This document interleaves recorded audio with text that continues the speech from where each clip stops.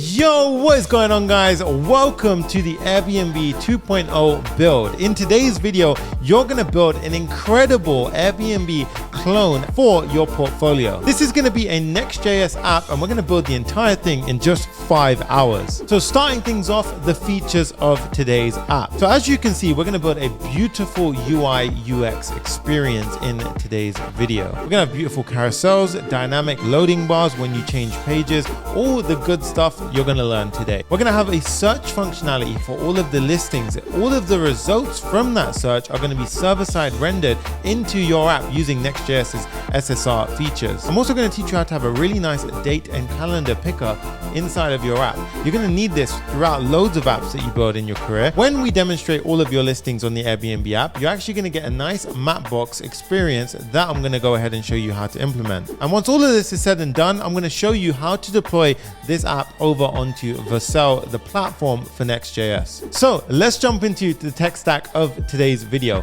Starting things off with reactjs. If you want to learn and polish your skills with React, this is the build for you. You're going to learn how to implement techniques such as server-side rendering to better improve your SEO performance and your users' overall experience. On top of this, I'm going to introduce you to the world of Tailwind CSS. So if you haven't used Tailwind CSS, this is where you can begin. It's a perfect way to style and build out responsive websites in a fun, enjoyable way as a developer. We're also going to use Mapbox to power all of the maps functionality inside of today's build. And as I mentioned previously, the calendar and date picker functionality is included in today's video. So it's a perfect staple when you have to build out these features in any future build. So without further ado, let's jump into today's video. If you are enjoying these videos, make sure to like, comment, and subscribe to let us know that you want to see more of this kind of content coming out in the future. As always, Papa Fam, this is your boy Sunny. Enjoy today's build. Check this out, guys.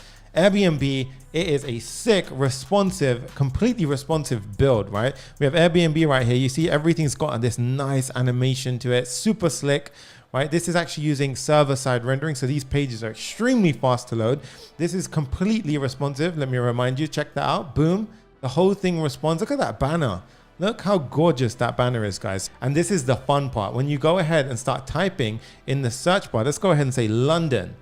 Wow, look at that UI, right? User interface, check that out. We have an amazing user experience here. You can go ahead and select a date. This is using React State. So if you want to learn all about, React State and props and how all that works, this is the place where you're going to learn it. We have an awesome looking calendar here. And you can even, look at these buttons. Wow, look at that. Yesterday, today, this week, all this stuff it's just sick, right? You can click how many guests. Let's say 3 guests, right? We're going to have a party. And let's go ahead and click search. Now, when I click search, watch the top over here, right?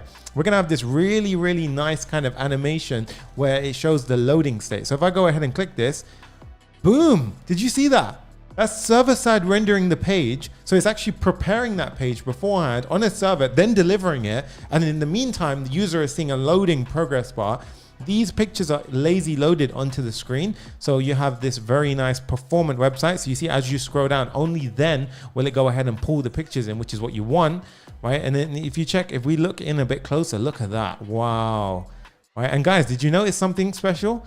It says the exact data that we entered earlier. London, 3 guests with the date. Even over here, we have it. You guys are going to learn how to do all of this and how you can go ahead and incorporate it inside of things like, the URL. We're going to do all of this, and it's going to be completely easy for you guys to go ahead and follow. But this is what we're going to be building. And did you notice the map, the main event? Check this map out, guys. Completely, interactive map. You can zoom in and you can even click on these. Look, you've actually got the different rooms that are coming in. And look at that, 5-star apartment, spacious. Oh, nice. Right. And all of this information is being pulled in from an API, right? So I'm going to teach you guys all about how to make your first React application, how to server-side render it with Next.js, how to make it responsive, AKA when we resize it, you're going to see things change. For example, you shouldn't see a map on a small screen. It doesn't make sense. But on a big screen, you should see a map, right? You should be able to make the most of that. Let me get this thing ready and let me prep this out. Oh, I'm excited, guys. I'm excited. We're going to be building this. The front end right here. Airbnb, we've got the search bar at the top, become a host, a bunch of nice icons. We've got this beautiful banner at the top, which actually has a nice little responsive resizing element to it. And then we've got this explore nearby. So you can see this is going to make use of some CSS grid. We've got some flexbox going on, Tailwind CSS, all this stuff. We're going to go ahead and start off by setting up our project with Next.js. Okay, so the guys over at Next.js and Tailwind, I don't know if they've collabed or whatever it is, but they've actually made it extremely easy for us to set up our project to get started with this stuff. So what we're going to do is we're going to open up a terminal if you're on Mac, or Bash or command prompt or whatever you use on Windows. We're going to open those up first. Okay, so what we're going to do right now is I'm going to open up my terminal. So I'm going to pull this open and we're going to go ahead and get this thing started. It's going to be a very chilled out jam session of a coding, like sort of not tutorial, but it's going to be a code with me vibe. Okay, and don't worry if you fall back or you need to kind of speed up, just take your time. We're going to get into this and we're going to enjoy this, right? So I'm going to go ahead and do it on my desktop right here. And what we're going to do right now is you can go ahead and actually type in on Google Tailwind Next.js. And you can actually see straight away, you'll see install Tailwind CSS with Next.js. And this is going to be the page you reach. And this is Tailwind site. So this is actually, we're going to be using something called npx create next app. Now, if you try and use npx and you haven't already installed Node, then you're going to need to install Node. So to do that, all you need to go ahead and do is go to Node and literally download it. And it's a JavaScript runtime environment built on Chrome's V8 JavaScript engine. Basically allows you to run JavaScript on your computer. So you need to install that to get started with this, okay? The next thing I'll say is actually install Visual Studio Code. So Visual Studio Code, you want to make sure you've got this because we're going to be using that to actually do our coding, right? So to get started, we're back at this link. We're going to copy this top portion all the way up until my project because I don't actually want my project. In fact, to make it easy, let's copy it all. Now let's break this down. We're using npx, which is basically a way of executing a package from this kind of global remote repos or projects or whatever they call them. Basically, this is a package that someone has made from Next, which allows us to go ahead and initialize our app. -E means set it up with a template, which is called with Tailwind CSS. So it's actually going to do all the sort of heavy lifting and prep work for us in the beginning. And then this is going to be the name of our project. So to do this, what we do is we simply paste this in. We change the name of this to Airbnb. I'm going to go ahead and say YouTube. Then we hit enter. This will go ahead and prepare the code for what we need to do. So let's go ahead and click on Y, enter. And this is going to go ahead and initialize a app for us. Okay, so this is going to create a Next.js app in our directory. So I would recommend always kind of keeping your folder structure kind of clean. You know, make sure that you actually have all your builds in a place that you can locate after. I've spoken to people and they kind of throw it in like these nested folders somewhere dark and deep. Make it accessible because it's going to help you out later on. And I would really recommend that you do keep these at hand. Keep them in a nice folder. In this case, once we are done, we're going to go ahead and do CD to go into that folder that we just created. And I'm going to go ahead and type in CD Airbnb YouTube. Enter. And now I'm inside of my folder. Okay. Once we're done with this, I'm going to go ahead and hit code dot. Now what that means is open up a Visual Studio Code in this folder.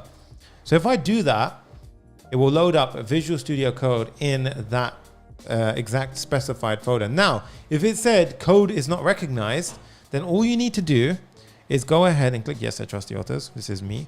And ignore that, ignore that. And what we're going to do here is do Command Shift P and type in code. And you can see here it says shell command, install code command in path. Do that and then you'll be able to do that command that I just did here. So it'll open up. Otherwise, you open up Visual Studio Code and press Command O or Command O, and then you're going to be able to go ahead and open up the folder that way. There's two ways of doing it. Whatever you find easier. Okay, we've got Visual Studio Code open. This is where we're going to do everything. Right, so now what we're going to do is we're going to go ahead and break down this folder structure. So what we have in here, you can see some Tailwind configuration.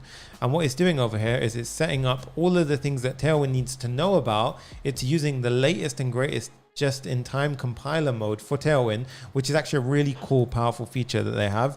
So I'm not going to break it down too much, but that allows us to use the latest sort of version of Tailwind. And then, yeah, we're going to go into pages. Now, in Next.js, everything happens from this pages folder. The way that it works is we have the index.js file. Now, the index.js file is simply represents our home point, basically. It's basically where everything starts off from, okay? So this is going to represent / on our website. right? So at this point, I don't know if it's getting hot in here or if it's the code or something's running my computer down, but we're good. We'll keep on going. So at this point, what we're going to do is you can see we have everything inside of main that looks like so, right? So what I'm actually going to do here is I'm going to go ahead and do Command J, and then I'm going to go ahead and start up this app. The way that I start this app up is simple. I simply need to go ahead and type in yarn or npm. In this case, if it's package lock, it's npm we're using. If it's yarn lock, it's going to be yarn. So I'm going to do npm today. I'm going to do npm run dev. And while that's loading, I'm going to go ahead and turn on the air conditioner so that way the room doesn't get too hot. Let's carry on. So at this point, you can see what we're actually going to be doing is we want to go ahead and run our application. So you can see here we had npm run dev, right? So at this point, you've done npm run dev, and it will start up on server on a server. In this case, it's going to be localhost 3000. So I'm going to click that, and then I'm going to go ahead and say Safari. So I'm going to open up my Safari, open up a new tab, and I'm going to do localhost 3000. Okay. Yeah, you're going to hear a little bit of a fan. Don't worry about it. It's all good. All right, we have welcome to Next.js. Get started by adding pages/index.js. Okay, so once we've done that, you can see this is going to say welcome to Next.js, get started by editing pages/index.js. So at this point, what we're going to do, guys, is we're going to actually start coding from this file. Index.js is essentially going to be our starting point, as I mentioned before. So if we had the thing that's nice about Next.js is it has a built-in router. Okay, so at this point we've got this open. So this is where we kickstart our app. So Next.js has a built-in router. Okay, but we have Next.js here. So it has a built-in router. So index.js points to the / homepage of our application. Hence it's the index, which means this is our starting point. If I had search.js, it's going to represent the / search page. Okay, so at this point I'm going to go ahead and say Command B, and I'm going to go ahead and restructure my page. That way I can work nicer with this. So we're going to go ahead and get everything from the main block, right? So what I like to do is go down to main, grab everything and delete it. I'm going to do the same thing for the footer. Okay. And at this point, I'm going to go ahead and type in H1 and we'll say, let's build Airbnb. Hit save. And you can see now it says, let's build Airbnb. So this is called fast refresh. This means when we're coding, it's actually going to go ahead and refresh the page as I save the files. It's a very nice experience when we're coding. Okay. And what I'm actually going to do is, it felt a little bit weird. I thought so. We usually have the demo on this side. That's better. That feels more natural and it's a lot more easier to go ahead and follow me. All right. So at this point, we've got let's build Airbnb. Now we've got this new head component. The head component is actually from Next.js. Now we have something called the head sort of, let's call it element in HTML, which allows us to have all the things which the browser cares about. Now, one of those things that the browser cares about is the title that you see on the tab. So at this point, if we can see, it says create next app. What if I wanted that to say Airbnb? What if I wanted that to say Papa React? I can go ahead and actually use this new head component and actually pop it in the screen like so. And then we can go ahead and modify something called the title. Anything that actually goes inside the head, we can actually go ahead and change it over here like so. So in this case, we can change the favy icon and we can also change this. I'm going to go ahead and say Papa Airbnb and hit save. And now you can see it changes at the top. It says Papa Airbnb. Okay. So this is looking pretty good right now. At this point, we're going to go ahead and build out our app. So you can see here, we've got these weird, quirky class names. This is called Tailwind CSS. So Tailwind CSS allows us to no longer have separate CSS files, but what we can instead do is actually have these things called utility classes. Utility classes are essentially very quick ways to go ahead and style up one of our sort of, files or components. So that way we can code really quick and we can have a super, quite a lot of power behind it. Right. So at this point, what I would recommend you do is before you carry on any further, go down here and hit Tailwind CSS. We want to go ahead and install something called a Tailwind CSS extension. You're going to see this Tailwind CSS IntelliSense. This gives you autocomplete. So when you're typing those quirky weird names, it's actually going to give you a bunch of a nice breakdown. If you do want to learn more about Tailwind CSS, I really recommend you pause the video here, you head over to tailwindcss.com, and you can actually give this one page a simple read, and this will go ahead and break down all of the nice functional sort of features that Tailwind CSS provides. As you can see here, we've got loads of colors, and remember, when we use a color in Tailwind CSS, imagine we use BG Red 50. It goes all the way up to 900, and each different one, so 50, 100, 200, 300, 400, 500, 600, 700, 800, 900 are going to be different shades of that color. Okay, so that's a quick kind of introduction into it. If you want to use a shadow, you've got different shadow depths. You can see where I'm going with this, right? Tailwind CSS allows us to style out our applications really, really nicely and quickly. All right, if you guys like the pace that I'm moving at, smash the thumbs up button and let me know right now in the comments, because I'll keep moving at this pace. And you've got this. Now, we know this to be something called a functional component. And a functional component exists because what we can do in React is we can create one component and reuse it several times. In this case, we're basically pointing at the actual home screen itself. We're going to keep it very simple. This is our home screen, okay? And what we're going to be doing is we're going to transform this into this.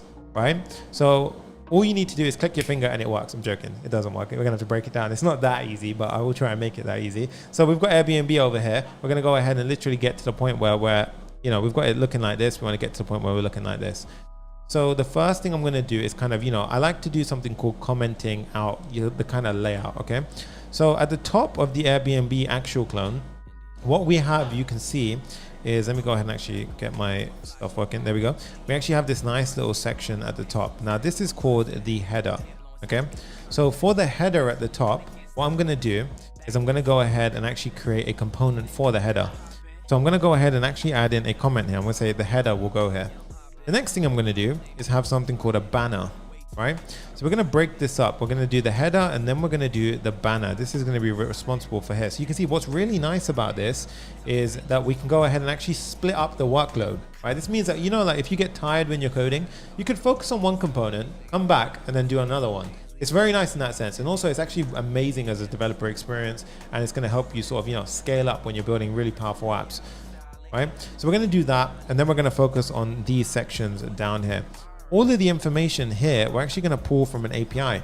I've actually gone ahead and prepared all of this through really nice, simple API links. So you can actually pull all this data in, so you don't have to manually add all this in. You just go ahead, follow me, and we can do it ourselves together. Let's kick this off and get started. First thing I'm going to do is I'm going to delete all of this information in the class name. Now notice when I do this, it's going to go all the way, there's nothing here now, right? And that's actually because I got rid of this as well. But if I say hello world, you're going to now see that it's in the top left corner. This is because we have zero styling applied to our application. Okay. The shortcut for quick comment is actually going to go command /. That's how you do a little quick comment. Right. So at this point, we're going to go ahead and actually build this out. So what we like to do is we like to keep our app very neat. Okay. If you click on the folder structure over here, you can see everything belongs in pages. Now, ignore the API. We will touch on that later on. What's really nice is when you use Next.js, because it's served off a server, so literally the pages are going to be served from a server instead of directly to the browser. I'll explain that in a sec. But what's really nice is that we actually get a built-in API. So you can run Express, you can run, the actual Next.js server. It's really powerful, and I definitely recommend using it. Right. At this point, we're going to go ahead and close our pages. We're going to click on package.json so that we're on that sort of level or folder structure. We're going to add a new folder. We're going to call this one components. So as you can imagine, all of the pages belong in pages. So that's going to be the home page, the search page. All the reusable components are going to be put inside the components folder. Okay. So as you can imagine, what we've done here is we've already got two. We've got a header and a banner component. The header component, I'm going to go ahead and click that, create a file called header.js. Now, how do we go ahead and start, right? Right now, our app looks literally empty. So what we're actually going to do right now is go ahead and create our header functional component. Now, there's a very nice extension, right? If you go into your extensions tab and you download something called ES7 snippets, right? So it's actually the top one here, and it's going to be this snippets, right? ES7 React Redux GraphQL React Native snippets. Get these. These are going to really help you out when you're doing this, right? So this is going to make it super easy to go ahead and get set up in today's build. And what we can do with these snippets is once we've installed that, we can do underscore React functional component, which we export. And if I go ahead and do enter, you can see, boom, it actually creates the functional component for us. We get the boilerplate code. Makes it super, super easy, right? Extensions are basically ways to power up our code editor. So in this case, you can see we've added a bunch here, and they're just going to allow us to have a better coding experience. They're kind of like power-ups to our coding environment. We can go ahead and install them, and it helps us, level up our coding environment, right? So we now have a header in play. So what we're going to do here is I'm actually going to test this out, okay? So how do I actually know if my header's on the screen or not? So what I do here is I type in a H1, which stands for a header, and I'm going to say I am the header. Enter, save, sorry. I'm going to go back to my index. I need to render it on the screen because right now, again, we have nothing on the screen. So what I'm going to do is rather than having a comment, I'm going to delete this, and I'm actually going to put something called a component here. So we have these nice little sort of, brackets, and we're going to type in header. Now you can see on my VS Code, I get a little suggestion come up here, and it says components/header. It says auto import from that folder. So I'm going to click that, and it says import header from components. Now that may not work for you. If that doesn't work for you, then all you're going to need to do, Command B, and you're going to have to locate your folder. So in this case, it's a folder level up, which is how we do ... It's inside the components folder and header, and you just type this out. Okay, so super, super easy to go ahead and do that, right? So we're going to go ahead and make this extremely simple to go ahead and follow. So at this point, what we have is we have the header. So if I go ahead and save this file, we can now see the header actually needs to be something. It says it's called a self-closed component. Okay, so if we go ahead and hit save, it says I am the header. Right, so now we have the header. Looks pretty good. So now what we can do is you can see all the code that I provide inside this header.js file gets rendered on the screen here. So now you can see how we kind of, block out our code. Okay, so we're going to click into header.js and start building this out the way we need to. Okay, so what we're going to do is I'm going to use this as a reference. So as you can see, this is our final kind of build. So we have three sections here. We have the left section, the middle section, and the right section. Okay. So the way we do this when we're coding is we go ahead and we actually go ahead and spread, like we containerize it. So there's an overall container here at the top, right? This container at the top is going to be used for, it's going to be used to display the actual header out. So I want to have three divs which separate. So a div is literally a container. So we literally start off by containerizing things, okay? And here, what I'm going to do is I'm simply going to create those three divs. I'm going to create a div here. This div is going to be responsible for the left section. Okay, so this div is going to be responsible for the left-hand side section. I'm going to create the middle div over here. I'm going to create a right div over here. So the middle one, I'm going to go ahead and type in div. There we go, hit save. And for the right one, I'm going to type in another div and hit save. If you're wondering how I'm doing that kind of quick typing, it's called Emmet. Right? You can literally Google online and you can go ahead and check it out. So we got left, middle, right. Awesome stuff, guys. And if you're finding, chat annoying or anything like that, just go ahead and you can minimize the chat. It's all good, right? So at this point, we've got the left section, the middle section, and the right section, right? So at this point, when you're using HTML as well, there are actually very kind of, good components or elements that you should be using when you're building out things like a header, a footer, the body, and so forth. When you're building out a header, you should use something called the header tag, right? This goes ahead and tells, things like Google and that when they go ahead and scan the page, that it's going to actually, this is actually a header that the little kind of Google robot is looking at, right? So it's going to be a header component. Now we have the H1, I'm a header, and it's still rendering on the page. Looks good. Awesome stuff. Header tags are important. Making use of the correct tags helps you a lot more than you think. Okay, so we're going to make a good emphasis on that. Now, I want an image in this left div. This is going to resemble the Airbnb logo. So what I'm going to do is I'm going to use something. I'm not going to use a normal image tag. So an image tag is typically what we'd do. We'd put in a source over here, and this source would actually go ahead and it would point towards that image. What I'm going to do instead is I'm going to use the actual Next.js image tag. The reason why we use the Next.js image tag is because the Next.js image tag actually kind of optimizes that image. So it does a very clever compression, turns the image into a format called WebP, which is way smaller than JPEG, PNG, all these other file types, right? So it makes it way smaller, and it also delivers it in a lot more optimal way. right? Again, if you get stuck with this stuff, don't worry about it. Just, Google, research it a little bit, come back, continue the video. So the way that we use the Google, the image tag, is we simply import image from next image. I'm going to go to the top, pop it in, image from next image. Now what I do is I go down to my code, and I'm going to go ahead and use that over here. So I'm going to type in image, and it's a self-closing component. We go ahead and have that, extra /. Okay. Then what we do is we go ahead and we pass a few different attributes to it. So at this point, I'm going to go ahead and actually type in source. And for the source, I have a nice little link that I've shortened for you guys to make the whole experience easier. When you guys are coding along with me, if I provide a long one, it's really hard to kind of, know what's going on. So here we have the first link. Now notice what happens, okay? If I hit save on this, we're going to get an error. This error is going to say, yo, you need to use width and height or the layout property if you're going to do what you're doing. We're going to do two things. You can either pass in a width and a height to make this work the way it works. Now, the reason why it needs a width or height or it needs the layout is because, remember, as I said, it delivers it in a compressed, optimized way. The only way it does that is it needs to know those things beforehand. So what we're going to do here is I'm going to say layout equals fill. And what this will do is it will actually use up the maximum space of the container that it's in. So in this case, the div, right? We're going to go ahead and hit save. Now we get a different issue. It says invalid source prop, host name links.papa-react is not configured under images in the next config file. So basically, because we need to go ahead and actually, prepare Next.js for those pictures, we need to whitelist the domains that we allow pictures to come from. The way that we do that, basically, it's a way of saying that to Next.js, only accept pictures that come from this place. Okay. So what I'm going to do is I'm going to do Command B. I'm going to go into this level. So I click package.json, which allows me to get back at that level. Click a new file.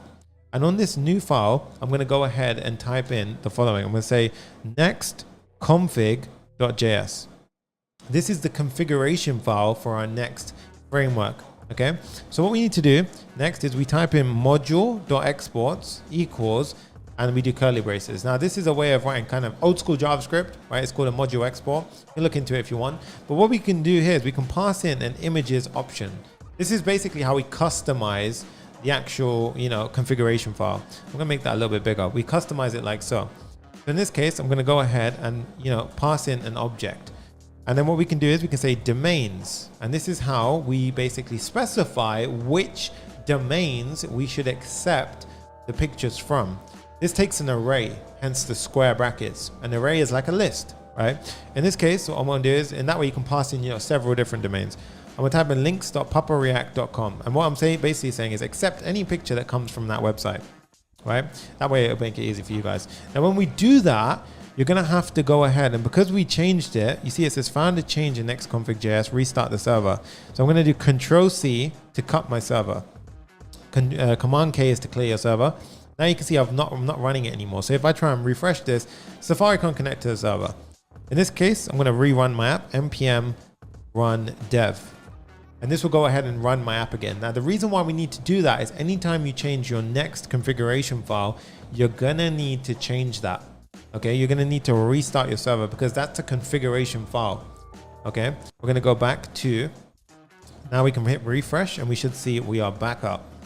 And we can see a huge Airbnb logo. So we've done something right. Command J is to hide the terminal, by the way, right? So we've got the terminal up, but this is, we got the picture up, but it looks horrible, right? That's not how we want it at all. So what I'm going to do now is actually neaten this up a bit, make it a lot more nicer to look at. First thing I want to do is keep the aspect ratio. You see right now, it's kind of, all messed up and it's looking a bit nasty right now. I'm not going to lie, right? So what I want to do right now instead is add a second attribute, and this one's going to say object fit. And you see we get these ones right here. So object fit equals contain. And what this does is it stops it from changing its aspect ratio, which means that even it will still use up the same space, but it won't stretch. It will keep the aspect ratio. Okay. Next thing I'm gonna do is I'm gonna say object position left. Oops, space left. And this will actually assign it to the left-hand side of its container. Now that will be handy for a bit later. All right. So we're gonna push it to the left once it's done. Now you can see it's taking up a huge amount of room. I want to go ahead and clean this up. So what I'm going to do is I'm going to go to the div that is surrounding it. I'm going to go to the class names. And this is how we go ahead and style out the element that's surrounding our image. This is a div, which is a container, as I mentioned before. So what I'm going to do here is I'm going to make this relative which means that, you know, anything which is styled over here is going to be relative to the size of the container. So if this container is small, the image then becomes small. If it's not relative, then it's going to be basically relative to the entire application size, which we don't want. We want to kind of contain it in that div. Okay.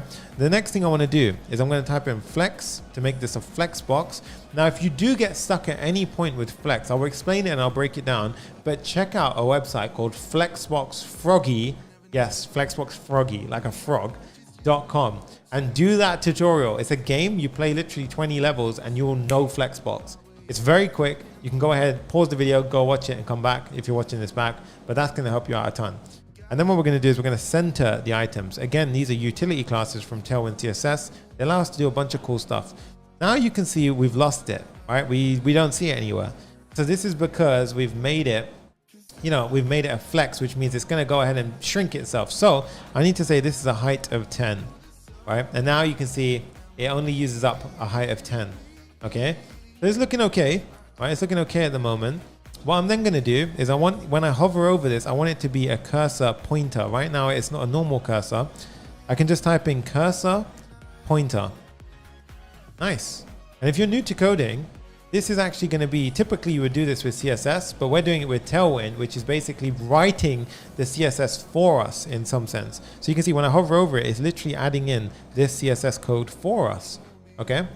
And we're going to type in a margin Y of auto. This will go ahead and centralize it once we go ahead and get this thing working the way we need it, or size the way we need it to. Okay, looks pretty good. At this point, the header is kind of, you know, we don't know the sizing, the dynamics around it, but in this one, it's got a very nice kind of padding around it. So you can see how it's not touching. In this case, R1's touching. That doesn't look very nice. So I'm going to style my header. Okay, so for the header, I'm going to say it's sticky. Now, what the hell does sticky mean? Sticky means as I scroll down, it sticks to the top. Okay, so we want this to actually stick to the top of the page. So what I'm going to do is I'm going to say sticky, and it's a very nice kind of thing you should know about. And we're going to say top 0. Now, if you did sticky top 50, it would be stuck in the middle of the page. That wouldn't be a very good experience, would it? All right, so this is going to be really nice. So sticky top 0. Next thing we're going to do is we're going to say Z50. Now, Z index is basically what layer it appears on. So if something has a Z index of, let's say 1 and something has 50, 50 is going to go in front of the element with Z index of 1. So we want this one to be always at the front. So we're going to give it a Z index of 50. That's why when we scroll down, it's always at the front. All right. So we're going to protect ourselves here, Z index of 50. Now, what we're actually going to do here is we're going to make this entire top row. And what I'm actually going to do to demonstrate it is we're going to make it a grid. All right, and this is going to be a grid of 3 different columns. So if you think about this, what we're doing here is I'm actually going to go ahead and create. Let me go ahead and get a little box, right? And I'll freeze it on the screen. There we go. Nice. So I'm going to create a box here, right? And this is going to be a sort of, you know, a container, or how do I get this? Oops, no, not that one. Is it? Nope, not that one. Oh, no, that's a circle. All right. So I'm going to go ahead and where the hell is that drawing? There we go. Yeah. So I'm going to make this a column. So this entire container, I'm going to split it up into a column, 3 columns. This is called a grid layout. This is going to be column 1, column 2, column 3. And this allows us to go ahead and style it out the way we need to do it. Okay. So let's go ahead and do that. So right now you can see it's just pretty much, you know, it's Rago. It hasn't got any style applied. So at this point, what we're going to do is I'm going to type in grid. This applies the grid structure. You can see it applies this CSS class. Hit save. Okay, nothing changed so far. We're going to say grid columns 3. Grid dash columns dash 3. Oops, 3.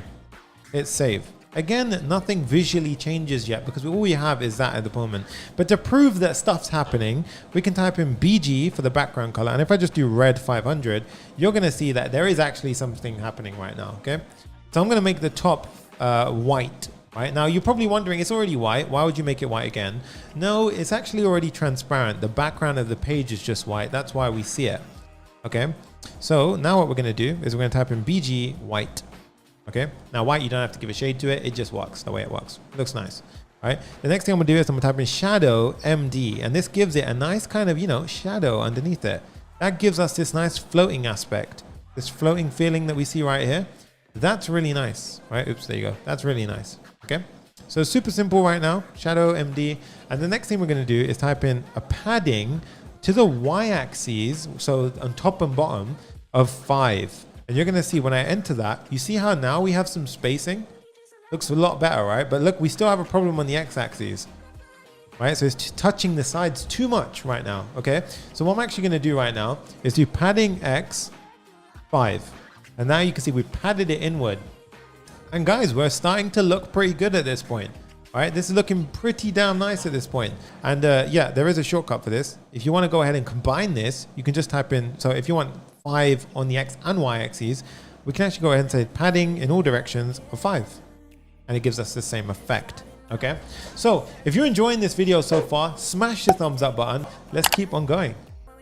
Right, so this is looking pretty nice at the moment. Now, what we can do, which is even cooler with Tailwind, is you see right now the padding here is actually a padding of, it's quite large, right? When we go to a mobile device, that padding shrinks. So if we go ahead and get bigger, can you see there's a difference in padding between the small screen and the medium screen? It gets a bit bigger, right? Now, how the hell does that work? All right, so this is actually called breakpoints.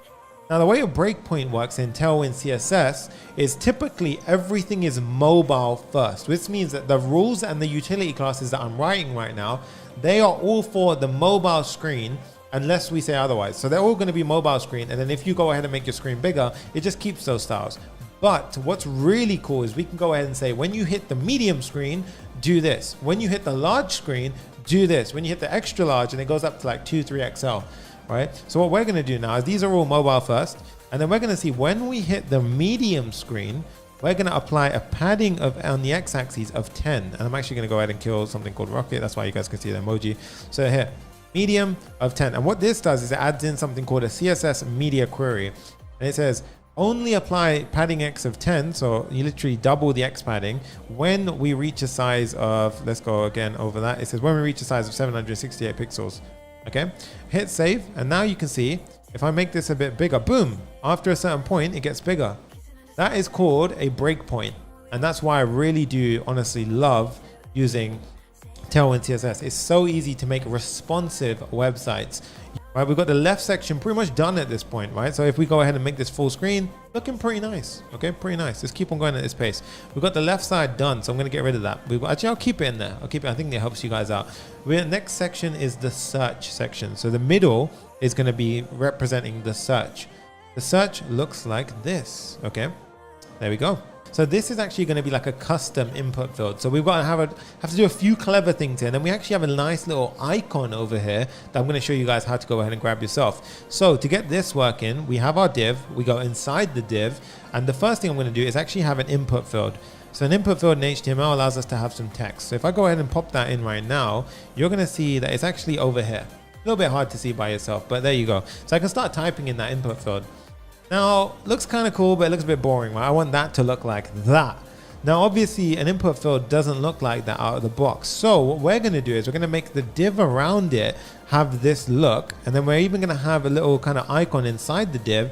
And then up to this point over here, we're going to have the input field. Okay, so it's actually going to be the div that looks like that, the input field here, and then a little icon over there. Okay, so we're actually going to be using something called Heroicons. This is actually something awesome that the guys over at Tailwind CSS work with. These are built by those guys. And what you can do is we're pretty much going to install this into our project. And then you can go to heroicons.com, search for any icon here, and then pretty much use it. So in this point, imagine we wanted a search icon. We're going to see that we get two icons, two variants. We get the outline variant and the solid variant. We've got search and search over here. Some of them look the same. Some of them have a different aesthetic. Okay. In this case, I'm going to click documentation.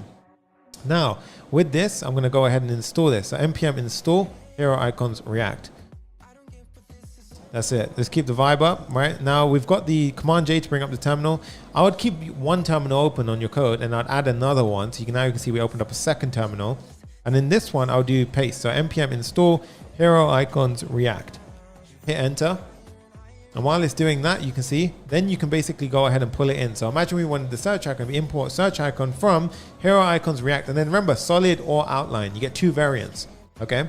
And you can change all of the stuff with Tailwind, hence why it was built by those guys, because they wanted to incorporate all that Tailwind utility class goodness inside these icon sets as well. What we're gonna do now is we're gonna go ahead and implement that little beautiful search bar.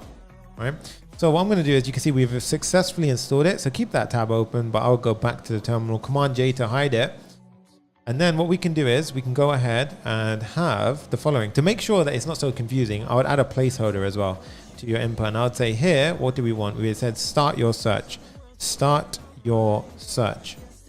Enter. There you go. Now it looks like a placeholder. You can type in it. A little bit more nicer to look at while you're building this out, right? So what I would do now is I want something called the search icon. So to import the search icon from where we need, I'm going to go ahead and say import search icon, and this actually is something called an explicit import, so we need to define the exact name. So search icon from, and this one is going to be from Heroicons /react/ the solid variant is what I want. Okay, this gives me the hero icon for the search icon, sorry. So what I do here is I go ahead and say render it out on the screen, self-closing in component, and now we get a huge icon on the screen. Looks pretty sick, right? So at this point, we've got the search icon. So what I can do now is I can go to class name. With the class name, I can start applying all the styles that I want. So I want to give it a height of 8 because it's kind of huge right now. All right, there you go. Looks a bit smaller. What I'm going to do is I'm going to zoom into it a little bit. So as I apply it, you guys can see it. I'm going to make this actually be a little bit responsive, but we'll sort that out in a second. The first thing I want to do is I want to make the background a shade of red. So I'm going to do BG red, and I'm going to make it 400. And what I love about that IntelliSense is it gives you the color samples and everything. So that looks pretty nice. To change the actual icon to white, it's actually text-white. Okay, and then you can see it. And that's because an icon is actually text, right? If you didn't know that, now you know. It's pretty much going to be resembled as text on the computer side. What we're actually going to do now is I want this to be rounded. I want it to be like a little circle. So I'm going to type in rounded-full. And boom, we have a circle. At this point, that actually looks pretty clean. I'm not gonna lie, I'm liking how that looks. But what you can then do, I'm gonna add a little bit of padding so it has a bit of breathing room. So I'm gonna type in P of 2. And if you're always confused as to what it's actually adding, that's the CSS it adds. So we're using rem, which is a better measure to use. Hit save. Now we have our nice little icon, right? Looks very clean at this point. Now, when I do go ahead and hover over it, I want that to be a cursor pointer. So I'm gonna type in cursor pointer, okay? And then now when I hover over it, there you go. Looks really good, right? So that looks pretty nice at this point. But our container by default is something called display block. That means that it stacks up. It just stacks up on top of each other. So what I'm doing is this div right here holds an input field and a search icon field, right? It holds these two fields. It holds this one right here and this one over here. So what I do is I apply something called flex to these two elements. And what flex does is it by default goes into a row. Okay, so what I'm going to do is I'm going to go to my div, type in class name equals, and over here I can type in flex. And now you can see by default it goes into a row, but we have this squashed look to it. That's not very ideal. Okay, so instead what I'm going to do now is sort this out. So I'm going to do flex. I'm going to centralize the item. So item center. I'm going to say the actual border here should be, I'm going to give it a border only once it hits that medium breakpoint, but I'll show you what I mean by that. So if I say border, I'm going to give it a border width of 2. You can see, look, we get a nice border. Okay. And then what I'm going to say is round the borders full. And you get different ones. You get rounded SM, rounded medium, rounded large, all these other different sizes. You see, that looks pretty good, but you see it's not there yet. It's just not looking the way it needs to look right now, right? And this is because of two things. It's because we don't have enough space. Remember, it says 3-column thing. Over here, we actually sort of change a couple of things. We actually get rid of the icon on the small screen, but we show it on the medium screen. You see that? Otherwise, we get that issue. So we actually want to have that kind of responsiveness. To get that to work, what we do is we go ahead and firstly, I'm going to add a padding of Y of 2, so that we have a little bit more spacing. I'm actually going to add a shadow as well. Now, I want to add a couple of these style traits when only on the medium screen. Right now, you see, it doesn't make sense to render that out, all right? So what I'm going to do is, for the search icon, I'm going to by default make it hidden, okay? So by default, it's hidden. I'm only going to show it once I get to a medium screen. So medium screens, I'm going to make it something called inline flex. Now, you guys are probably getting annoyed at that. It's kind of covering it. It's medium inline flex, okay? Hidden media MD inline flex. So I hit save, and now when I make it bigger, only on the medium screen, it comes in line. Now, obviously it's not working the way we want it to yet. So we're going to figure that one out right now as well. Okay, but at this point you can see being a bit weird, being a bit unpredictable. Okay, the way that we fix this is we've got to change a couple of style properties. Firstly, let's fix the outer div. Right, we're getting there. We're kind of piling these on. Right. So on the sort of container element, I'm going to say only apply that border once we hit the medium size. So that looks cleaner on a phone, right? But only when we hit the medium size screen do I actually want to do it. Now I didn't do that correctly. It's medium : border. So now only on the medium screen I see the border. Awesome. Looks pretty good, right?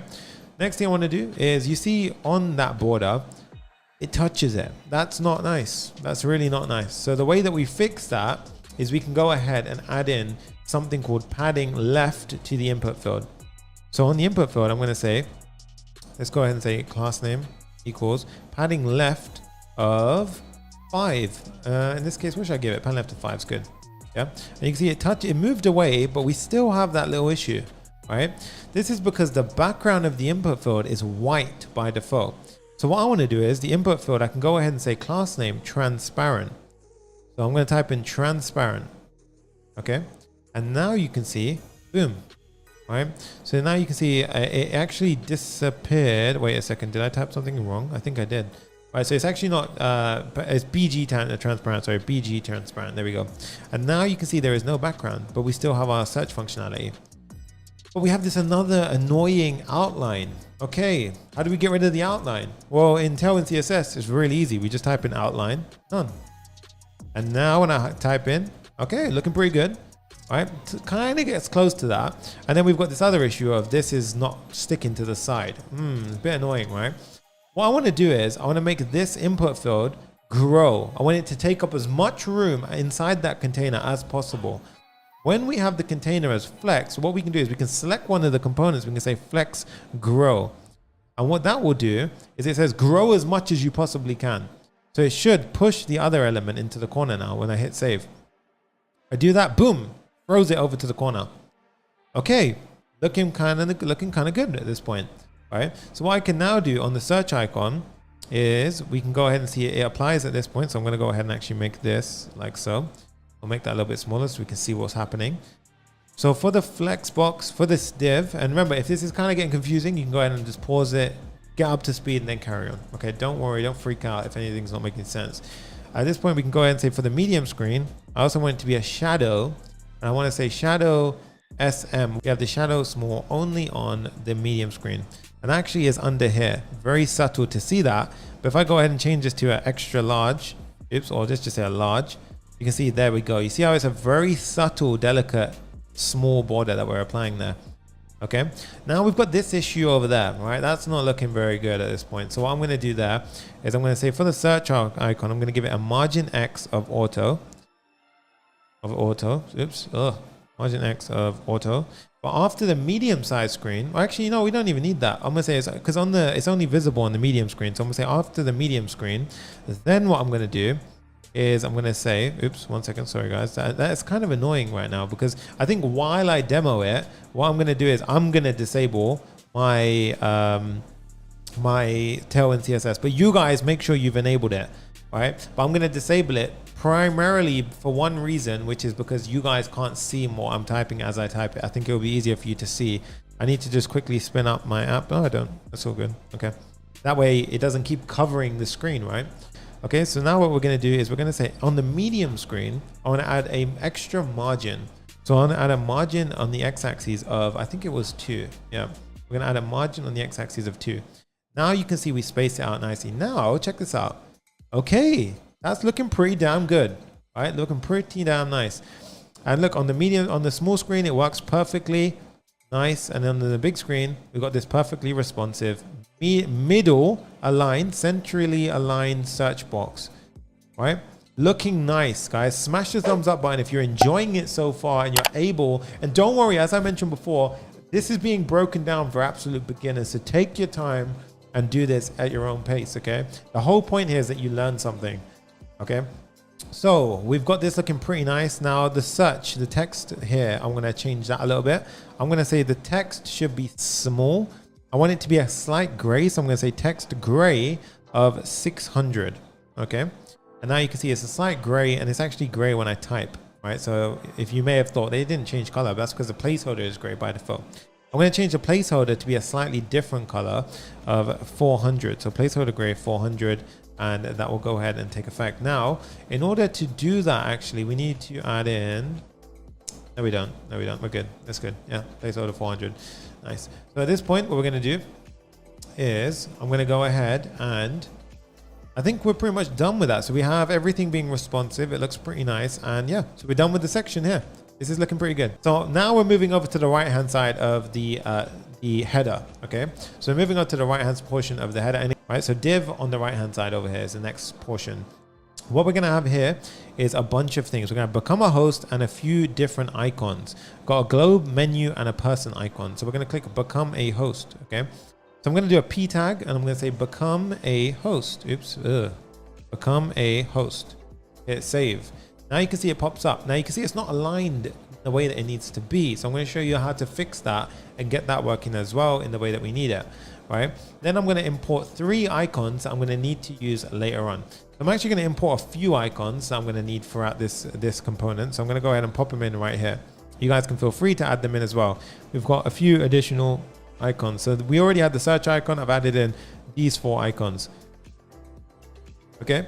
So the next thing we're going to do is we're going to go ahead and add in the little globe icon over here. Right.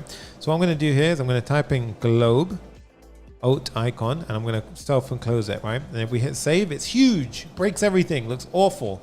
So I'm going to add in some styling. Again, Tailwind CSS for the win. Give it a height of 6. For this div, I'm going to make sure it's actually a flex box because right now it's stacked up in a block view, okay? And then there you go. Looks really nice, okay? And then what I'm also going to do is I'm going to space this out. So all the components that I put inside of it, I don't want to add in padding for every single component. When you're using Tailwind, you can do a very nice, powerful little feature here and actually go ahead and type in space along all the X children components of 4. And now it will space out all the components that are inside that container with 4, right? And you can go ahead and play around with the values, change it up as much as you want. And then we're going to go ahead and type in, after that, we're going to say that we want to make it items in the center. So I'm going to say flex items center. And now you can see it drops centrally aligned. So at this point, we've now centrally aligned our elements, which is looking pretty nice, right? Looks exactly as I want it. And then what we're going to say is justify end. Justify end. And what this does is it positions it at the end of the element as opposed to by default at the start of the element, okay? So the next thing we're going to do is go ahead and actually change the color. I'm going to make it a text. I'm going to make it gray, and I'm going to use a shade of 500, which is in the middle in the gray spectrum. That's looking pretty clean. Next portion is these two. Now, can anyone guess what I'm going to do here? We have 2 elements and we've got a little border around it. So naturally, we think of this as a container, aka a div. So what I then do is I pop a div around it. So I'm going to go here, pop a div around it. There you go. We're going to add a menu icon inside this little div, self-closing. And we're also going to add in a user circle icon. Okay, now you're probably wondering, you added it and I saw something move, but there's nothing there. It doesn't work. That's because we need to give it some styling, right? So over here, I need to say it's a class name with a height of 6. Okay, and here I'll say it's a class name of a height of 6 as well, right? We'll give it 6 all around. Okay, looks good. Now you're probably wondering about, Sunny, we gave it flex. What the hell's going on? Every time you create a new div, it defaults to block, which is stacking, right? So that, remember, every single kind of, nested container can have its own layout. So what we're going to do here is we're going to give that one a flex box as well. Okay, so that's going to be a little bit nicer to do it. So here I'm going to go ahead and div, and I'm going to say class name equals flex, and you'll see immediately it pops into the center. Then I'm going to say items should be centrally aligned. Oops, inside of that would help. Item center. And I'm going to say space X of 2, which should space them out a little bit more. I'm going to give it a border of 2, which pops in a border, a padding of 2, which spaces it out a little bit, and then rounded full, which makes it a rounded border. And as simple as that, you can get a lovely looking UI, right? Now for those globe icons, I want them to be, hoverable, so I can say cursor pointer and things like that. And then this suddenly becomes a nice clickable element. Looks very clean, looks really slick and nice. Okay. So what we're going to do then, and remember guys, if you're enjoying this, not only smash the thumbs up button, hit the subscribe. There's over 50% of you that are watching right now that aren't subscribed. I really appreciate it. It makes this channel go to the moon and above, and we are growing to 1 million. That's all. I'm not stopping until we hit it and above. So keep going. So what we're going to do is on a small screen, that looks a bit messy. So I want to hide that on mobile first view, and then I want to include it after a certain size. So the way I do that is where we have become a host, I'm going to apply some styling. I'm going to go ahead and say, okay, you know what? That should actually be hidden by default. So there we go, mobile first. But on the medium screen, I want it to become an inline element. So medium screen, become an inline element. And you could say, you know, in a flex, whatever. But in this case, now when I do this, it only comes available on the medium screen. All right, so as you see, as we hit that medium breakpoint, a lot of things happen. Now that's a little bit of a crunch. You can go ahead and modify that if you want. But most likely, they're not going to be at that exact portion. It'll be this, this, or that. There's typical breakpoints that you style for. Okay, looking pretty good, guys. Let's carry on. So we've got that looking nice, and I'm going to actually make that a cursor pointer as well, because that way you should be able to hover over it. It looks like a link. It looks really nice. Cursor pointer, save. Okay, so we've got this working, looking pretty slick now. All right, the header is done. We are done with the header. Now we are going to move to the banner. Right, so what we're going to now do is build out another component, which is the banner. The banner represents this gorgeous looking image over here. Again, it's going to be nice and responsive, and it's going to look pretty damn cool. And I'm going to show you how to get that picture looking just like that in the way that we need to do it. Okay, I'm going to go ahead and create this banner component. Command B to open this up. Go over here, go into our components folder, click on the new file and type in banner.js. Underscore RFCE to go ahead and get our nice little snippets. And then inside the banner, we can go ahead and code a few things. Now here, I'm just going to say H1 I am banner. Save. And then let's just get this working firstly. Go back to my index. Over here, I'm going to say banner. And remember, we get this nice little auto import. Hit enter. And look, it automatically did the import for me. If it doesn't work, don't worry. Don't freak out. But you can see now it comes up on the screen. So try and do things in that sense, right? I'm a banner. So I'm going to go into that. It confused me for a sec. I was like, what am I seeing here? So we're going to click on that, and then I'm going to go ahead and import the image component that we used previously from Next.js. So import image from Next.js, next/image. And then I'm going to go ahead and replace that with actually something a bit more useful, which is the actual image component. Capital I, be careful, self-enclosed component. The source for that image is going to be the following. I'm going to pop in this source right here. Links up over at 0fm is the one that you're looking for. Right, so I'm going to go ahead and hit save, and there you go. So now we've got image with source must be used with and blah blah blah. So we get the same issue, right? Remember, you have to prepare it for it. So we say layout fill, in this case layout fill, and then you're going to see another slight issue. Oops, what have I done there? Yeah, so now you can see it takes up the full width. We don't want that, right? We don't want it to take up the full width. It doesn't look nice. It doesn't, you know, do what we need. Firstly, I'm going to make it not stretch. Now you previously saw object fit contain, which keeps the aspect ratio, but I want to do something called cover, and that will maximize it, right? But it will kind of, you know, zoom into the picture as opposed to, you know, contain it. So in this case, I mean, it looks kind of cool, right? It looks kind of cool, like a huge picture. It's kind of like dramatic how we've got this kid and dog and like, you know, Papa React walking. Maybe that's me, I don't know, right? But at this point, we're going to go ahead and make that a bit more, you know, styled up. So we're going to go here, div, and then I'm going to say class name equals, and I'm going to say relative. So it should be relative to the size of that container. In this case, it disappears because when you make it relative, you have to define a height and a width, okay? Or just a height in this case. So what we're going to say here is the height should be, you know, in this case, you can give it a certain value. Now, it doesn't just work in the sense of I can type in like 67. There are certain steps up. You can use the Tailwind CSS IntelliSense extension that I talked about earlier to go ahead and do it. But what I'm going to say is you can actually use something which is pretty cool in just-in-time compiler mode. So the latest version of Tailwind, which we have right here, we can go ahead and add these square brackets, and we can go ahead and add in exact values. So in this case, I want to make the height 300 pixels. Now that's pretty cool, right? Obviously that's not ideal. Really, we want this behavior, right? Where it looks like that, but it scales up in a nice way. So, okay, mobile first. Remember, mobile first. Everything is mobile first when we're styling. That's a good principle. So we're going to say, okay, mobile first is height of 300. Then what I want to do is on the small screen, because mobile is not small, small is actually bigger than mobile. We're going to say the height should go up to, let's just say 400 pixels. Okay. And then on the large screen, we're going to go up to, you guessed it, 500 pixels. 500 pixels. And then on the even larger screen, the extra large, we're going to go up to a height of, let's say 600 pixels.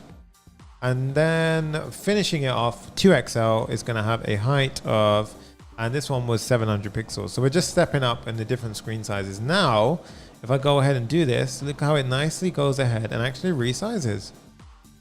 Right, until you reach the final big size. There you go. Look at that. Now we get this very awesome kind of, you know, responsiveness to it. Right, and there's many ways you can do that. You can go ahead and use a percent. You can use rem sizing, whatever you want. This is one example with exact absolute pixel sort of values, and that only works with just-in-time compiler with Tailwind. Okay, really nice little feature. We've got the image working. The next thing I want to do is do something called absolute positioning. So this is actually a little div in its own, so not sure where to go on this button here. And I'm going to absolute position. Now, what the hell does that mean? It means that I can position wherever I want on the page. That is what we call an absolute position. Now, if you use this recklessly, you're going to start seeing an element just fly off into the corner of the screen, or, you know, go way off through somewhere that you're not going to see. And you want to be careful about using it. So the way that you contain an absolute positioned element to the container, so that way it doesn't fly off somewhere so far, is you go ahead and make the parent relative. Okay, so we've already done that because we did that for the actual image itself. We made the parent relative. And what we're actually going to do now is we're going to go ahead and pop in a div. And this div, and I'm going to show you a little trick here. If you write div for then the crocodile bracket with a p tag inside, it makes a div with a p tag. Pretty sick, right? You're going to have to set up Emmet to make that work. And here you're going to say not sure where to go, question mark, perfect, dot. Right? And then you can see, Sonny, where the hell is it? I don't see it. I don't see what you're talking about. It doesn't come up on my screen. Okay, we're going to go ahead and fix that. I'm going to go ahead and say class name for that div is going to be absolute. And then you can see it comes up and it flies to the top left, like I mentioned, but it's relative to the container that we're in. So you see it actually contains it to the parent, right? So this is where absolute positioning is really powerful, provided you make the parent relative. Otherwise, you're relative to the page, in which case you fly off to the top of the corner of the page. And that's a headache. When you're learning absolute positioning in the beginning, it becomes like, oh, don't use that because it's scary. If you just make it like that, it's not too bad, right? So at this point, I'm going to go ahead and say the top should be, let's say half. And that means it will go to half the page. And the width should be full, right? And that means, okay, but you didn't do anything. That's because if I make the width full and the text central, boom, it goes really nicely actually in the corner over there. Okay, so it looks kind of good on this screen. On this screen, it's kind of big though, right? So the p tag now, I can go ahead and do mobile first styling. I can say the text should be by default small, right? But on a small screen, it's going to go ahead and be text large. So on a small screen, looks really nice, but on the bigger screen, boom, it becomes a large. So not sure where to go, looks really nice. All right, so now what we're going to do is we're going to go ahead and add in the button I'm flexible. Now you won't believe it, all of that, the clickable, dynamic element styling, everything that looks sick in what you're seeing there, all comes from Tailwind. So what I'm going to do, oh, this is a vibe whenever this song comes on. All right, so what we're going to do is we're going to go underneath the p tag and we're going to go button. Okay, now the button is going to say I'm flexible. Right, and I'm going to give it a lowercase f, so I'm flexible. Now, of course, that doesn't look that great. Now, the reason that you might not be used to using Tailwind as well is because when we use Tailwind, it strips all the styling, which means H1, H2, H3, they all look the same. And this is because it then allows you to go ahead and apply utility classes to a blank canvas, no matter what element you're using. That's awesome because then you can go ahead and configure the styling. Otherwise, you're going to have to always fight with a H1 style or H2 style or any other thing. That's why I don't like Bootstrap. That's why I like Tailwind. It actually allows you to define what the style looks like. So massive use for it there. Let's go ahead and continue on. So for this button, I'm going to go ahead and give it a class name. Now pay attention to this one because this is where it gets pretty cool. I'm going to first give it a text purple 500. Text purple 500. Now the text went purple. Of a shade in the middle somewhere. right? What I'm then going to do is I'm going to say that the background should be white, right? Oops. BG white, right? Looks pretty nice, but you can't see it much. That's because we need to give it a bit of padding. So I'm going to say the padding on the x-axis should be 10. Padding on the y-axis should be 4. And immediately we can start to see that button a bit more, okay? The next thing that pretty much immediately, pushes it out is we say shadow -MD. And now it's got a shadow, and that immediately makes it pop, right? So it's very visible now. The next thing you can naturally guess, make the corners rounded full, right? And you can do things like rounded LG, and it makes it, less of a rounded corner and so forth. And in this case, I would like to do rounded full. And Rakesh says, Tailwind's pretty awesome. Feels like a shortcut to the classes you would have manually otherwise created. Yes, exactly. It's pretty much a shortcut to go ahead and, adding all, when you do it manually, and especially CSS module style components, whatever you decide, I've used them all, and it's just slower, right? Whereas Tailwind is so fast, it ensures consistency, very nice style palette, color palette, and it's just got loads of benefits to using it. It's definitely my favorite go-to, right? Rounded full. So at this point, we're going to go ahead and we're going to say font bold to change the text to a bold. And then we're going to make the text itself actually become, so first I actually want to add a little margin on the y-axis of 3 because we're touching, not sure where to go. I don't want it to touch it. So I'm going to add a margin. Margin is actually on the outside of the component. Padding is inside the component, all right, or element. Okay, so now what I'm going to do is I'm going to do some pretty cool things here where I can pretty much go ahead and, how do we do that? Right, that's called a hover state. When I'm hovering over it, when I click it, it's called an active state. You can target these things in Tailwind CSS very easily. So what I can say is, okay, firstly, let's tag all the hover state. I'm gonna say when we hover, I want the shadow to become an XL. So I want the shadow to become slightly bigger. So at this point, you can see this, right? And it's got a nice shadow to it, but I'm gonna go ahead and actually make the size change as well. Right, so in this case, when we actually go ahead and click it, so in this case, you can see, look, we get the nice kind of, it looks like it moves, but really we're just changing the shadow. Very nice little trick, right? And what I'm going to do here is I'm going to say when it's active, I'm going to scale the button. So when I click it, active state, scale 90%, right? So in this case, look at that. It looks like I click it. Now, but this one is really smooth. And this one is kind of horrible, right? Whereas this one is like, smooth. How do I add that transition? Well, the way we do it in Tailwind is we say transition, right? And we say a duration. I'm going to say a duration is 150. You can give it a different range, 100, 200, 300. There's a few different ones. 150 is quite nice. And now that applies a transition to all your, even when you have this animation between the shadow, which means it even looks like it moves. So did you notice how when we add that slight animation, it literally looks like it lifts off the page now, but it's not actually moving, right? It's crazy what design can do. If enjoying this, hit the thumbs up, subscribe if you haven't already, and we're gonna keep on crushing, Pop fam. Let's go. This is looking sick. Look at that. So we are pretty much at the point where we just finished the banner and we just finished the header. So we've got the fun part now, all of this goodness, right? Explore nearby, live anywhere, and then this kind of thing. So we're gonna split this up. We've got a few sections here, and then we've got the small cards. So I'm gonna be calling these small cards. I'm gonna call in these ones medium cards, and you can see there's a scrollable carousel. And then we've got this large card here, okay? And as you can see, each one is gonna perfectly respond. And in fact, if you haven't guessed already, we're going to use grid over here, so grid column of 4, and as it gets smaller, grid column 3, grid column 2, grid column 1, whereas here we're going to have an overflow. So you're going to learn all of this cool stuff, okay? Okay, so at this point, we're going to go ahead and continue on with the build. So I want you guys to go into your index.js next, and we're going to go ahead and map this out now. So inside of index.js, we're going to have something called a main section. This is going to resemble the main portion of the screen. Okay, so what I want to do now is I want to have all of those different small cards, right? And that's going to be like, what we have, and that's going to pretty much resemble this. So this is going to be called a section. So what I'm actually going to do here is I'm going to have a section, and this section is going to have a H2 because it's like a subheading, which says explore nearby. right? We're going to tackle this section right here first, the explore nearby part, right? So this part here, oops, this part here, this is what we're tackling. Okay. So explore nearby, there we go.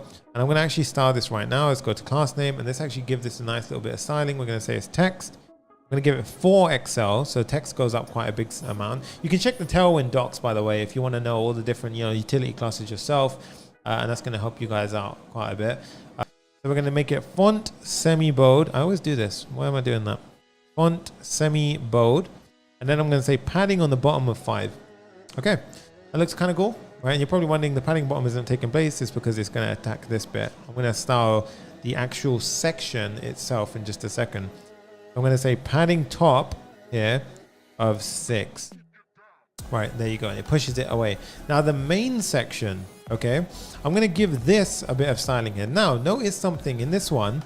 You notice how this entire section, right? So this entire main kind of, container that we've got over here never really goes past the max width, right? So it's kind of got this max width restriction from here all the way over here, right? So it's kind of max width over here, but it remains in the center. The reason why that happens is because we apply something called max width 7XL. Oops, max width 7XL. So it'll never get bigger than that width if we set a kind of constraint, okay? So then what we're going to do is do MX Auto to make sure that it's always central. If we don't do MX Auto, it'll be left aligned here and it will end somewhere around here, okay? So that actually does it quite nice. I can see some of you guessing beforehand. It's awesome to see that you guys actually get it right a lot of the time as well. So now if I try this out, you see how it restricts it over here, okay? But if I didn't have the, if I didn't have MX Auto, you're going to see it actually fly to the left and it would probably end there. So that's why we do MX Auto, and that means margin X on the, so it will automatically configure spacing on the left and right. So it'll centralize itself, okay? So at this point, what I'm going to do is I'm going to type in padding on the x-axis of 8. I don't want it to touch the side ever, right? So that's mobile friendly. But when we get to a bigger size, so on a small screen, so that's bigger than a mobile view, I'm actually going to increase that to a padding of 16. Right? And the reason why is because it looks kind of nice on the bigger screens to have a little bit more. So you see how it's slightly changed there. But because everything sort of snaps at the same time, it's very hard to figure out where that happens, right? So that's going to help you out quite a lot. So we have explore nearby, nice, looks pretty good. And then we're going to go ahead and actually have, inside this section, we need to implement these. Now these are the cards, right? Now this is where we do a bit of nice kind of Next.js magic. So these cards are going to get pulled through from a server, all right? Now the server endpoint, so we're going to go ahead and pull some data from a server, right? And these API endpoints are already made. I've already created them. They're super easy to pull from, and we're going to go ahead and use something called server-side rendering to make this possible, okay? And there's two ways of doing it. You can either have two types of like a sort of server rendering. You can have something called static rendering or server-side rendering. Now, in the case of a home screen, the data is not really likely to change so much. So we can actually put something called static rendering on in action, I guess. So in this case, we're going to do static rendering. But if you have information which is likely to change a bunch, right? So imagine this, news articles are being constantly changed. Then you want to use server-side rendering, which means every request that comes in, it will regenerate the page. When we do static rendering, it prepares it once, it caches it on a server, and then anytime a user comes, it just delivers that same copy, right? But that's a problem. It can easily get outdated if there's new information kind of flowing in. So I'm going to show you an example of static rendering for the home page, and then on the second sort of tomorrow when we do the search results, we're going to use server-side rendering. So that way you're going to use both static rendering and server-side rendering. Static rendering gets redeployed when you do when you actually release the build to the internet. Okay, so at this point, we're going to go ahead and actually include it here. So the way we include static site rendering is we go ahead and include a function. All we need to do is actually say export asynchronous, because this is actually an asynchronous function, because it's going to be doing a bunch of network work before it actually reaches the browser. And we're going to say it's a function, and you have to use a special function name here. You'd use something called get static props, okay? And then you write the function like so. Now this, just by having it inside of the index.js file, this only works in pages sort of components, by the way. Just by having it here tells Next.js that this is going to do some clever server rendering stuff. Now I'm going to give you a quick breakdown about as to how this differs from normal React. Okay, so what I'm actually going to do is I'm going to open up a terminal and I'm going to make it full screen. I'm going to draw on this, right? So typically what we have when we're coding is we have React. Okay, so typically we have a browser. And I'm going to go ahead and freeze it. There we go. Typically, we have a browser. Now, this is what the user sees, right? They have some information on the screen. Typically, this is in React, okay? So a user typically comes to the website, and they just get delivered this when you're using React. It's called a bundle, a React bundle. So when you release a React app to the website, or deploy it online, a user comes to the website, they get the entire React bundle.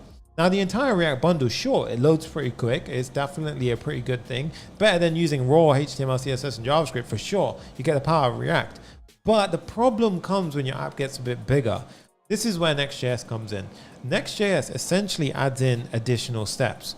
So what Next.js does is it kind of, and I'm going to go ahead and simplify this. Next.js introduces a server. Okay, so let's think of this server as sitting between the 2 points. Right, this is why you have to deploy Next.js apps slightly different. You have to have a server running to go ahead and use it. Okay, so what happens is the user makes a request to go to the site, but what they don't see happening behind the scenes is the user really makes the request to a server, and then the server delivers the page. Right, so what actually happens is, imagine we go to index.js, the user requests to go to the homepage. So imagine they go to papareact.com.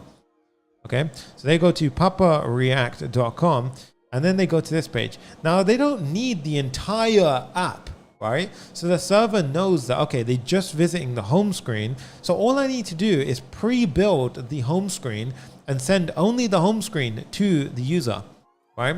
And that page is loaded with React. Now, what we can do really nicely here is we can, cut out a lot of weight. Or we can cut out tons and tons of weight inside the application, which is then delivered to the browser. That means that the user experience is way faster to load. It's going to be a hell of a lot more powerful because now you can do loads of kind of cool things on the server to prepare these pages beforehand.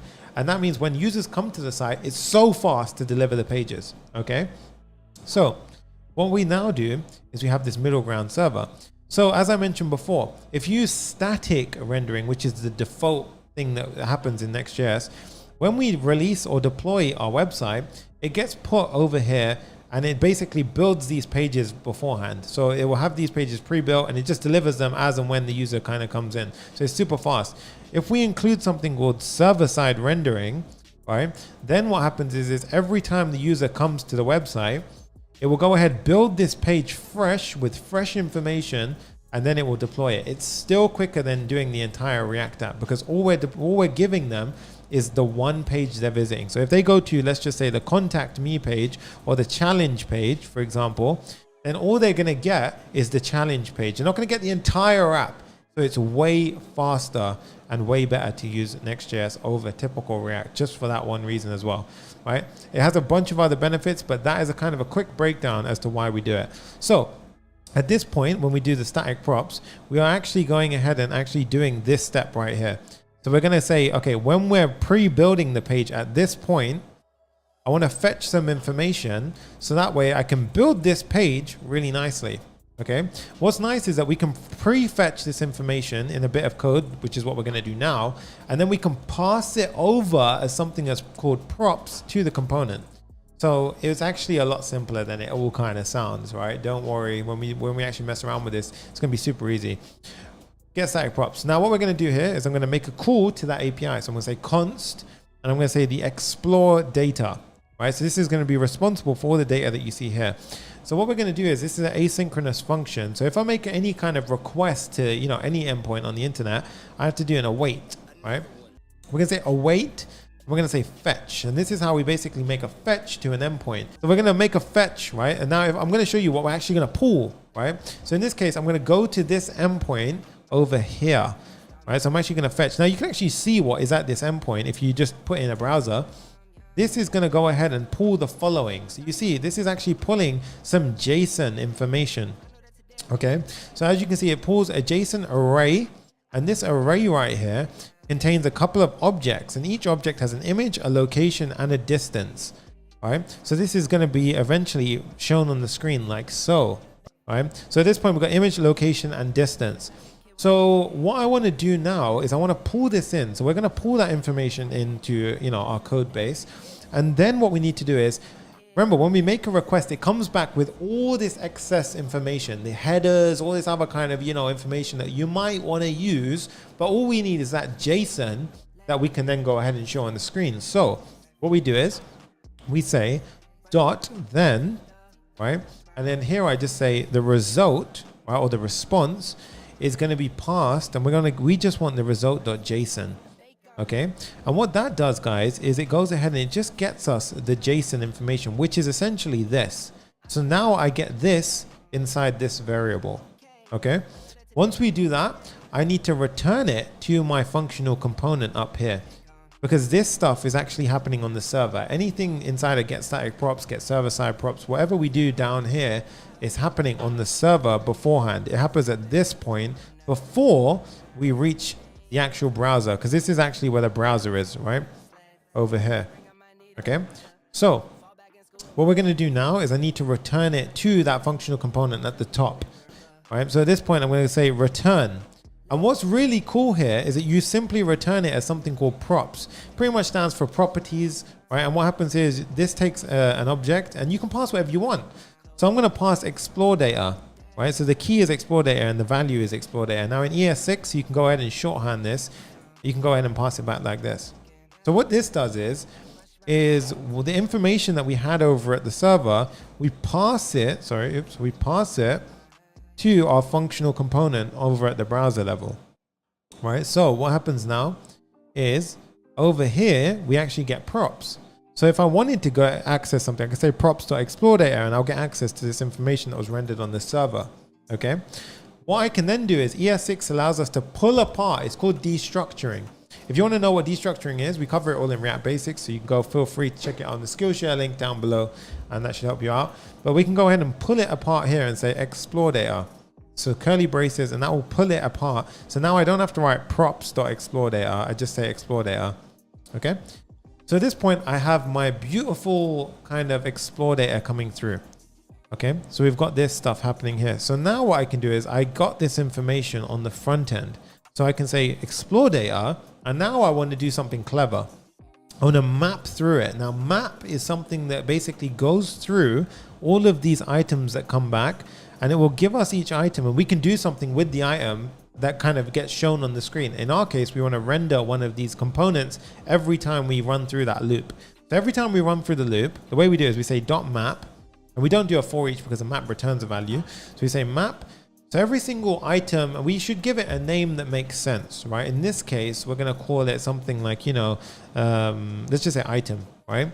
And this item, we pass it. So if you put parentheses here, not curly braces, parentheses, it means it's going to return a bit of JSX. So if I type in H1 and just say item, so JSX item, if you put the curly brace, it allows you to have JavaScript inside your HTML.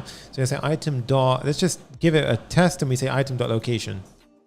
Now what you're going to see, guys, is if I go back to my code, it's going to say undefined is not an object, explore data is not. So we need to make this actually, we need to actually double check something firstly. So I'm going to go ahead and debug my code. Okay, there you go. I just had to refresh.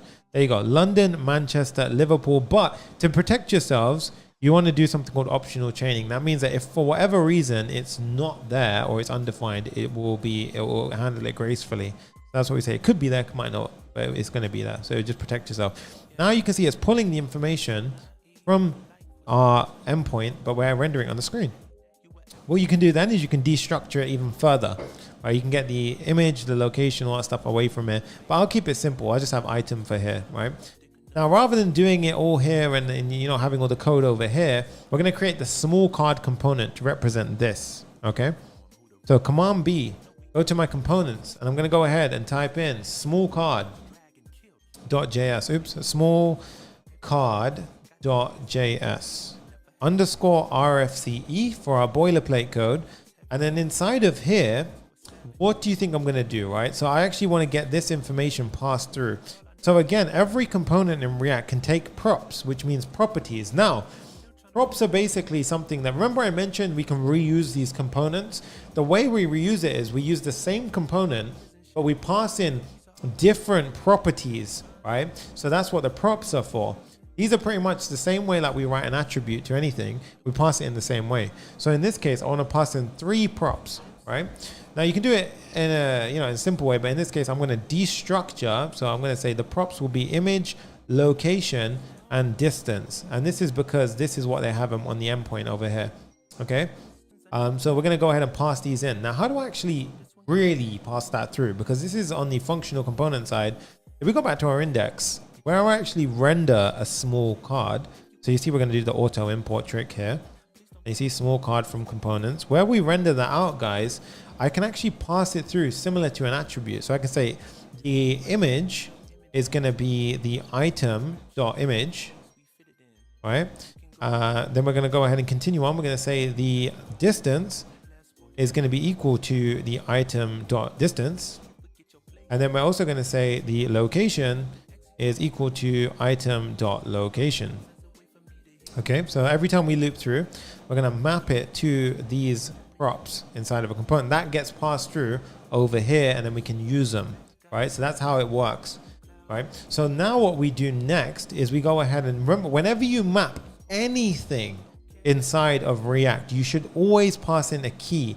A key is a unique identifier. So that way, when React renders out that list of things on the screen, you have to do it in a clever way. You have to pass a unique identifier to each of the items. And that means that, say we add another kind of element to that list, if we don't pass a key, it re-renders the entire thing. Now, that's not a problem if you've got 4 things, but if you've got 1,000 things, it becomes an issue. It's worth knowing because you become a good React developer. So you're going to use something unique. In our case, we're just going to mess around. We're going to use something like the image itself, which is not the best thing, but if you should be using a key, right, from your backend. In this case, we don't have something, so I'm going to use image. It's okay for now, but you want to use something like an ID. Okay. So at this point, you can actually perform destructuring here. So if you wanted to, you can actually pull out the image, the distance, and the location, and get rid of all the item stuff here. So you can clean up your code like that. Benefits of ES6. There you go. All right. Test that it works. Right. So again, we don't get any error. That's a good sign. Let's go over to small card, and now we're going to build out the small card. Okay, so what I want to do is I want to have 2 divs in this card. I want to have the left hand side. I'm going to have the right hand side. The left hand side is going to have an image. The right hand side is going to have the text like so. Okay, so how do we do this? Firstly, I'm going to need the image component from Next.js. Okay, let's get the music back up and let's kill it, guys. I'm going to go ahead and import the image tag from Next image. So for the small card, now what we do is we're going to render 2 divs inside. Remember the left hand side, so the left and the right. So for the left hand side, I'm going to render a div, and that div is going to have an image component inside of it. See how nice that was? But this is going to be a self-enclosed image component. Now this image component is going to have a source of image, right? And that's actually the image that we pass through as a prop. It's going to have layout fill, so we're going to do the same trick that we were doing earlier. Right? This music is such a vibe. And then we're going to say the class name. I'm going to show you that afterwards because it's kind of cool. All right, now if I just save that, okay, that's horrible. Now, why is that happening? Remember, if we do layout fill, it's going to fill the entire parent. So what we need to do here is we need to say class is relative. Now it will fill in its relative container. Now it doesn't show anything because we haven't set any kind of height. So I'm going to say that the div here should be a height of 16 and a width of 16. Okay, that's pretty cool. We've got this looking nice. I want to round the corners off though, right? So when we have the image, I'm actually going to go ahead and say rounded LG. And what that will do is we can actually, oh, oops, sorry, I've messed that one right up. We're going to go ahead and give this a class name. There we go. And I'm going to say rounded LG, rounded LG. So you've got this now. We've got this explore nearby. Looking pretty nice, looking pretty good. All right. So the next thing we're going to do is we're going to go ahead and add in the text. Okay, so we're going to add in the right div. Now this is going to have a H2 element inside of it, and we're going to have a H3 as well. Now we're going to prepare ourselves. The H2 is going to have the location, and the H3 is going to have the distance. Okay, so now you can see London 45-minute drive. Remember, by default it's a block, which means these containers stack up. We want to make it a flex box so that way it goes by default into a row. I go into my class name and say, okay, you should be a flexbox. Now it's a row. Right? Actually, no, sorry, not this one. This one should be stacked up. The actual overall container should be a flexbox. Right? Looks a lot better that way. It's not centered. You know, this is actually not centered. So what I should say here is flex items center. And that is looking a hell of a lot better. Okay, so at this point, we're going to go ahead and say the item should be centered. A margin of 2 should apply. So that way everything spaces out. Now, I want you to pay very close attention to, as I make these changes, look how awesome the changes are shown on the screen. I'm going to say margin top should be 5. Okay, so that way it spaces itself even more. I'm going to do space between all the X components of 4. So that means the text should space away from the first div, the left div. Okay. And then what we're going to do is we're going to say rounded XL. So that should round out if we have anything like a background, for example, which we will have. I'm going to make the cursor a pointer. So that way when you hover over it, it's going to be a cursor pointer. So now when I hover over it, boom, we get a nice cursor pointer. But I want this super slick background. You see the rounded applies there, but you see I want this scaling effect. Okay, so let's continue on. So I'm going to go ahead and say cursor pointer, and then I'm actually going to say when we hover, I want the background to be gray and I want it a shade of 100. So it's going to be super subtle. So there you go. We get these nice kind of, you know, it drops in like so. And remember that rounded comes into effect there. We'll do rounded XL. Okay. And now what we're going to do is we're going to say when we hover over it, I want it to scale up. So I'm going to say hover, scale, and I'm going to do 105%. Okay. So you see now it scales up. But again, this one has like a really silky smooth scaling, right? So big kind of, you know, nice bit of you know, nice bit of work happening there. So at this point I'm going to say transition, and we're going to add in that transition effect. So transition, transform, and that's because we're going to make a transform, you know, effect happen. And we're going to say the duration should be 200. Okay, looking kind of cool. But you notice how it's kind of different to this one, right? So really you want it to snap in really quickly but ease out.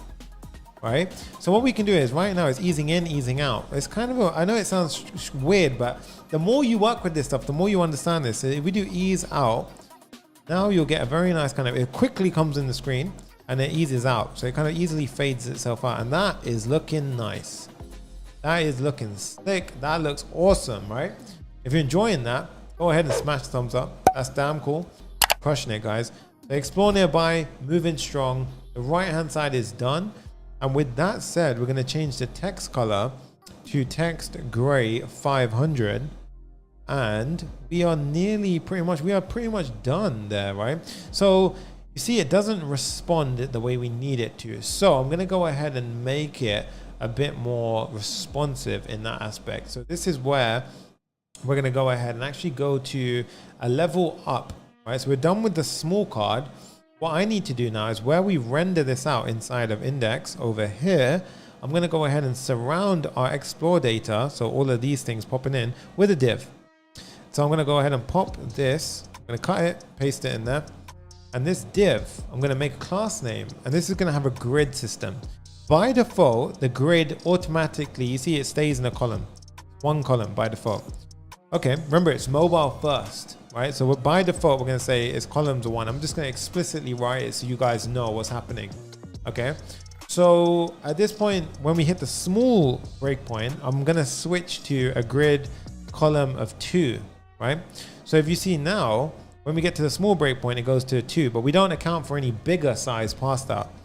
Right, so on the small, on the mobile, it's 1, small, it's 2, and then we step up. When it hits a large breakpoint, grid columns 3.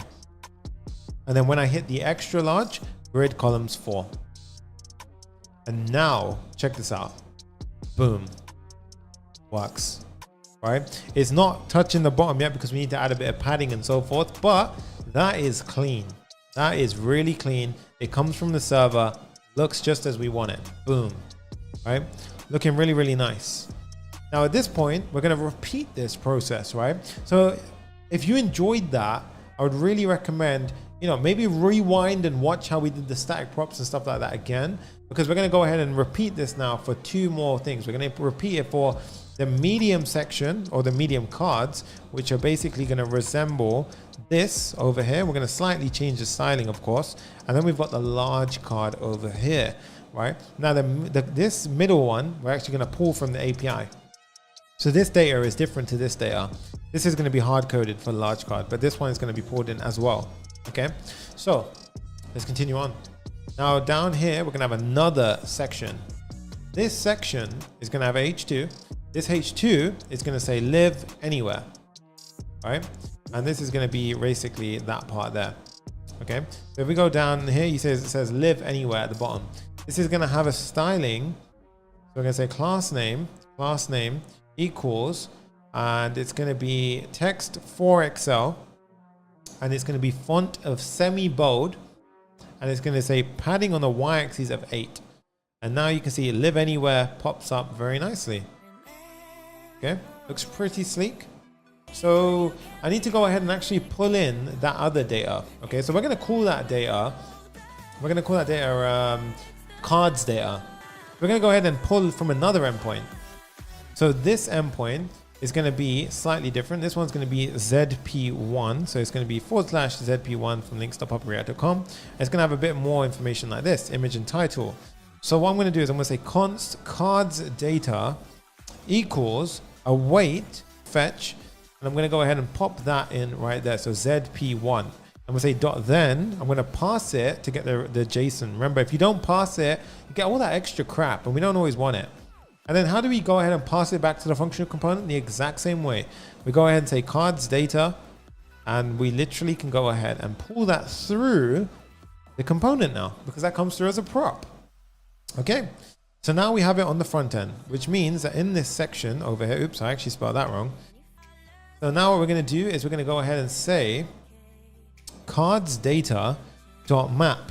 Again, same principle applies. Every item that we loop through, aka the thing on the list over here, we're going to go ahead and do parentheses, which means return. If you do the curly braces, if you do this, you're going to have to explicitly do this, return, sorry.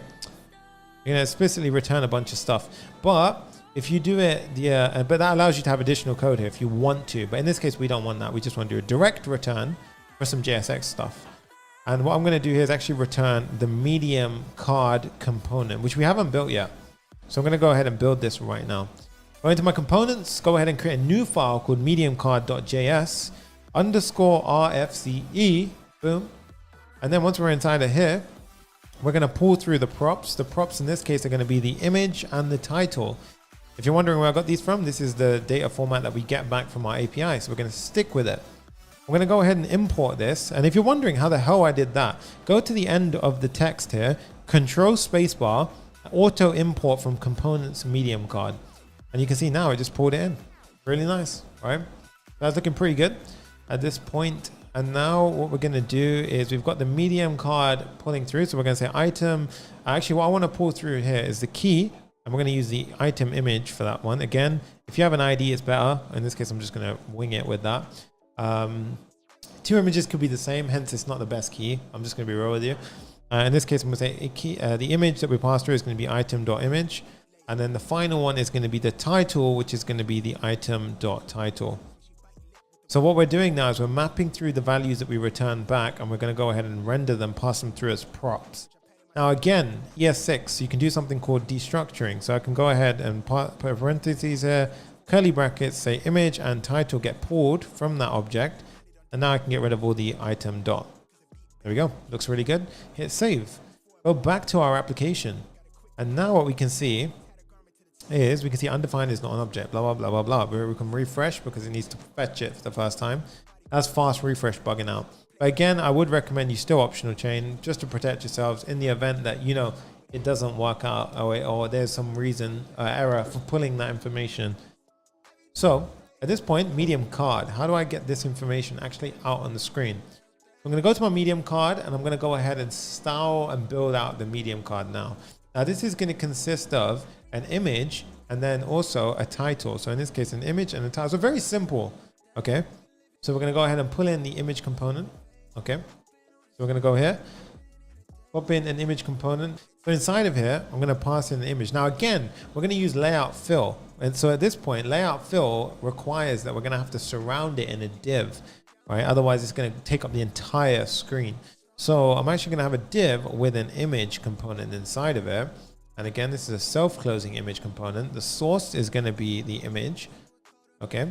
The layout is going to be the fill. Oops. Layout is going to be fill. Okay. Looking good. Looking good. Oops. And then if I hit save now, wait for it, it's going to freak out and it's going to take up the entire space, right? Again, we don't want that. Although this dog is kind of ugly. I mean, I love dogs. I'm a dog person. Let me know in the comment section, are you a dog or a cat person? I'm a dog person, right? Pugs are not my type. I have German Shepherds and a few of those. But I always thought pugs were a bit strange. Anyway, back to coding. So for the div here, I'm going to do class name equals relative. And that will actually go ahead and again restrict it to be only rendering like that for the component or the container that it's in. So it's only going to use up the space it has for that container. The image is now being sized relatively to its parent container. Okay. So Evan says dogs for sure. Oh yeah, dude. So in this case, we need to set a height and a width. So in this case, I'm going to say height of 80, width of 80. Okay. Hit save. And now you see this. Look at that. Looks nice. Images, right? Nice, looks really good. Okay, so at this point, guys, oops, what am I doing? Back to the thing. Okay, so at this point, what we're going to do is we're going to go ahead and add in that little text underneath. Okay, I really like this song. H3, and then here we're going to put in the title. Okay. So there you go, outdoor getaways, unique stays. Obviously what we actually want is this nice kind of scrollable carousel. You'll be really amazed at how easy it is to get from where we're at right now to that final goal. Stick with me, you'll see how we do that. First thing I'm gonna do is I'm gonna change the styling of that text. It's kind of boring right now. So the text on mobile view should be 2XL and we're gonna keep it as that actually. So the margin top should be 3 to space it out. Okay, looks pretty nice. Now the overall container div. I'm going to style this. When we hover over it, I want it to have cursor pointer.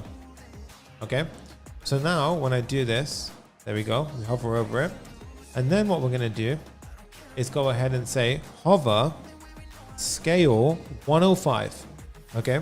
So again, now we get the scaling effect. Again, look at that. It doesn't look that great right now though. Okay. It has this overlap. So we're going to fix all of this. I'm going to firstly apply a nice transition. Transform, transition. Duration is going to be 300. I don't want it to be super quick. Duration 300. And then I'm going to say ease out. Now remember what I said before. Ease out allows us to go ahead and it'll pop in really quick.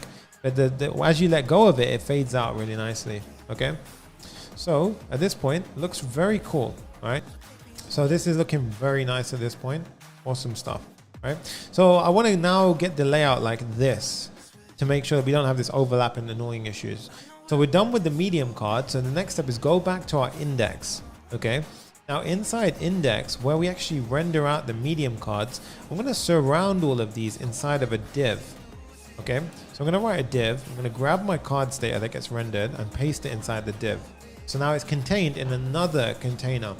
Okay. And then what we're going to do here is I'm going to go ahead and say style it. So it's got a class name. It should be a flexbox. Immediately a flexbox goes into a row. Right, but you see what happens, it actually extends the entire screen. That is definitely a no-no. We don't want to do that. Okay, so what I'm going to do here is firstly I'm going to space out the elements on the x-axis of 3 so they're not touching, but again it's using up more screen than it should. We don't want that. So here I say overflow scroll. Dev Mentor Live says dog person for sure. Yeah dude, I agree with you. I'm a dog person as well. I ain't got nothing against cats, but I'm just a dog person.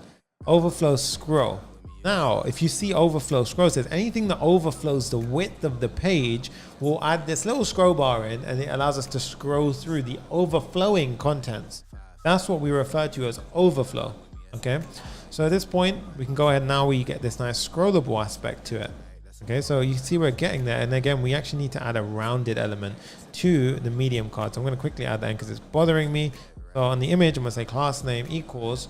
And I actually did, I think it was medium rounded XL we did. So I'm gonna say rounded XL. And now you can see we get a nice little rounded effect, right? Now you see there's no overlap, but we still don't have the nice kind of finished aspect that we want, right? So what I'm gonna do now is actually hide that scroll bar. So you can see here there's a scroll bar. Now, I don't want that scroll bar. I want this kind of slick, you know, you just scroll with it with your fingers as you're on your computer. So what we can do here is we can actually use something called a plugin for Tailwind. So Tailwind is extensible. It means we can, you know, people can make plugins for Tailwind. Then we can go ahead and add it into our own configuration file for Tailwind and soup it up even more. So we're going to go ahead and add in Scrollbar Hide, which is a plugin for it. So in order to do this, we need to install Tailwind Scrollbar Hide, right? So the way we do it, Command J to pull up our terminal, go into our second terminal, and I'm going to do npm install Tailwind Scrollbar Hide. Okay, so you can see I entered it in there. This will go ahead and pull it into our project. Okay, so we've installed it into the project. So how do I upgrade my Tailwind now so it has it? Right, because by default we can't hide the scroll bar, super easy, right? So what I'm going to do now is I'm going to go ahead and say in the plugins, we simply type in require. Notice how it's an array, so we can actually have more than one. So I'm going to say require, and I'm going to pass in Tailwind Scrollbar Hide. So this now upgrades our Tailwind, so that way we have this additional Scrollbar Hide functionality. And you can go ahead and Google that library if you want to have a look at it. It's going to be really powerful. So at this point, where we've got the overflow, now I can say Scrollbar Hide, and just like that, I think it's Scrollbar. Let me have a look. It's Scrollbar Hide. Yep, it's just like that. And this should hide. So what we actually need to do is we're probably going to need to restart our server to get that to kick in. So because we've made a configuration file change, I'm going to do Control C. I'm going to do npm run dev to restart my server. Okay, I'm going to refresh. And now give it a second, and it should pick up the new configuration file. And wait for it. It should find that difference. It says compiled, built the page successfully. Go down, and now we have no scroll bar. Looks very nice. No scroll bar at the bottom anymore. Okay, so now that we've done that, obviously it's kind of, you know, it's a bit close to the bottom. So what I'm going to do here is I'm actually going to add a little bit of padding. Command J to hide the terminal. P3, padding of 3, to give it a bit of padding so it doesn't get cut off when it zooms in. You see, before, without the padding, it was getting cut off. So if I get rid of that, it actually cuts itself off. You see that when so you give it a padding on the outer container to fix that. I'm going to do dash margin left of 3 because it actually padded it a bit away from the left. So we've correct that with a negative margin of 3. And now we have this beautiful scrolling container. Look at that, guys. Looking awesome, right? That is looking very nice at this point. And what I'm going to do now is actually show you right here. Look at that. Awesome stuff. All right. So we've done the live anywhere. We're going to create the large card next. Okay. So the large card is a pretty interesting one. You see, we're going to build this out. Now it's going to be a hard coded value. We're not going to pull this through. And we're probably going to go ahead and just make this one relatively simple. We're going to do Command B, create the large card component. So I've kept it very simple for you guys to go ahead and follow along with me, _FC for our template code. And inside the large card, we're going to accept 4 props. Okay. We're going to accept, let me go ahead and say, we're going to accept for the props here, we're going to destructure them. So we're going to basically go ahead and pull it apart. I'm going to accept an image, a title, a description, and I'm going to accept a button text. Okay, so I'm going to make it a reusable component, a large card, which is reusable.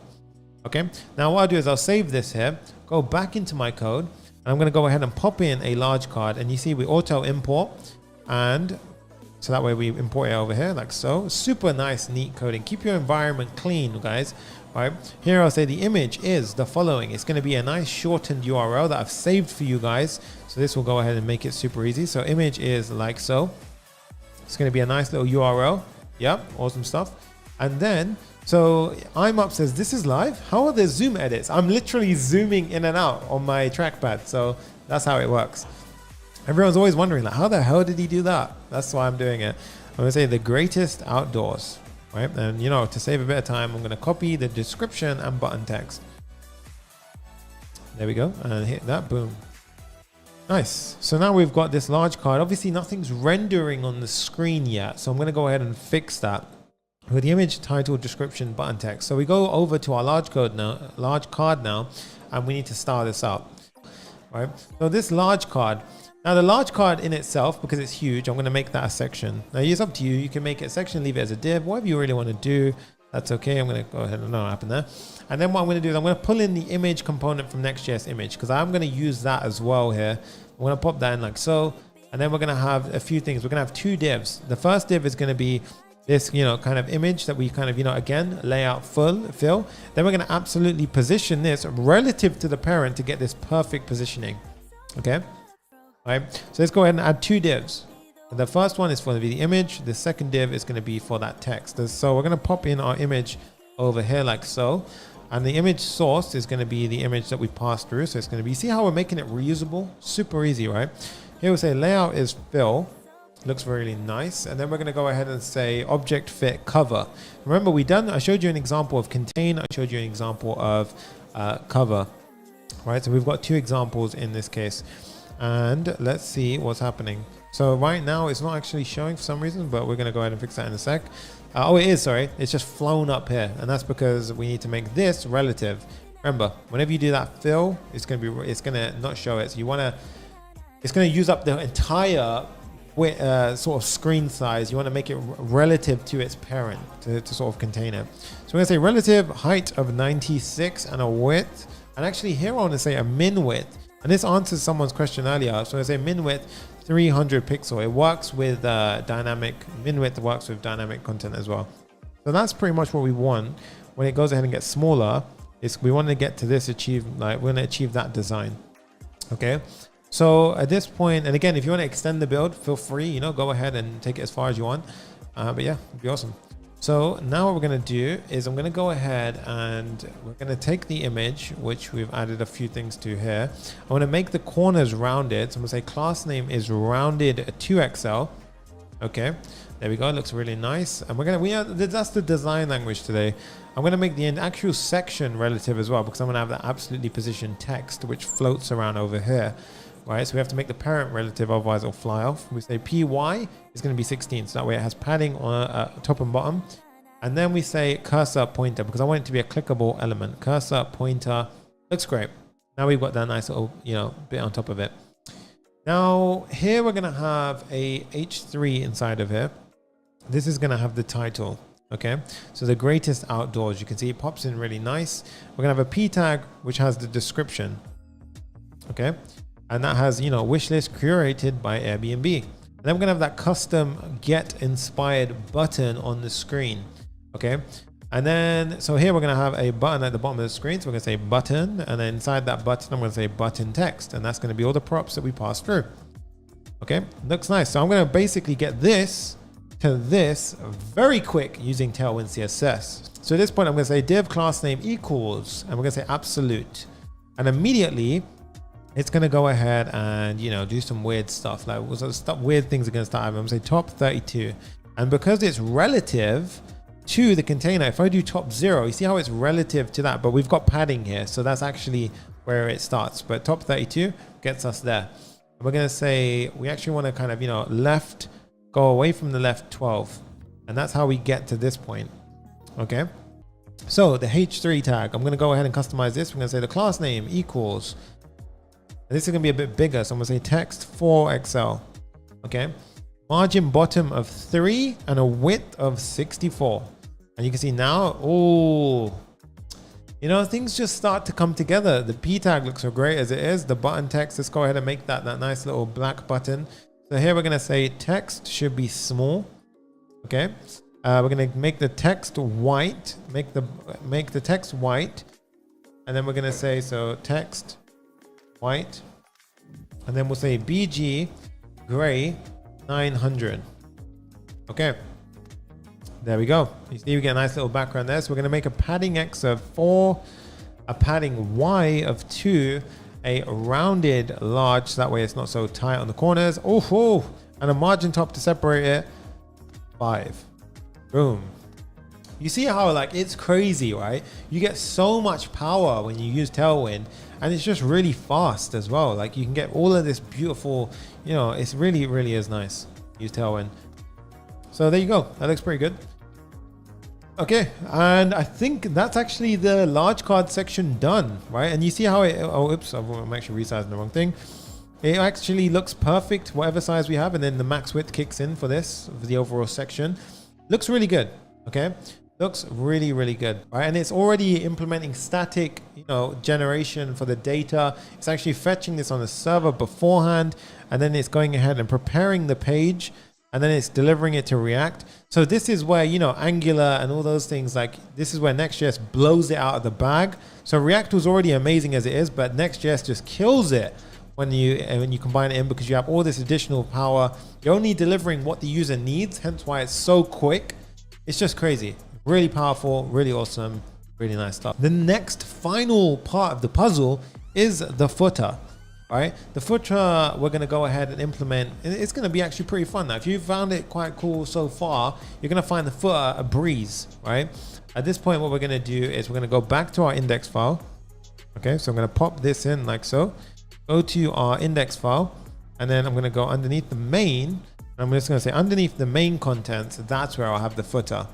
I'm going to create a footer component, footer.js underscore RFCE for our boilerplate code. Hit save, so that way the file actually exists. Go back here, enter end of the text, control spacebar to get a nice little import shortcut. That imports footer at the top of the page, right? So at this point, we've got the footer coming in. So the footer, now we're going to go ahead and style it up. Okay, almost there. Now the footer I have hard coded, so it'll be super simple for you guys to go ahead and follow along. This is going to consist of a bunch of different sections. So 1, 2, 3, and 4, and each one is going to basically resemble. So in this case, we've just got it sort of, very simply stacking up in that case. Otherwise, it will be a 4-column layout. There's going to be 4 divs, and then we're going to go ahead and apply things to it. Okay, so let's go ahead and do that. Let's make it super simple to go ahead and do that. So at this point, we're going to go to our div, and then we're going to go ahead and say, wait for it. So there you go. That's why it's recording out. So we're going to say div. And now I want to say,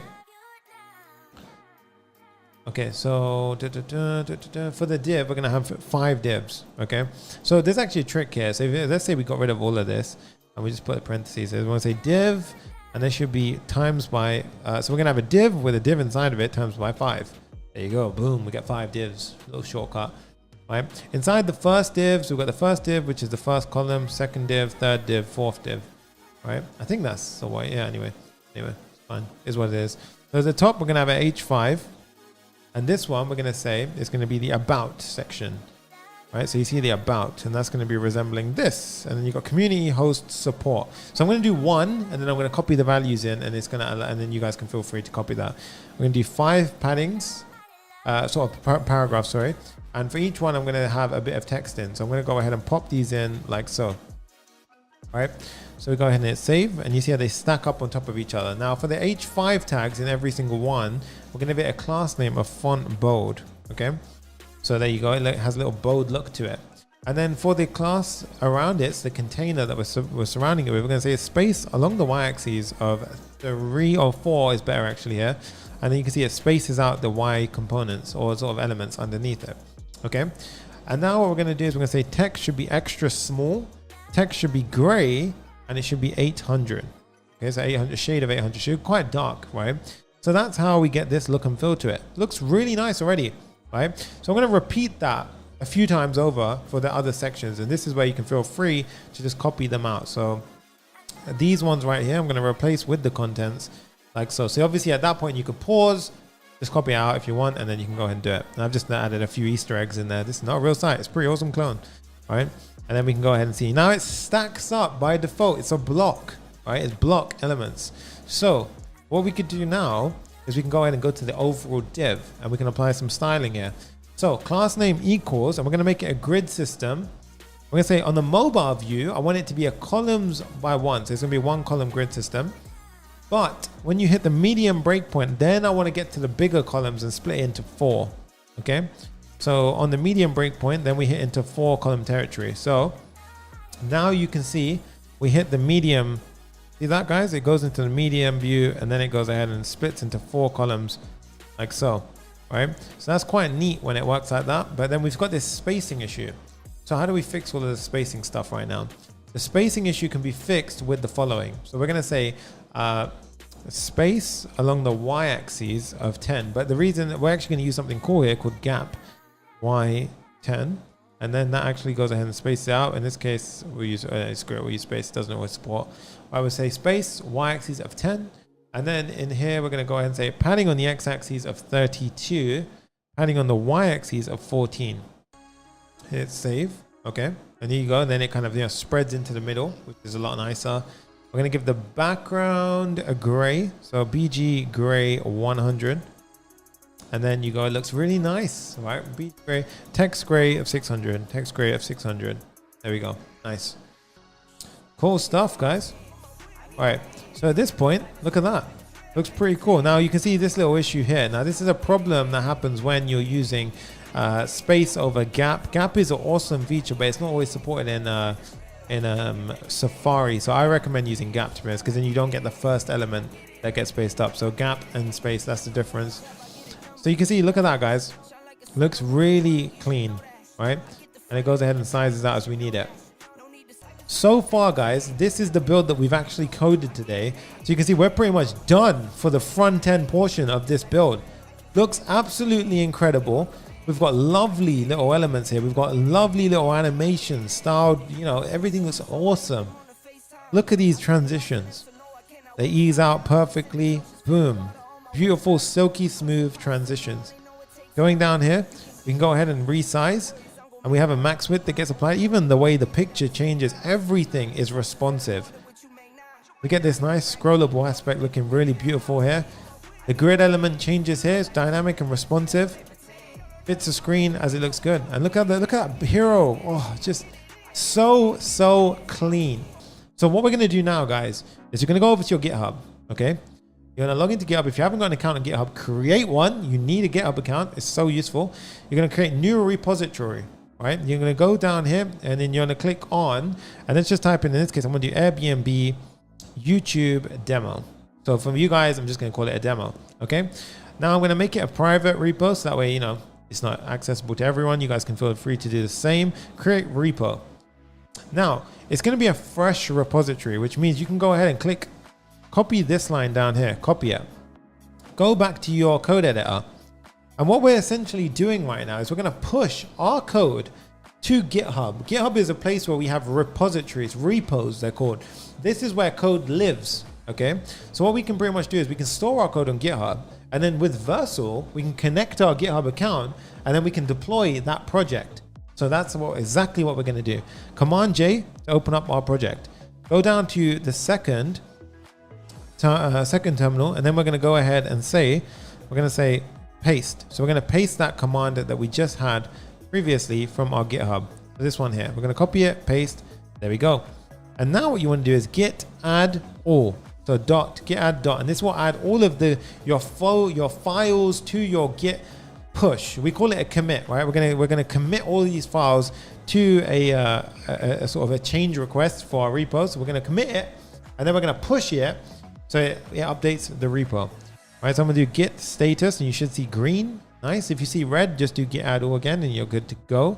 At this point, we're going to say git push, and you should get this magic command. You're going to copy that, paste it, and you should see a push. All right, at this point, what you want to do is go back to your GitHub and refresh, and you should see your code just got pushed into your project. Okay. So this is really nice. At this point, actually, we just pushed the initial thing. We didn't actually commit. So if I do git status, check this out. Look, still we didn't push it. So what we actually need to do is we need to say git commit -m, and we need to say, okay, let's call it day one build. So but we just pushed in the old code. So we're going to say day one build, and now we do a git push. And now if I refresh, you should see it doesn't say 2 hours. It should say 11 seconds. There we go. Nice, right? So check this out. So we've got all of this stuff happening down here. Okay. So we've gone ahead and pushed it to our GitHub. The next step is to go ahead and go to Vercel. So I'm going to go to vercel.com. Vercel, we basically create an account. You then want to go ahead and connect your GitHub repo. It's very simple to do so. Okay. We're going to click on new project. And I've actually connected my Git repo already. It's very simple to do so. They have a ton of instructions. All you need to do is connect your Git repo. And then you see 59 seconds ago, we just pushed to this one. I'm going to click import. Okay. At this point, I'm going to go ahead and click on skip for the name. And then we have this. Now you can see it automatically detects that it's a Next.js project. We're going to leave all of this pretty much as it is. We're going to click deploy. And this is going to go ahead and deploy the application to a custom URL that Vercel provides for us. It's going to go ahead and build in Airbnb, in Vercel. It's going to build our Airbnb. Yeah. And then you can say, congratulations, you just deployed a new project to Vercel. And then, hey, you get this nice confetti, and then you can click this and you'll have a beautiful little link. So it gives you a nice deployment. And they also got these bunch of other domains. But the point is, you want to click on any of these, click on visit, and you should be able to go to your actual website. All right. So I'm going to go ahead and quickly sort out our coding environment. Boom. Go ahead and make this a bit neater. Okay. So first step, we have this as our starting point. Now, where the hell do we actually even begin with this, I guess, right? Well, when we type in over here, I want that nice calendar functionality. So let's have our actual application up on the side, the actual finished application. So that way we can have a constant comparison to it. So as soon as I type in here, a few things are happening. First thing, I'm typing in and then a calendar pops up. Right? Now, this is no ordinary calendar. This is a pretty jacked up calendar. We have loads of different nice little functionality traits. And even here you can say, look, 2 days, 12 days up to today, or, 2 days starting today. And you can change all of these things up. Oh, sorry, you know what I'm saying. You get the point. Right? And you can actually go ahead and modify the dates and all sorts of stuff. And you can change the number of guests. And we've got a nice little, switching kind of, incremental counter here as well. So loads of things are happening here. You got a nice little selection over here. Really modern looking design. Then we have two buttons, a cancel, which actually goes ahead and eradicates your search, or you can go ahead and actually go ahead and click search. And we've got some modern design here. So I want to go ahead and implement this right now. First thing I want to do is go over to the component that is responsible for this. Okay. So we're going to go ahead and jump over to the header component. Okay. Because this is where the magic is actually happening. So we have the header component over here.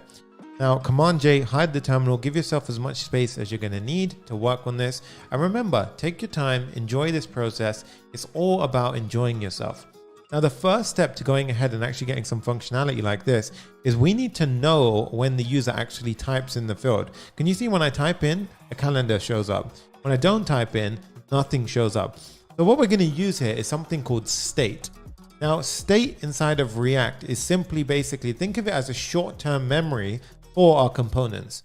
Now, what you can do with state is you can go ahead and actually map the text from the input field. So as the user goes ahead and types in a value, we can keep track of that value.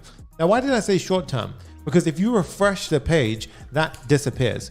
Now, you can add something called persistence. That way, when you refresh, it goes ahead and keeps it. But in a lot of cases, for example, in a search bar, you don't really care so much about persisting the value. Hence why React state by default is non-persistent, so it will disappear after a refresh. So let's go ahead and do a live demonstration of this. As I mentioned before, when we type in, it will go ahead and keep track of the value. Now that allows us to then go ahead and do the things that we need to do, like show a calendar. Okay. I'm going to go over to the start your search input field. Okay. And the first thing that I actually want to do is I want to map this value to a piece of state. Now, how do I make, this so-called state? So what the heck is state? Remember, I said it's a short-term memory store, but what we can essentially do is create different variables inside of that state. So what I'm going to do is I'm going to go ahead and create a piece of variable or sort of, a little variable called search input. And that's going to be responsible for holding on to that value that the user types in. So at this point, what we're going to do in order to do that, so when you're learning, JavaScript by default, you'd pretty much go ahead and do something like this. You'd say search input. And then, you'd give this a default value of empty, right? So it'll be an empty string. But inside of React, you're going to have to do something slightly different. Okay. So inside of React, we actually have to do a special sort of, a syntax or a special way of writing this variable. And this is basically responsible for when we go ahead and type in, we have to tell React that value just changed. So that way it can refresh and show the thing on the screen in the way that we expect it to. So the way that we do that is we go ahead and say const. And this is going to be called something called array destructuring, but we won't go into it too far. All you need to know to get this working is you go ahead, pop in some square brackets, and we're going to give the name of the variable as the first argument. So we say search input. The second thing that we have is something called a setter function. So what this is, if I ever want to change that special piece of, a special variable in our state, for example, search input in this case, I don't just go ahead and say search input equals some text. Can't do that because React won't know that I've updated it. So instead we have to go through a special function which allows us to modify the value. When we go through that function, we're basically telling React, you need to now re-render that field or wherever the hell that thing is used.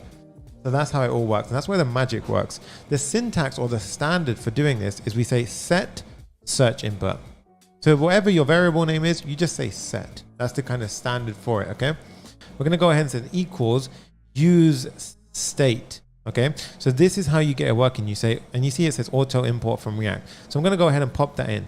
If you don't get the auto import, that's how you pull it in from React. So you go ahead and say use state, and this will actually go ahead and create that variable for us. And then we pass in an argument because this is a function. So the way this works is you give the initial value of the search input. So the search input by default is actually going to be a blank value, I guess, right? And if you're wondering, no, Sonny, start your search. No, that's actually the placeholder. So that's actually going to be when we have an empty value. So in this case, we put in an empty array, empty string. So we've done it. We've set up this piece of state. Okay, let's check this out. We've got search input, we've got our modifier function, and we're ready to rock and roll. So let's go ahead and move. We've got our search input here. Let's go find the input. We have the input. So how do we connect this new piece of state to the input that we had? There's a few ways of doing it. You can use a reference, you can do all this other stuff. Today, we're just going to do a simple map, which basically imagine we're drawing a line from the input field to that variable, and we're just connecting the two things. Okay, so the first thing I want to do, I'm going to say the value of the input field is going to be the value that we have inside of our search input. So we just literally do a direct connection, right? Okay, seems pretty good. Now, if I save this and I go ahead and try and type, so I'm hitting the keyboard as hard as I can right now, nothing's happening. This is because we automatically went ahead and set it to a blank string, and then we don't actually tell React that when you change the value, you should update that string. So React is saying, no, you are going to absolutely get stuck on that, that value here. So if I go ahead and change this to hello, it's going to be absolutely stuck to hello, no matter what I type. Okay, that's not ideal. So what we need to do, we keep it as a blank string. We go down to our input, and here we say on change. Okay, and we say equals, and we can do something nice here called an arrow function. Okay, now we don't need these little curly braces because we're only going to write one thing, but this arrow function gives us something called an event, right? And it's E for short. And what the event does is it actually goes ahead and every time the user types in that input field, think of the computer as, or the browser as it fires off this event saying, it has, and that event has loads of information. For example, what the user just typed in. So we can use that information to go ahead and update that search input variable. So in this case, we're going to say set search input. Remember, if I want to update it, I have to use that special function. So set search input, I pass in the new value. Now in this case, what is the value? How do I get the value? Remember I said it all comes through this event. So in this case, we can say e.target.value. And that special magic keyword right here, target.value, accesses this field and says whatever the user just typed in, get that value and then map it to the search input. Okay, so let's go ahead and save it. So we did these two little lines of code here. And now if you type in, nice, it works. And what we're doing here right now is when we type in that input field, it's actually updating the state in our component. And again, remember, if I refresh, it defaults back to, you guessed it, blank. Okay. So at this point, this is looking pretty nice. It's looking pretty good. So at this point, what we're going to do is we're going to use that value. Now, if you don't believe me and you're like, no, Sonny, I don't believe that that's actually getting stored inside of a variable and you're just saying it, we're going to go ahead and inspect the element. Okay. So I'm going to go ahead and inspect it right here. And if you're on Safari, you're going to have to go ahead and enable the developer tools, which are in system preferences over here or in preferences, or in Chrome, you just have the, inspect element. I'm using Safari purely because when I'm live, Chrome takes up too much RAM. Okay. I'm going to be real with you and it slows things down. But what I can do here is I can simply say, okay, console.log the search input, because I just want to see what's going on with that variable. Okay, so in the beginning, I can see it's blank, right? If I go ahead and start typing like London, and can you see how every single time I'm typing, it goes ahead and it updates the value, right? So look, London, right? So now we know that that's actually getting mapped to that variable. So this is a kind of a surefire way of checking if you've actually connected the two things together. Okay. Pretty cool, right? So the next step is let's get that calendar popped in. So now we have access to this variable. So we can go ahead and do this. Okay, so now what we can do is we need to go ahead and implement this beautiful calendar. Okay, now don't get confused. The calendar goes up to this point, and then this is our own code, number of guests, and here. And again, we're going to keep a piece of state to keep track of the number that we go ahead and change here. So we're going to use that same approach to go ahead and do that. And then we've just got 2 buttons over here. Okay, so we're going to go ahead and implement all of that nice stuff right now. Okay, so how do we go ahead and do it? So what I'm going to do here is I'm going to go ahead and say, if we have the search input, so where do I do this? We go down to where we have the right container. I'm actually going to do it underneath this right container. So the way that we can check this is we can go ahead and simply type in h1 and I can say hello world, right? And because we have a column of 3, it's going to go ahead and go into the next line. So at this point, we had a column setup of 3. So it was 1, 2, 3, and then the next div naturally goes onto the first column on the second row. Okay. So at this point, we can go ahead and say, we can change this up, this part to look something like this. And also notice how we can actually make this conditional. So I'm going to now say, okay, only say hello world if the search input has a value. Okay. So the way we do this is we say, if the search input has a value, by doing this, this basically means if it's not blank, then, so if it has a value, if it's truthy, this is called, then render out this. So at this point, we can check it. We can go ahead and say, look, if I type in, okay, perfect. Right? When it's empty, there's no, there's no hello world. But when I type in, there is a value. Hello world. Awesome. This looks really nice, right? And this is exactly what we need to get started. So what I'm now going to do is I'm going to switch this hello world up to actually have something useful in it. Instead, I'm going to go ahead and say that we should have a div here. Now this div is going to have something called a date range picker inside of it, right? Now date range picker is something that we're going to have to install. So the one that I'm going to use is something called React Date Range, right? So React Date Range is an awesome library. I'm going to show you right now. We're going to go ahead and type in React Date Range, and you can see, look, if we go to the GitHub page, it's an awesome, well-maintained library. You can tell by it because it's got a nice number of stars over here as well. Let's head over down here, and you can see an example of the actual calendar in action. Now you can see you get loads of different customizable parts to this calendar, and here you can actually see that you can have it in multiple different ways, different colors. In our case, we actually styled it to look like Airbnb. You don't need the additional things sometimes. If you do, again, all of this is customizable through that component's props. Now remember, we talked about props. That's how we customize a component and make it reusable. So far, we've actually already learned about props yesterday, and we actually learned about state already today. So we're going to keep on cracking on at this pace, and we're going to keep on smashing this. Please smash that thumbs up button if you're enjoying this right now. Okay, so you can go ahead and play with it at the live demo, but I'm going to go ahead and install it. So we're going to copy this command right here. And it's not only this we need to install. This actually requires that we have React and this other library called datefns, which is basically something called a peer dependency. Now, a peer dependency means that the component library that we're going to install relies on that. So we need to install all of this stuff, right? So what I'm going to do is I'm going to first install this by going ahead and simply copying it, go back to my code, Command J, go to my second terminal window, and I'm going to go ahead and simply paste it in. So npm install --save React Date Range. You don't actually need to do --save anymore, but yeah. So we installed that successfully. The second one, npm install --save React in datefns. Even if we have React installed, you can easily, it will know that it did that. It's not silly.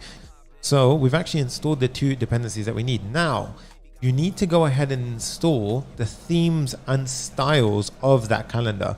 If you don't install the CSS files, what's going to happen is this will not look like this. So this has some base styling, hence why we need to import the style into our file. So what I'm going to do is I'm going to grab these 2 lines over here, go over here, up to the top, Command J to hide our terminal. And what I love to do is I love to go back to my main terminal, Command J at then, and I'm going to go ahead and import it. So we've got this React Date Range, this styles CSS and theme. Hit save. You'll notice that nothing really changes out of the box. Okay, this looks pretty nice. And at this point, you see we've actually got a class-based component example here. So rather than doing it this way, I'm going to change it up a little bit. I don't want the calendar, I want the date range picker. Okay, so I'm going to grab the date range picker like so. And what I did is I looked at this, and I'm very familiar with how to change a class-based component into a functional. So let's go ahead and grab this right here. date range picker. We're gonna go ahead and grab this, and then let's go down. And then now what I'm gonna do is I'm gonna say we want to render it out inside of this the div that we had only when the search input was active. Okay, so what I can actually do is I can say, okay, render the date picker, which is a self-closed component. Right, now if we just do that, then let's see what happens. If I type in London, ooh, that's not nice, right? Doesn't look very nice. So we need to give this some values in this case. Right, you see it doesn't have anything to work off. So what we actually need to do is provide something called ranges, right? So the ranges here is actually something which allows it to have some initial values to work from. Otherwise it has no idea how to load stuff out. So here what we do is we pass something in called selection range, right? So I need to actually go ahead and prepare something beforehand. So in here, I need to pass an array with something called selection range in. Now selection range is the variable that we're going to create, but I'm going to go up to the top of my code now, and I'm actually going to go ahead and say, okay, const selection range is an object, right? So this is kind of like a configuration for the date range picker, and we need to provide it with a start date. Okay, oops, start date, and we need to provide it with an end date. Okay, and we need to provide it with a key. And you're probably wondering, Sonny, that's not how you write an object. You're right. I need to fill this one out. The key is going to be something called selection, and then end date and start date I need to prepare. So we need to create two new pieces of state to keep track of the start date and the end date. So I'm going to go ahead and create those two pieces right now. We're going to create the start date variable inside of our state. Now remember, the syntax is you write the variable and then you write set start date. Okay, and then we say equals use state. Now what value do we give a start date? Right now in this case I'm going to give it today's value because it makes sense. If you click a calendar, you should be seeing today's value and then you go forward and back appropriately. Okay, so in this case I'm going to say the default value is a new date, and this actually gives us today. Okay, I'm going to copy this, I'm going to change it to say end date. So I'm going to say set end date. Now we have two variables. Now I'm going to use these variables over here. All right, so I'm going to say end date and start date. Okay, now we have our selection range. So at this point, we're going to go ahead and say selection range. We've got this nice little juicy variable here. And yes, you can, if you've got ES6, in ES6, sorry, you can go ahead and shorthand this, but I'm just going to keep it there for simplicity, so you guys can understand what's going on. I'm going to grab the selection range, go down here now. I'm going to pass this into the ranges, and we're going to click save, right? And I'm going to refresh, and we're going to see what happens now. If I hit London, ooh, already, look at that already. Now it's not centered, and it hasn't got the right color scheme, and that happens because we haven't got an onChange function. So we're getting there, we're moving closer to the end goal, but we need to go ahead and fix these few issues that we have, right? So at this point, I'm going to go ahead and hit refresh on the page, and we're going to go ahead and do this, get rid of that, right? So it looks all right like this, but obviously we can't interact with it. So how do I fix these problems? At this point, what I'm going to do is I'm going to go down to our date range picker, and I'm going to go ahead and include a second attribute. Now this one, firstly, I'm going to say the min date. So I'm going to give it a few attributes. The minimum date is actually going to be today. Now think about this. This means that the minimum date is actually going to be today. Now think about what that means. You shouldn't be able to go ahead and search for a date in the past when you're looking at Airbnb, because you need to book only in the future. I can't book a hotel or a house for yesterday. It has to be from today onwards, right? So that's why the minimum date is today. And then we're also going to say the color scheme. Now the color scheme for Airbnb, I actually have it here. So I'm going to say the range colors. And what we can do here is we can pass in an array of values. Now the array here, we only have one color, and this is going to be the Airbnb color. So I've actually got this one for you, so you guys can feel free to copy this. But if we go ahead and pop this in, that's actually the Airbnb color. So if I hit save on that, now you can see the range colors has turned to the nice Airbnb color. Okay, so at this point we've got range colors a bit lower. Now over here, we're going to go ahead and say hit save, and it's all good so far. The final part is actually the ability to go ahead and actually select date. So if I try and do it now, it freaks out. It says onChange doesn't work, right? So at this point, we need to include something called onChange. Now, onChange. Now, I think the music's better at that point, right? So at this point, we're going to make a new function called handle select. And what this is going to do is it's going to receive the values that the user is actually selecting. And then we're going to go ahead and update the start date and the end date appropriately. Okay. So the way this works is we create a function called const handle select. And what this does is it's an arrow function. Now, when we do this, just like we had the on change over here, which had an event attached to it, they've attached a few values with the handle select function. What they've actually given us is the ranges that you've selected. So that way we can actually go ahead and map that to the start date and end date appropriately. So at this point, what we can do is we can say, and then remember what happens, guys. It then goes ahead and actually maps that to the start date. Okay. So to make it super clear, I'll go ahead and pop this up here, although it does work if we do it the other way around. So at this point, I can go ahead and say set the start date, right? Set the start date to the ranges dot selection dot start date. And this ranges dot selection dot start date comes from the library. So when we click on that map, or on the calendar, sorry, this is where the value is given to us, right? It comes through the ranges sort of argument, sort of variable, and then we pass it into our state. So it's updating our local state, which then shows on the screen. We do the same thing for the end date. Set end date ranges dot selection dot end date. Okay, now we hit the sort of save button, and I'm going to go ahead and refresh, and then let's go ahead and type in London. And now let's try and select a value. Okay, still get it. It's evaluating ranges selection start date. Now, what is happening here and what have we done wrong? Let's actually look into this a bit more and figure out what is happening. So we've got the handle select. Are we passing it down? Yes, we are. Let's go ahead and actually check if we've done everything correctly as we should have done it. So right now it says undefined is not an object, selection.start date. Right. Now bear with me 1 second. Let's go ahead and try this one more time. Let's do London. And again, we get the same value. Now I'm going to check that the actual library that we're using is the same version as the one I've got, just as a quick sort of sanity check. So we've got React date range 1.3. In this case, I've got React date range 1.3. Okay, perfect. So in this case, we need to go ahead and actually correct this. So handle date range over here. And I've done, simply put, let me go ahead and where is it gone? We're debugging right now, guys. We're debugging. You're seeing it real time debugging. It's all good. This is how we do it. Okay, so ranges, selection, start date. Right, so that looks pretty good to me. And let's go ahead and just double check and sanity. There we go. Okay. So what I'm actually going to do is I've got it written as an old school function. I don't think that will change yet, but I do want to just double check. I do want to double check if this changed anything for me. It shouldn't do though. No, so it shouldn't do that. Okay. So thank you so much. Satoshi Kawasoi says it's very helpful for me to understand React. Thank you from Japan. Amazing stuff, dude. Amazing stuff. Thank you so much. Okay. So at this point, let's go ahead and do London. So we need to debug this. So the first thing I would do is I'll console log the ranges, and let's actually see what's inside ranges when we get this on change event firing off. So let's see. Everyone's saying selection, S is in caps. Nope, it's not actually S in caps. Oh, here it is. Yes. There you go, guys. That is the problem right there. Right. So this selection range is actually the issue. So you need a keen eye. Amazing stuff. So when you're doing this, you can keep this as an arrow function. And that's the same thing as writing the old school way. But the main problem there was the key that we were passing was incorrect. Hence why this would have had to be an S, because that was the key that gets mapped here. So you want to keep it lowercase when you have your keys.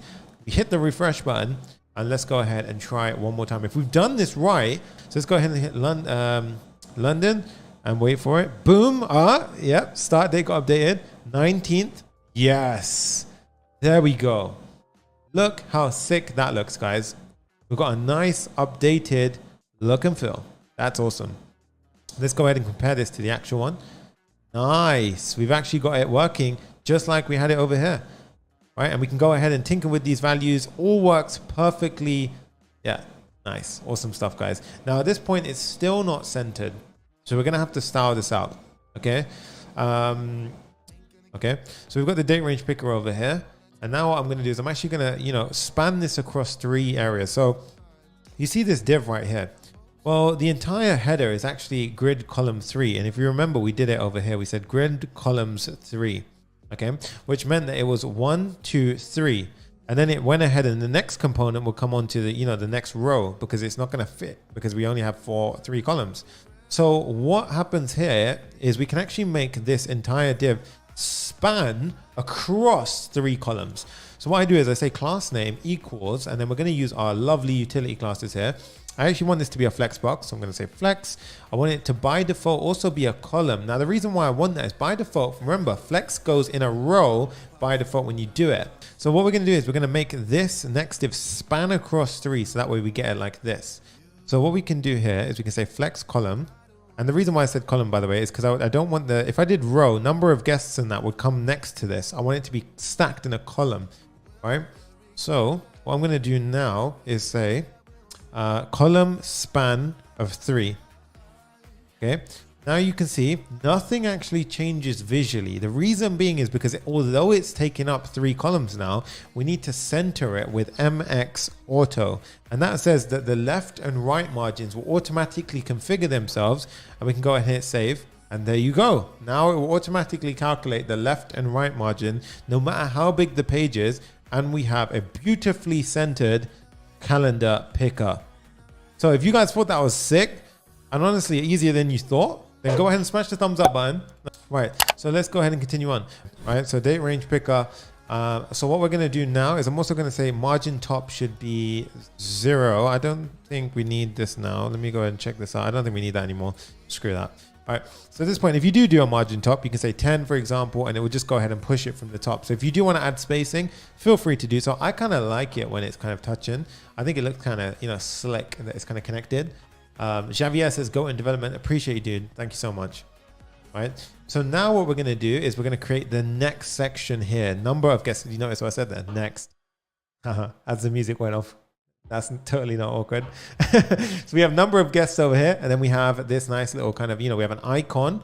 We have a number here. And this is actually an input field, but it's a special number type. Okay. So we're going to go ahead and mess around with this right now. So what we need to do is underneath the date range picker, I'm going to create a div, and that's going to have an H2 inside of it. This is going to say number of guests. All right. And remember, because it's flex column, it's no longer going to the right of it. It's going underneath it. Right. So it looks really nice. So number of guests, we're going to style this a little bit. Now, what I want to do here is I want to make this, let's go ahead and make this a little bit smaller. There we go. Number of guests, class name equals, and this is going to say, H2, we're going to go ahead and say that this should be text of 2XL. I want it to be bigger, right? It looks a bit boring right now. So I'm going to go ahead and apply that text 2 of XL. And then we're going to say the padding on the left should be 2. I want it to kind of push a bit over. And I want it to say, what am I doing? I want it to be, no, I don't want it to push it over. I want to say text 2XL, and I want it to basically take up as much as possible of the container that it's in.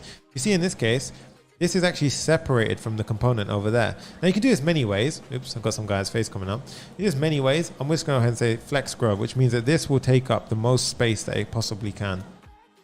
Okay, because next to it, we're going to have the input field. Cool. And then we're going to say border. Actually, no, sorry, we're going to say the font is semi-bold. Nice, semi-bold. Nice. Now if I go ahead and do that, boom. We've already got it looking pretty nice. Okay, pretty nice. All right, so we've got the H2 popped up. Looks pretty simple. Now we've also got an icon, that's the user's icon over here. So I'm going to go ahead and pop this in. Now we did import that preparation for this. It's a solid hero icon. So we've gone ahead and popped it in here. And we're going to go ahead and throw it in down here. So I'm going to say it's a self-closed icon. We're going to say that the class name is going to be a H of 5. So H of 5, which means height of 5. And you can now see that it's underneath. Okay, interesting. Now this is because we haven't actually styled the outer div. Now I do want this div to be a flex box. So I'm going to go ahead and say that this should be a flex box. Okay. Now it goes to the same, it will go across in a row. You see that? It goes across in a row. Then what I can do is I can go ahead and say the items should be in the center. So I'm going to centralize them, and I want to add a border B. So a border bottom is going to be applied here. And I'm also going to add a margin bottom of 4 because I want a little bit of space from the bottom here, right? So now that's looking pretty nice. Okay. So this is looking pretty good at this point. You see slight little margins, margin bottom to push it away. All of these things make it really, really easy, and kind of the visual aspect quite nice. All right. Number of guests. Right. Now I want that input field next. So underneath the user's icon, input, right? Now the type is not text, right? What I'm actually going to say is the type is a number. And as soon as I hit save here, you can see we get this kind of cool number. Now that's kind of huge, right? Oops, I was scrolling when I was doing it. That's kind of huge right now. I don't want it to be that big. So the way I can do it is I can set the width manually, right? Oh, this song always gets me hyped up, guys. So we're going to go ahead and say class name equals width of 12. And then I'm going to go ahead and say padding left. Oh God, I always do that. I'm going to go here and say padding left of 2. Padding left of 2, text should be large. We want that number to be a bit bigger, and I actually want it to have an outline of none. You see right now we get this blue border. I don't like that. I think it looks crap. So I'm going to say outline of none. And then I'm also going to change the text to a red of 400, which is like a nice kind of shade of red, right? Looks pretty slick. And that's actually very close to the Airbnb. So it looks pretty good. But look how sick that is, right? Now this right now, is not actually mapped to state. Okay, so we don't actually have that mapping. Remember the value and the on change, we're not mapped here. Okay, so at this point, what we're going to go ahead and do is create a number of guests piece of state, which is going to track the number of guests I enter in that input field. So we're going to do the same principle that we did earlier, guys. We're going to go over to the top of the file, and then we say const, and I'm going to say number of guests.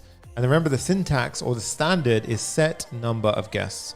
Set number of guests. And what we do here is camel casing. So that's where you start off with a lowercase and then you camel case up, which means every like sort of new word there, it's not spaced, but it's a new capital letter. And that allows us to read it a bit easier. So we say use state, and the typical number of guests is going to be defaulted to 1, because you typically wouldn't book you're not going to book a room for 0 people, right? You're going to book it always for 1 at least. We're going to say the default value is going to be 1. So now you go down to number of guests, and let's go down here. And what I'm going to do is I'm going to say the input is actually going to be a value of number of guests, right? And I hope this is making sense, right? So if we go ahead and do London now, you can see the default is that. And again, because I haven't implemented the on change, you guys can see that it doesn't actually allow me to increment it. So we do the same principle. We say on change. That fires off an event, in this case E. And E, we can go ahead and say set number of guests. And to get that number that the user changes, we say e.target.value. And that's how we get that number that the user does. If I hit save now, go ahead and give it a try.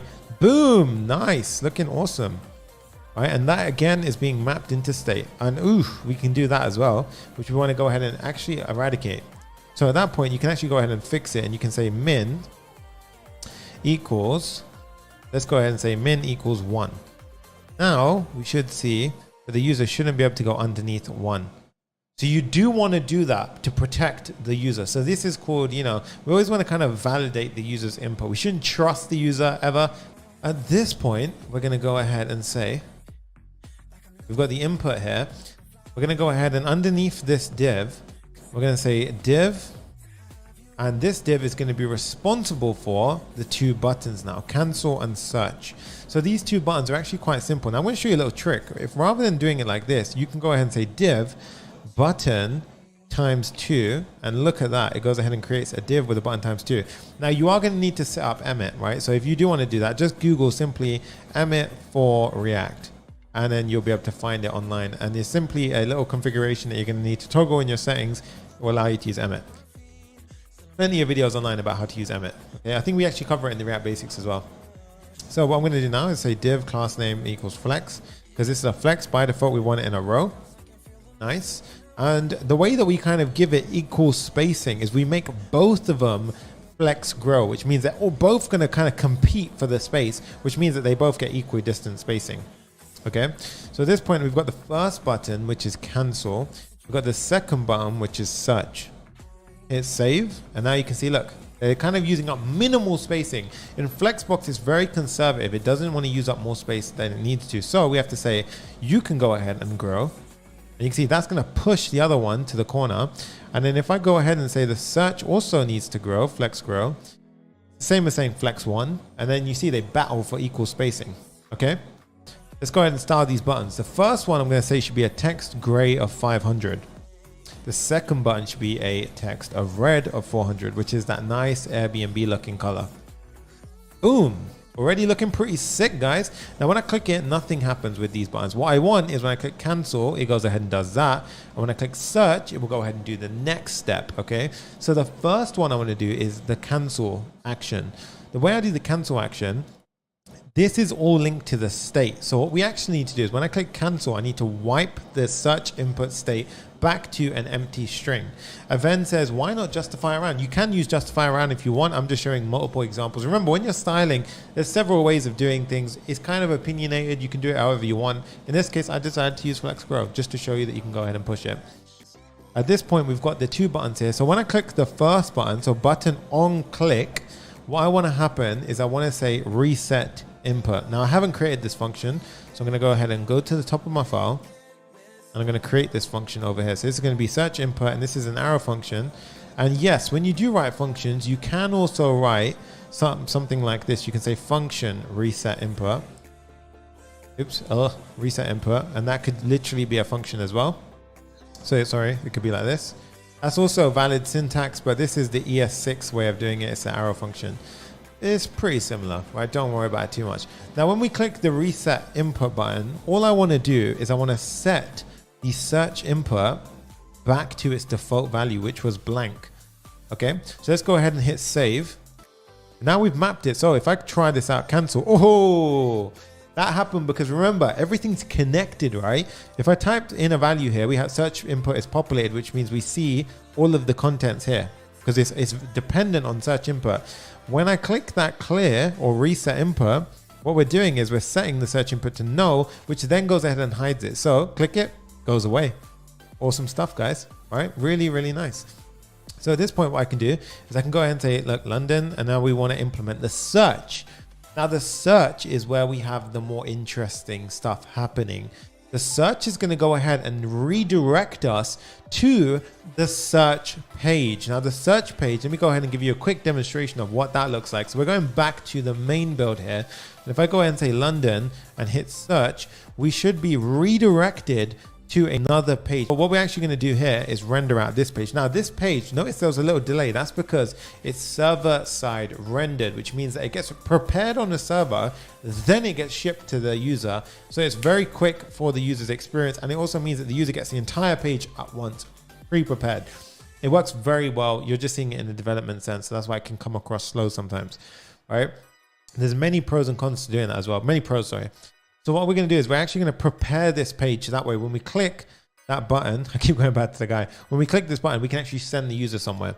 Now, remember I said yesterday, inside of Next.js, the router is built into the actual page structure. So I'm going to give you a refresher on this, right? So in this case, when we have the home page, in this case, we've got localhost / and this is the home page, right? So in this case, we just come to this page. Now, if I want to have a / search, okay, so / search, then what we can do is if I try and do it now, it's going to say 404, the page cannot be found. Firstly, notice how we have a 404 page. That's really awesome. It's really nice. It's a slick part of Next.js. If we haven't built the page, it gives us a nice 404. If you want to customize that page, you simply make a 404.js page. Simple as. Right? In this case, if I want to make a search page, I go to my pages folder and I literally create search.js. Keep it underscore, underline, lowercase, because you want to have it at, if we do uppercase, it's literally going to be / uppercase search, but I'm going to go ahead and hit save, right? Now we have this underscore RFCE for a React functional component with an export.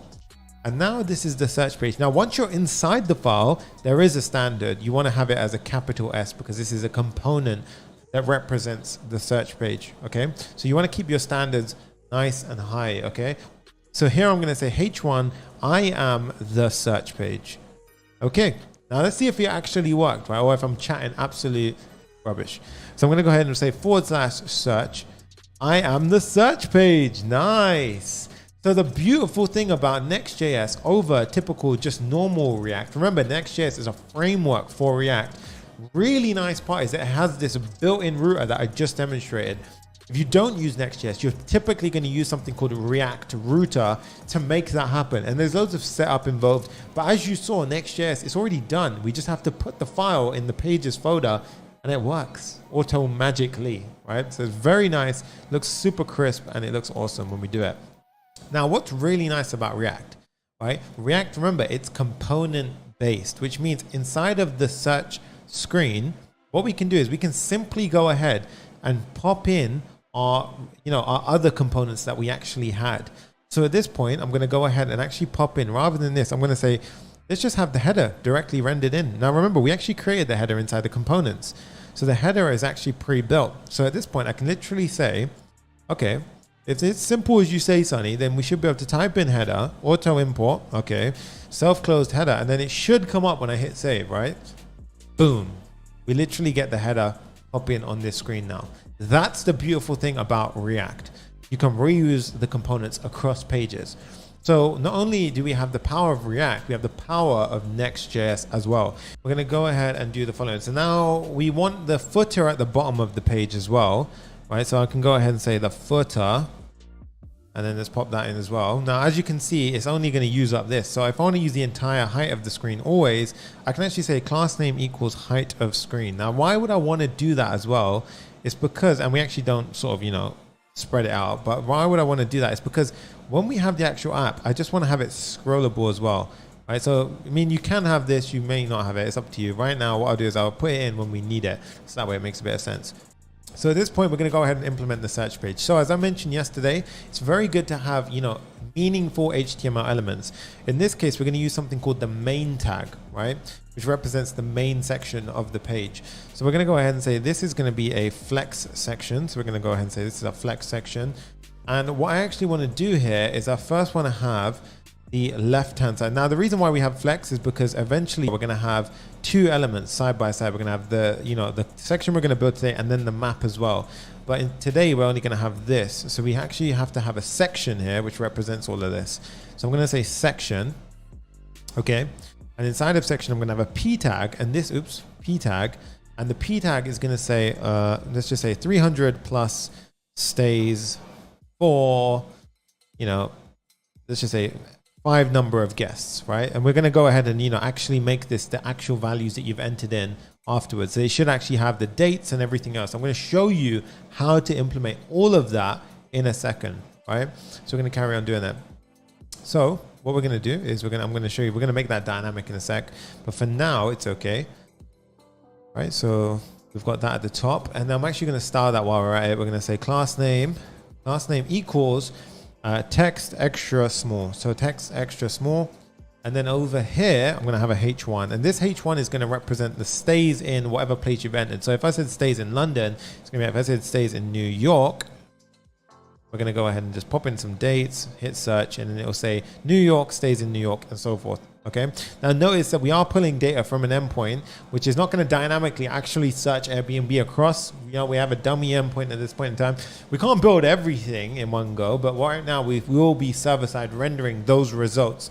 You can naturally then go ahead and extend the API endpoints. That way it accepts the location and you can pull in the information. That's a challenge for you guys, right? But I'm going to show you how to implement everything in today's build. So H1 is going to say stays in, let's just say in Mars for now. So we know we have to change it, right? So we're going to go ahead and say the class name equals, and here I'll say the text should be 3XL. Okay. Text is 3XL. And here I'm going to say that we have a font, a semi-bold. Oops, I always do that, right? Font, semi-bold. And then I'm also going to say the margin top of 2, because right now it's touching it. I don't like that. And I also want to say margin bottom of 6, because as you can see, we also have some spacing between the underneath component. Now look at these. We're going to build them out in a sec as well, right? Keep it going, guys. Keep it going. So we have the H1 done. Now for that section, we're also going to implement these buttons, right? So it looks very nice. We're going to go ahead and actually implement those.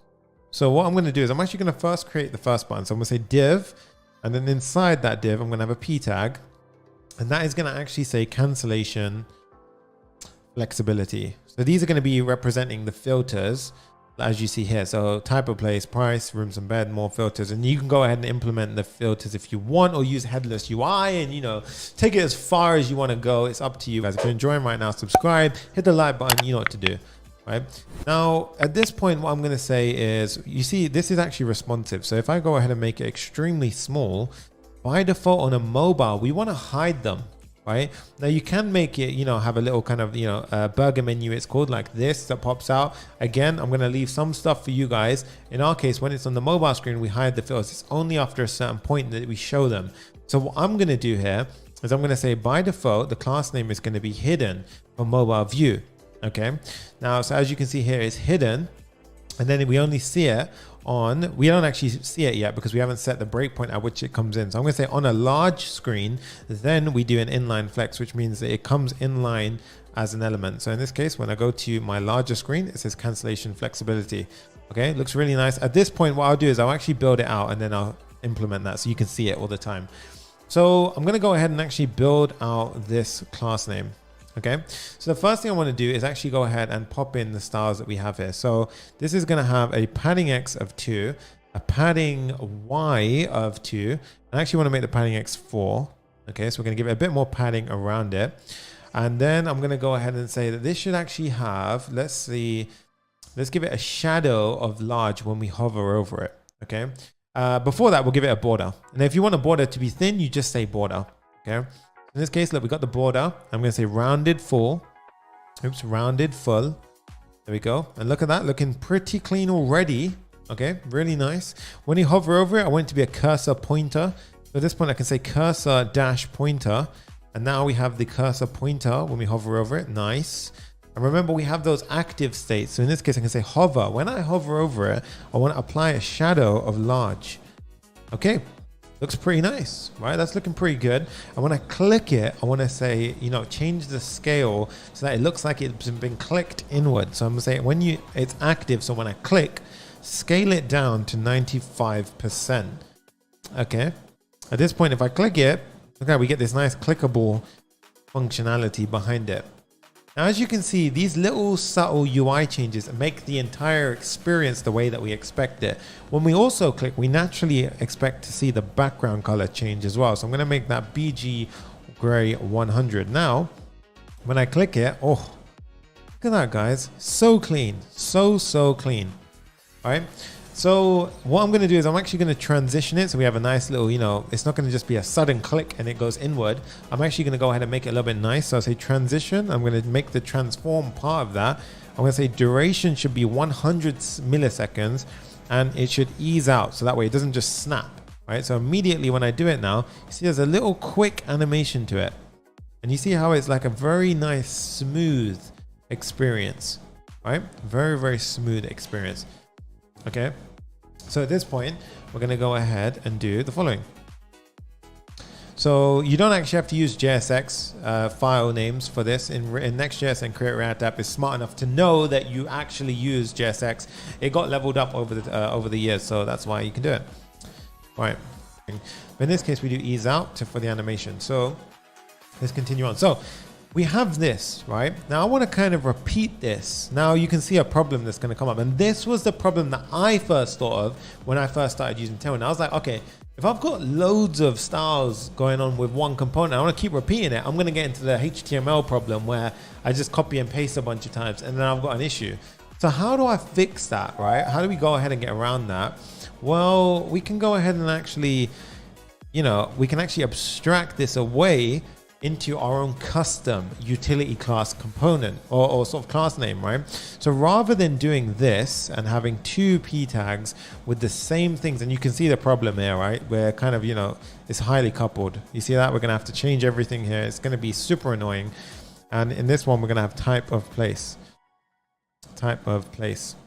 right? So rather than doing it like this, what I can actually do is I can actually create my own custom Tailwind CSS utility class. So just like these, I can create my own custom one. The way we're going to do it is I'm going to go back to my code. I'm going to minimize all the folders so you can see it. I'm going to click package.json so I'm at that level of the file structure. Create a new folder and I'm going to call this folder styles. Okay. Inside of this folder, I'm going to actually add in something called globals.css. Global singular.css. This is going to be like a global CSS file, right?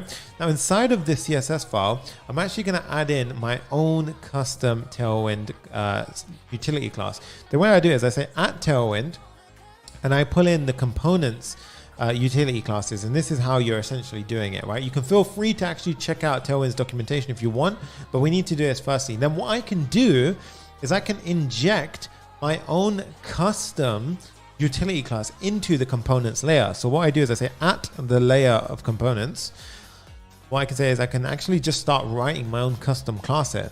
And in this case, I'm going to call it button. I'm going to have it so when I add button, it's going to do all of these styling things for me.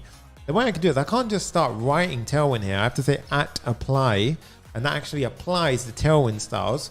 And what I can do is I can go over to my header, and I can take, no, not header, sorry. I can go over to my search page, and I can take this styling over here, go back to my global, and I can literally just pop it in like so. Okay. And what this does, guys, is if I go ahead and hit save now, right, this is going to go ahead and actually create it in the way that we wanted, right? So in this case, we've got, and it should actually syntax highlight. For some reason, it's not doing it right now, but it's okay. So in this case, we've got this, and I'm just going to double check if I actually, I have added that incorrectly. Yes, I have, yeah. So in this case, apply, and we've got this happening here. So what we then need to do is actually pull this into our application, okay? So the way we do that to pull in the pull it into the application is we go over to our app.js file. This is like the starting point in all of our applications. We go to our pages app.js, and this is basically like the starting point for wherever the pages get built up. And what we're going to do here is we're going to import, and we need to point to that file. So we go ahead, and right now we're inside the pages directory. So I'm going to go upper level // and now you can see we're upper level. So I'm going to say styles. And then I'm going to go into the globals.css, and we're going to pull it into our, into our application. At this point, it says cannot find that file. Let's go ahead and double check why it can't find my style. See what's going on here. So we've got the styles happening here, blah, blah, blah. Can't resolve styles global.css. Oh, that's because I've got S, right? You need to make it singular. Okay. Now you can see it says cannot resolve blah, blah, blah. Let's go ahead and refresh, and it's done. You just need to give it a nice little refresh sometimes. Yep. Okay, so now no error, all good. So what we can actually do, if we've done this correctly, we can go ahead and hide this, and we can go to, and the reason why you're not seeing the at apply have syntax hide is because I deactivated the CSS, the Tailwind IntelliSense, because it kept blocking the page. You guys should have it though. I'm going to go back to my, search page, and I'm going to change this now and just say button. And notice how we have the exact same styling, guys. Button. Boom. We now have a reusable utility class name. So what I can actually do now is I can go ahead and pull in as many of them as I want. So in this case, let's go ahead and say search, and let's actually have the rest of them. So I've got price, rooms and bed, and more filters. And then we can go ahead and hit save, and boom, just like that, we have reusable utility classes from Tailwind CSS. So not only do we have reusable components, but we have reusable utility classes, and we can create them as and when we need them. So that gets over that issue whenever you might think, I'm going to have so much spammed out class names. Well, no, you're not if you do it right. Okay. That's the beauty of it. If you do it correctly, this stuff gets powerful, guys. Okay, so we have the type of price. Now I want to make this look like that. Now how the hell do I do that? Right, firstly, I'm going to go ahead and go to my class, and I'm actually going to say that this is going to be hidden by default. Right, I'm going to say on the large screen, it should be inline flex. And then I'm going to go ahead and give it a margin bottom of 5. So it has some spacing underneath it, right? And I'm not going to hit save until I'm done with the changes. I'm then going to say the space between these X components should be 3, and they should be text gray of 800. Okay. And then I'm going to say white space, no wrap. And what that means is that if there is ever, something that kind of gets extended above, I actually want to kind of never wrap the text onto the new line. I don't want to do that. So I say no wrap, white space, no wrap. If I do that now, you can see on the small screen, it's hidden because remember, mobile first, it's only going to appear on the larger screen, and boom. The reason why it applies flex, by the way, is because we've done inline flex. Okay. So this means that it goes ahead and drops it inline, and it has a flex styling property to it. And boom, just like that, looks absolutely amazing. So we've done that now. The next thing I'm going to do is actually go to the section itself. And I want to make this section actually have a bit of styling to it. So this section resembles the box right here, right? And what I'm going to say to this one, this should be a flex grow. So you should take up as much room as possible. I want the top padding to be padding of 14, and I want padding on the x-axis to be 6. So that way it's not so constrained. If as soon as I hit save, you're going to see that it now spaces itself out. Okay. Now you won't have this issue once we have some contents popped in. Right, so once there's some stuff happening down here, you won't see, you know, it's so squeezed together. So at this point, looks pretty nice. Okay, looks pretty good so far. So what I'm actually going to do now, guys, is go ahead and create the search results themselves. Okay, so the search results themselves, actually what we could do at this point is we can go ahead and have the redirect functionality. So firstly, when I click the Airbnb logo, I actually want to go back to the home page. Now, in order to do that, we have to use the router object inside of Next.js. Now again, remember I said Next.js has built-in routing. So what we're going to do is we're going to tap into that and basically have it set. When we click on this, it takes us over to the home page. Now how the hell do I do that? All right, so I go over to my header, and what I'm going to do is I'm going to go ahead and say, let's go to the header file right now. And I'm going to actually pull in something called the router. The router is a special object, much like the router that we use in React router in normal, plain, regular React. We're going to say router equals use router. This is a custom hook that they give us. And you can see it has a nice little IntelliSense. If you didn't actually get the IntelliSense, you import it like so. And this gives us a special router object. And that allows us to redirect the user to certain places. So what I'm going to do is I'm going to say when the user clicks that image, okay, and what I'm actually going to do is I'm going to tap into the div that it's actually, you know, it's nested inside of a div. So I'm going to go ahead and go to that div and we'll say on click. I want to go ahead and have an inline function that gets fired off. I'm going to say the router should push a page. And now what I want you to realize is when you do any kind of navigation in an application, you are going to have something called sort of like a history of pages. Now, if you push a page in, so imagine I'm on the home page and I push the search page. Now, when the user clicks back or they swipe back, they're basically able to go back. Now, how does that work? It's because we have a history and you push the page on top of that history, which means when you swipe back, you now have the previous page that was there. So that's how it works. You're pushing pages onto this history, and that way you can go back if you need to. Okay, you don't need to use history, you just use a special router object. So I'm going to show you a live demo of that right now. So we've got router.push, and we're going to say go to the home screen. So / that's the home directory. Okay, let's give this a try. Let's go ahead and click Airbnb, and then wait a second, and it should go ahead and boom, works. Took us to the home screen. Now we are going to implement a little loader that will go ahead and do it. The reason why you're wondering, why wasn't it sudden, Sonny? When I use regular React, it's sudden. That's because we're in developer mode right now for Next.js, which means that it's actually building out the page every time. When we do it, when we actually deploy the app, it's going to be sudden because those pages get pre-built before deployment, especially if we're using get static props. If we're doing get server-side rendering, if we're doing server-side rendering, it's built at every request, but we'll go into that in further detail in a bit. So at this point, what we're going to do is we're going to go ahead and actually have it so that when I click on London and I do something like this and I click search, I want to redirect the user to the search page now. Okay. So what I'm going to do here, guys, is I'm going to go over to my home page, which is index.js. And then I'm going to go ahead and do, wait for it.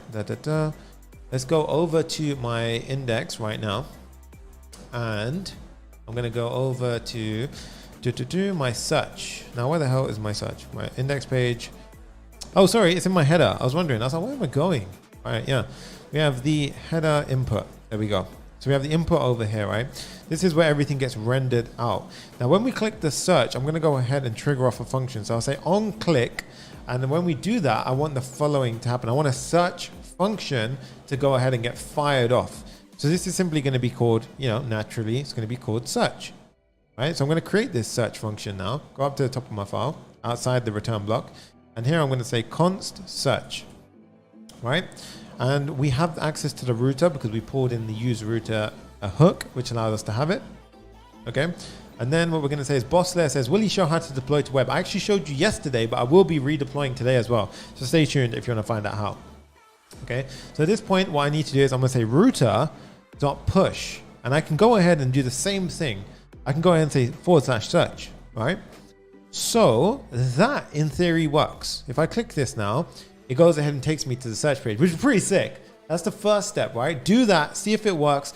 Boom, your page routing works. But I mentioned before that we want the dynamic information that the user entered in the previous screen to go ahead and pass through to the next screen. Okay, so you can do this in many ways. Yes, you can use something like Redux or whatever, but this is beginner friendly.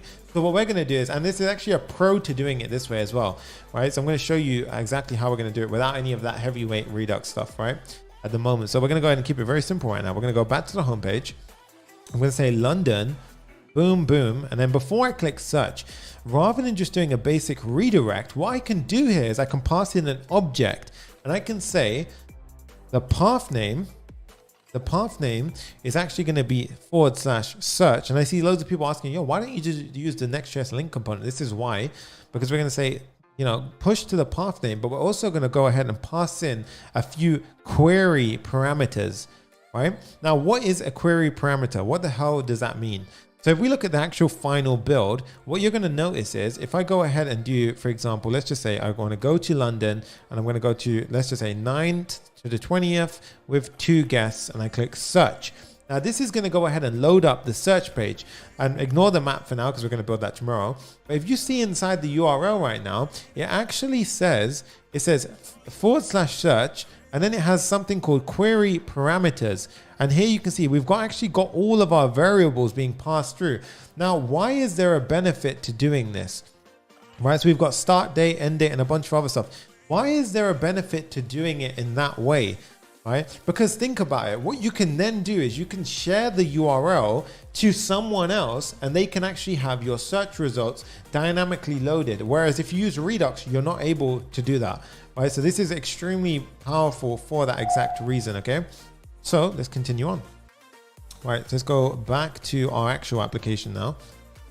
We go ahead and go back to our app over here. So we've got search. And what we're going to do is we're going to pass in a few parameters at this point. So we're going to say the location parameter, which is going to be, it's going to say location in the URL. We're going to say that is going to get mapped to the search input. Okay, so the search input. So now if we try it out, we're going to see that we're going to go to search. And you're going to see that it went ahead and took us to the search page, sure. But now you can see it's got question mark location equals London. So you can see we're actually passing it through. It might be super small, but right now that says /search question mark location equals London. That's called a query parameter. Okay. At this point, what we're going to do is we're going to say the start date is actually going to be the start date. Now you can't actually just simply pass in a date object. It needs to be a string. So what I'm going to do here is I'm going to say .to, and then you see we get these different transformation functions. So in this case, if I say to ISO string, this will give me a string representation that I can use inside the URL. I'm going to say to ISO string. Okay. And we'll do the same thing for end date. Now what you can see is if I go ahead and show you this to ISO string, and there's loads of different ones like to JSON, all sorts. Then what we can do is you're now going to see, I'm also going to pass in while I'm at it, number of guests. Okay, hit the save button. And now let's go back to Airbnb. And let's go ahead and do, let's just say London, or I'm just going to test it. Let's just say Mars 919. And let's just change this to 3 and click search. Okay, now what we see is if we see this little URL, it says / location equals Mars and start date equals, we got a string representation of the date, and end date, and we've got the string representation of the end date, and number of guests equals 3. So you can see now we're passing over the variables through the URL when we redirect the user. Okay, so let's continue on. All right, so now what we're going to do, guys, is we need to go ahead and go for inside of our search page. I now need to grab those variables, right? So how do I actually get the variables from the search sort of URL? So from the actual page URL, how the hell does that work, right? So the way that we do this now is we go over to our search page and we need access to our router object. So what I'm actually going to do is, you guessed it, I'm going to go up to the top and I'm going to say const router equals use router. So this is why we love hooks. We've gone ahead and imported at the top, const router equals use router. And inside of router, we have access to something called router.query. Okay. So at this point, if I go ahead and say router.query, you can now see, if I go ahead and console log this, so console.log router.query, and go ahead and, I'm actually going to do a quick search. Let's go ahead and say London. Let's just make sure we can say Pluto. So you guys know I'm not lying. 8th to 10th. And let's say 4 guests. Search. Okay. And now if I go ahead and inspect, so I get my console up, you're going to now see, if I go to my console, you're going to see an object. Okay. Now this object, you can see, has the end date, location, Pluto, number of guests 4, and the start date. So you can see we've successfully pulled it through using router.query. Okay, so at this point now we have access to the variables. Okay, so when we have access to the variables, we can actually go ahead and do something called destructuring to go ahead and get access to actually separate them all as variables. So what I'm going to do here is I'm going to say const, and I'm going to say pull out each one. So I'm going to say the location, the start date, the end date, the number of, let's go and do it. Let's just say location, start date, end date, and also number of guests. And that's going to get pulled from router.query. Okay. And if you're wondering what this is basically saves us time. So we don't have to say dot location. So we don't now have to say router.query dot start date, router.query dot end date. Now I've pulled out each of them. So now if I want the location, I can simply go ahead and say console.log location. This is called something called ES6 destructuring. Right, this is ES6. You can feel free to read up on it afterwards as well. Okay. Now you can check if the variables are null and redirect them away from the page. Sure. All right. So you can do that as an extension. I'm going to go ahead and show you right now how to just go ahead and show it on the screen. Okay. But very good Mohib for actually checking on that as well. Really nice. Okay. Let's continue on. So I'm going to go ahead and we've got access to the variables now. So if that's actually what is happening now, surely I can actually go ahead and say on the screen, the location, right?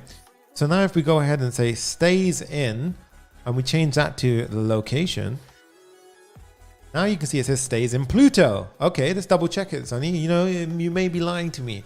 Let's go ahead and go to New York.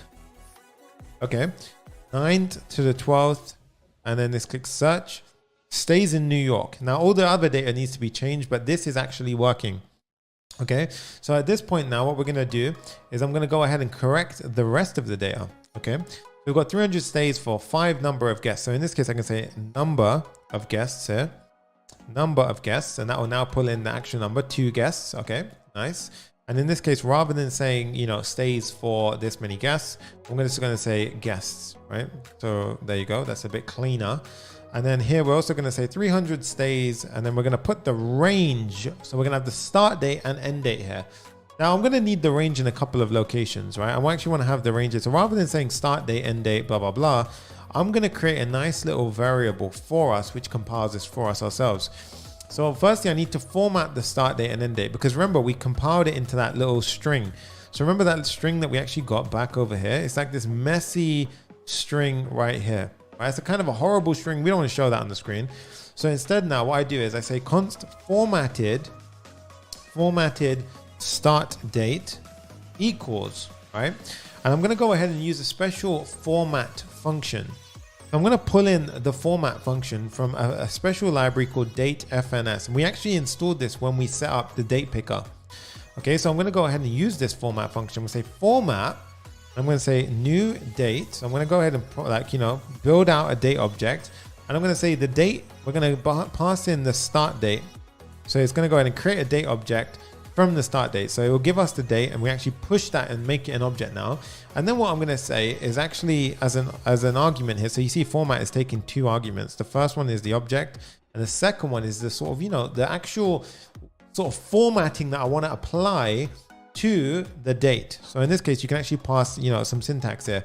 So I'm going to say it should be the date, the month, which will actually say, in text what the month is, and then the year. And you can look into this if you want more, details as to how that works. But you can go ahead and check on the format datefns documentation if you want to have a look as to how you can actually customize that more. It's actually you can customize it in quite a few ways. Then we're going to do the same for the end date. Formatted end date equals new format new date end date. Same thing. And then I'm going to create a string from these 2 values. I'm gonna say the range is gonna be backticks. Backticks allows us to include JavaScript in a string. So it's called string interpolation.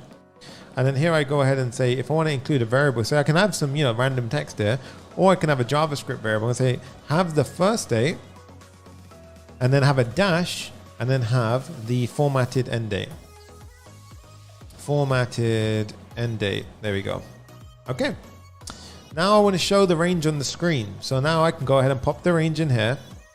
And just like that, it will now say 300 plus days, 9th of August 21 to the 12th of August 21 for 2 guests. Very nice, right? It looks very, very slick. Okay. So that is exactly how we see it here.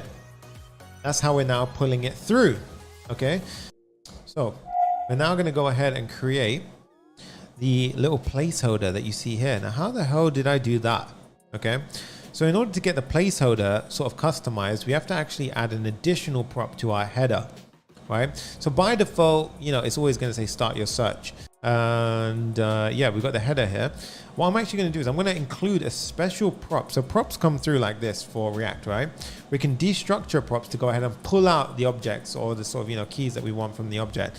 So in this case, I'm going to include a new prop here. So I'm going to, rather than saying props.placeholder, I can actually destructure and I can say, we're going to include a new placeholder prop. Okay, now this placeholder prop is not going to be required, but if it is passed through, for example, in this case, I'm going to go ahead and say, I want the actual placeholder to be whatever, some information about the actual stay. So in this case, London, 9th of August, blah, blah, blah. So in this case, I'm going to say the placeholder is actually going to be equal to, and then I'm going to do backticks because I want to string interpolate here. All right, so now we're going to go ahead and say location. Yeah, and I'm going to go ahead and say, a little line pipe, and then we'll say range. You can see why the range came in clutch here, right? And then we're going to go ahead and say pipe, and then I'm going to go ahead and say number of guests. Okay, let's continue on. All right, so at this point, let's go ahead and hit the number of, oh God, what is that?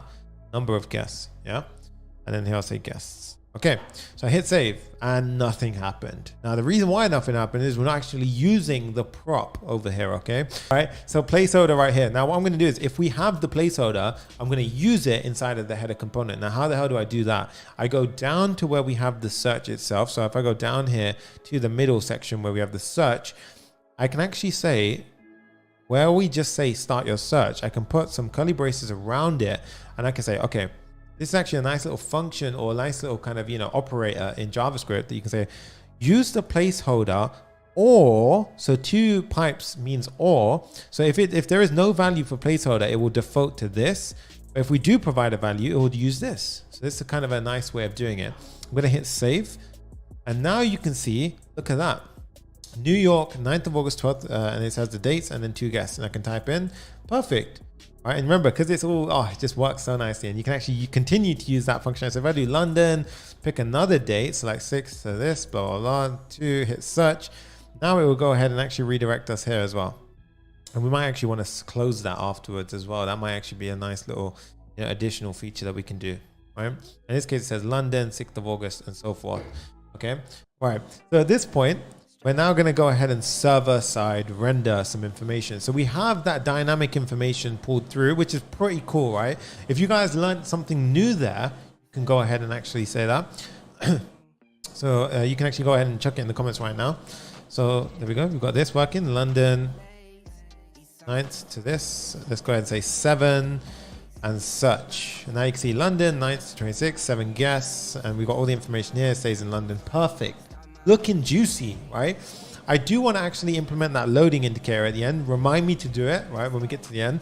But let's go ahead and server-side render that information. Now, remember, server-side rendering is basically preparing it before it reaches the user's browser. So remember, in Next.js, there is a middle server, right? In typical React without Next.js, the entire bundle is delivered to the user when they load the page. In Next.js, we have this middle server, which basically can process requests. So now when the user comes to the search page, I can use the information that we get, at the URL and all that other stuff to build the page beforehand, get all the search results and so forth, and then deliver the entire page to the user without having it so that the user sees us loading kind of crap, and then it just, I want the users that when they go to the web page, boom, the whole page is loaded. That's why we use server-side rendering. It's sick, trust me. And that's why Google loves it as well, because those robots, when they come to your website, they're going to get all the information at once as opposed to a little loader. Okay, so at this point, remember yesterday we used get static props. Now, what we're going to actually do here is we're going to use get server-side props.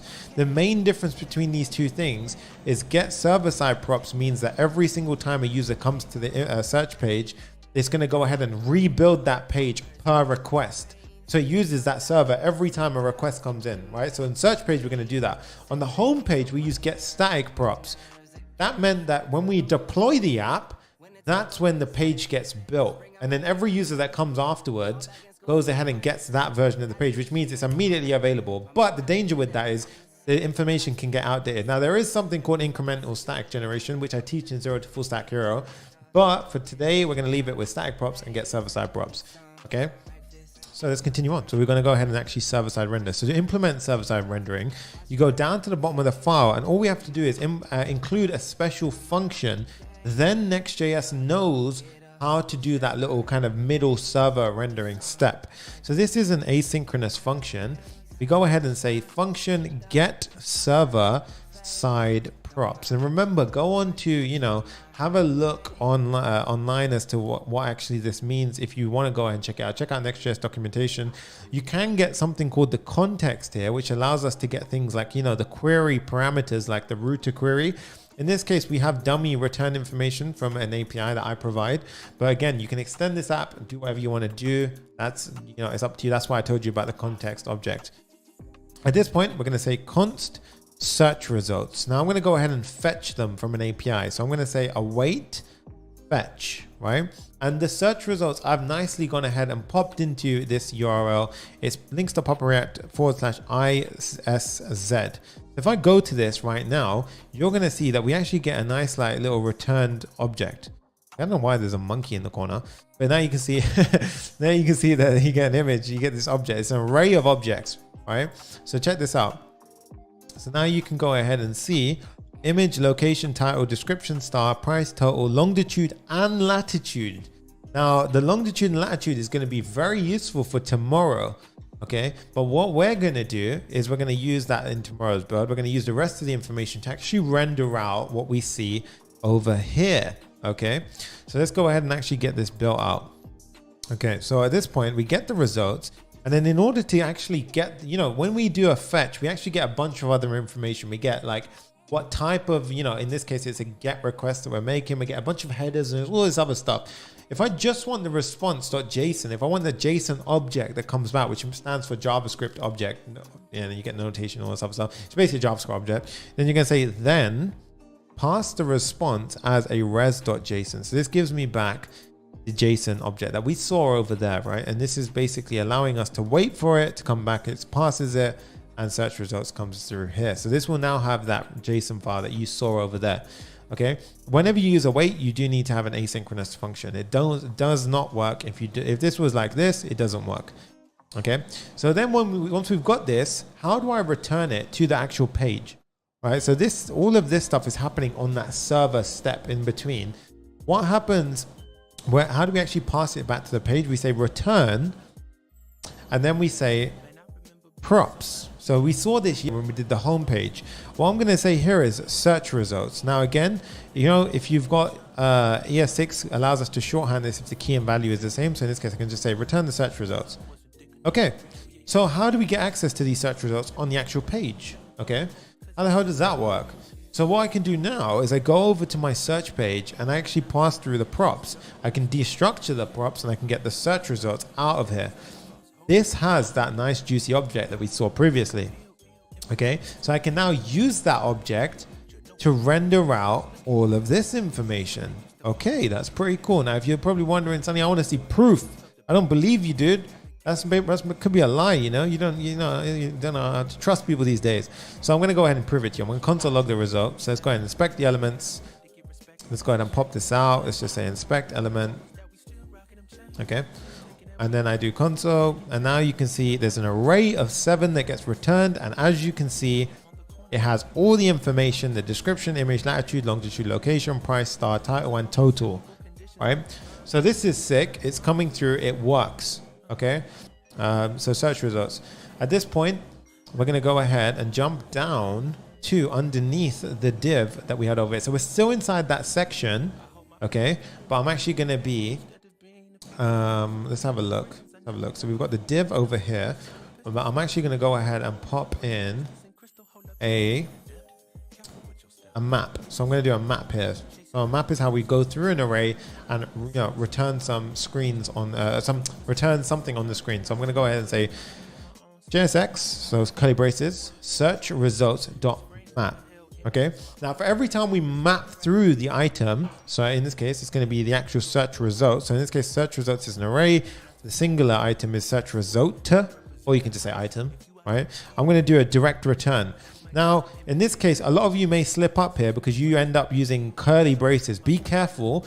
If you want to return a JSX object, you use the parentheses directly. If you want to have several lines of code, put the curly braces and then you have to return the parentheses afterwards. Okay, that's just something you need to know. Okay, so I'm going to go ahead and actually create a component to represent each of these things. This is going to be called, let's call it the info card. Okay, so this is going to be the info card component. Okay, so at this point, I'm going to go ahead and say, I'm going to create a component here and I'm going to call it the info card.js. Okay, underscore RFCE to prepare it. Nice, right? We've got that working pretty good.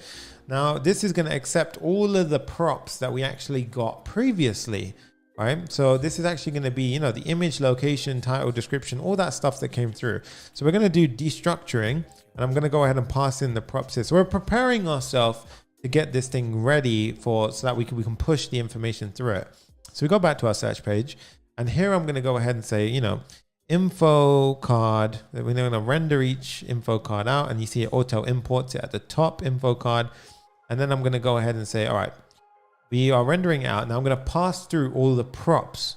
Info card. So at this point, for the info card, I love this track, man. These songs get me hyped when I'm coding. All right. So I'm going to go down to the search. And what I'm going to do here is I'm going to pass in all the different items. So we've actually got a bunch of things here. We've got things like, the image equals the item.image. And if you're wondering where the hell is he mapping this stuff to, it's basically mapping to the response that we get back. So it's the item.image, right?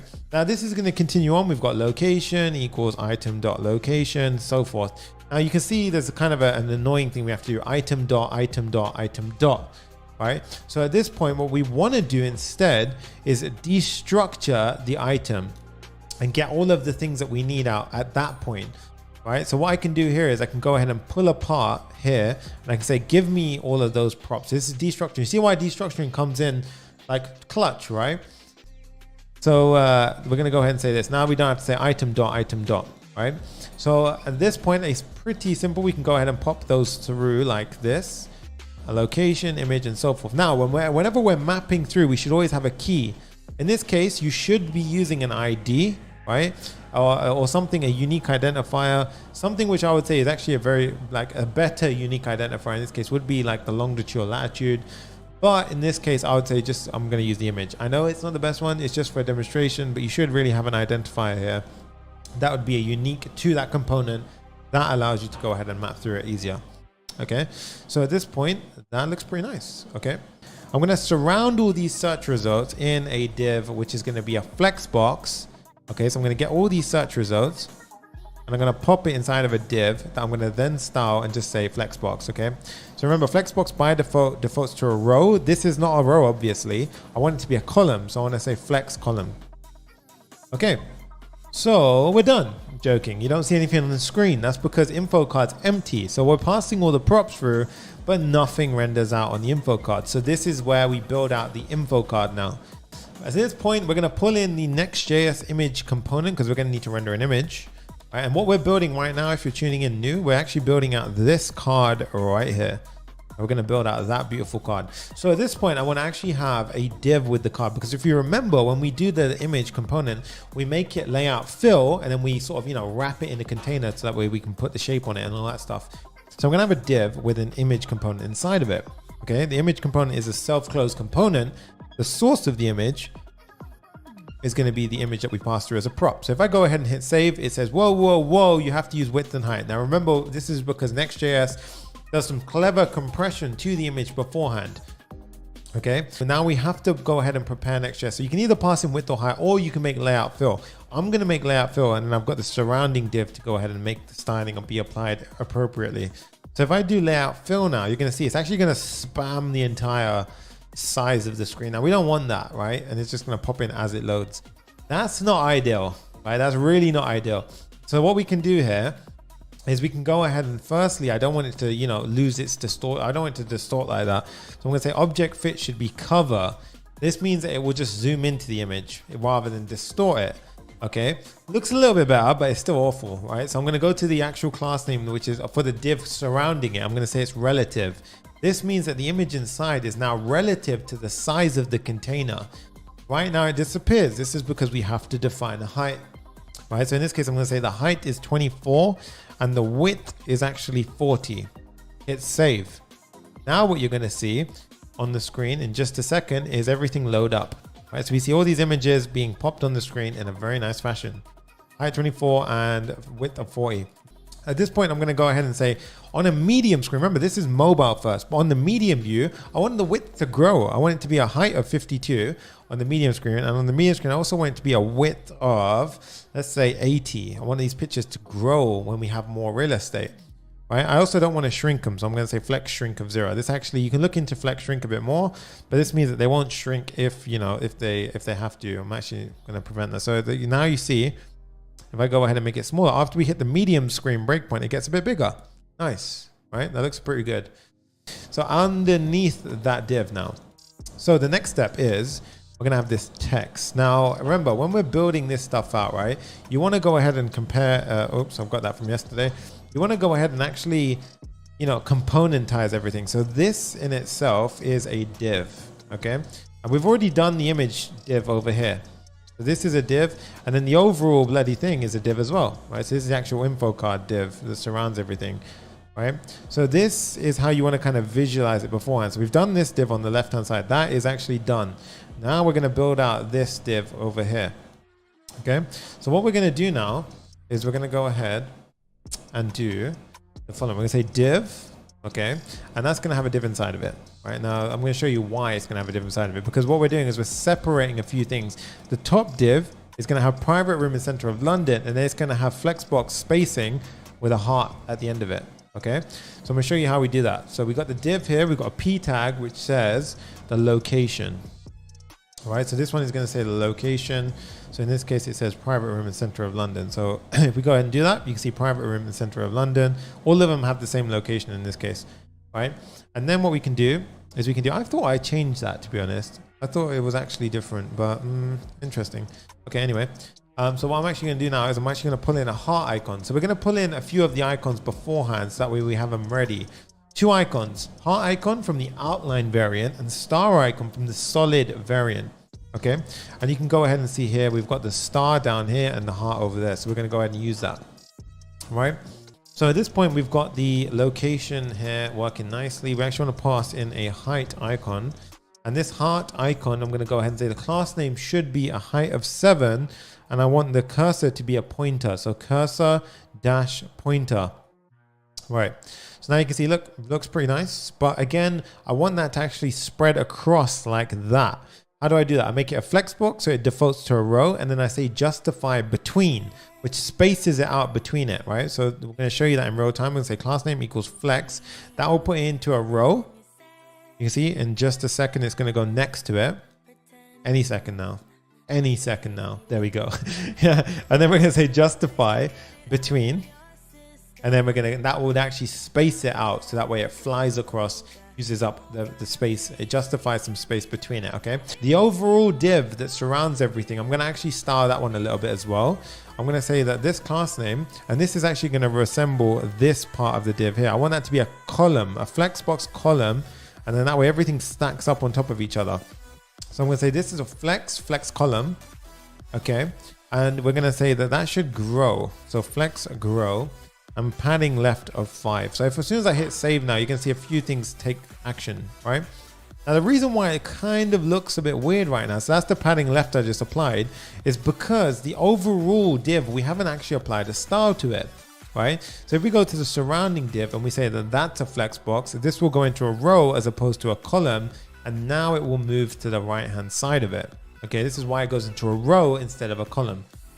Okay, so at this point we've got the few things looking pretty nice. We're gonna then have a H4 which has the title, and that's actually going to be, you know, the room that we're looking at. So in this case we go ahead and pop that in. It says independent luxury studio, stay at the spacious Edwardian house.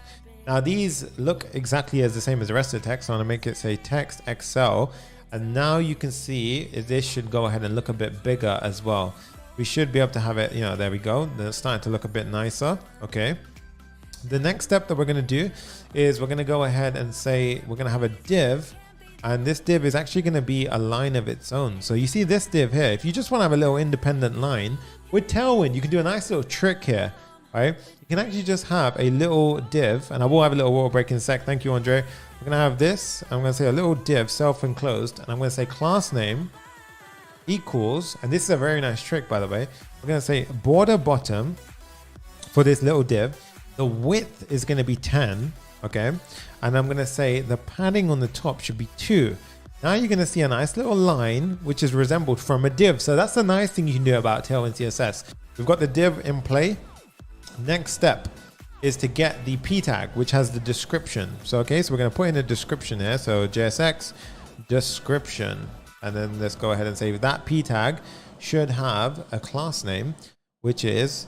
So now you can see it's a little bit squashed up right now, so I'm going to go ahead and save that afterwards, and we'll go ahead and repair it and, you know, make it responsive as it needs to be. But for now I'm going to say that that description text should be padding top of 2.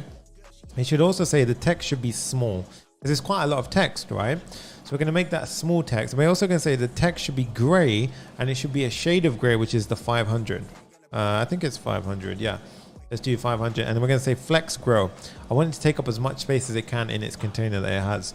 Okay, that's looking pretty good. Looks a bit more bearable. Still not that nice on a small screen. We're going to make it look a bit better.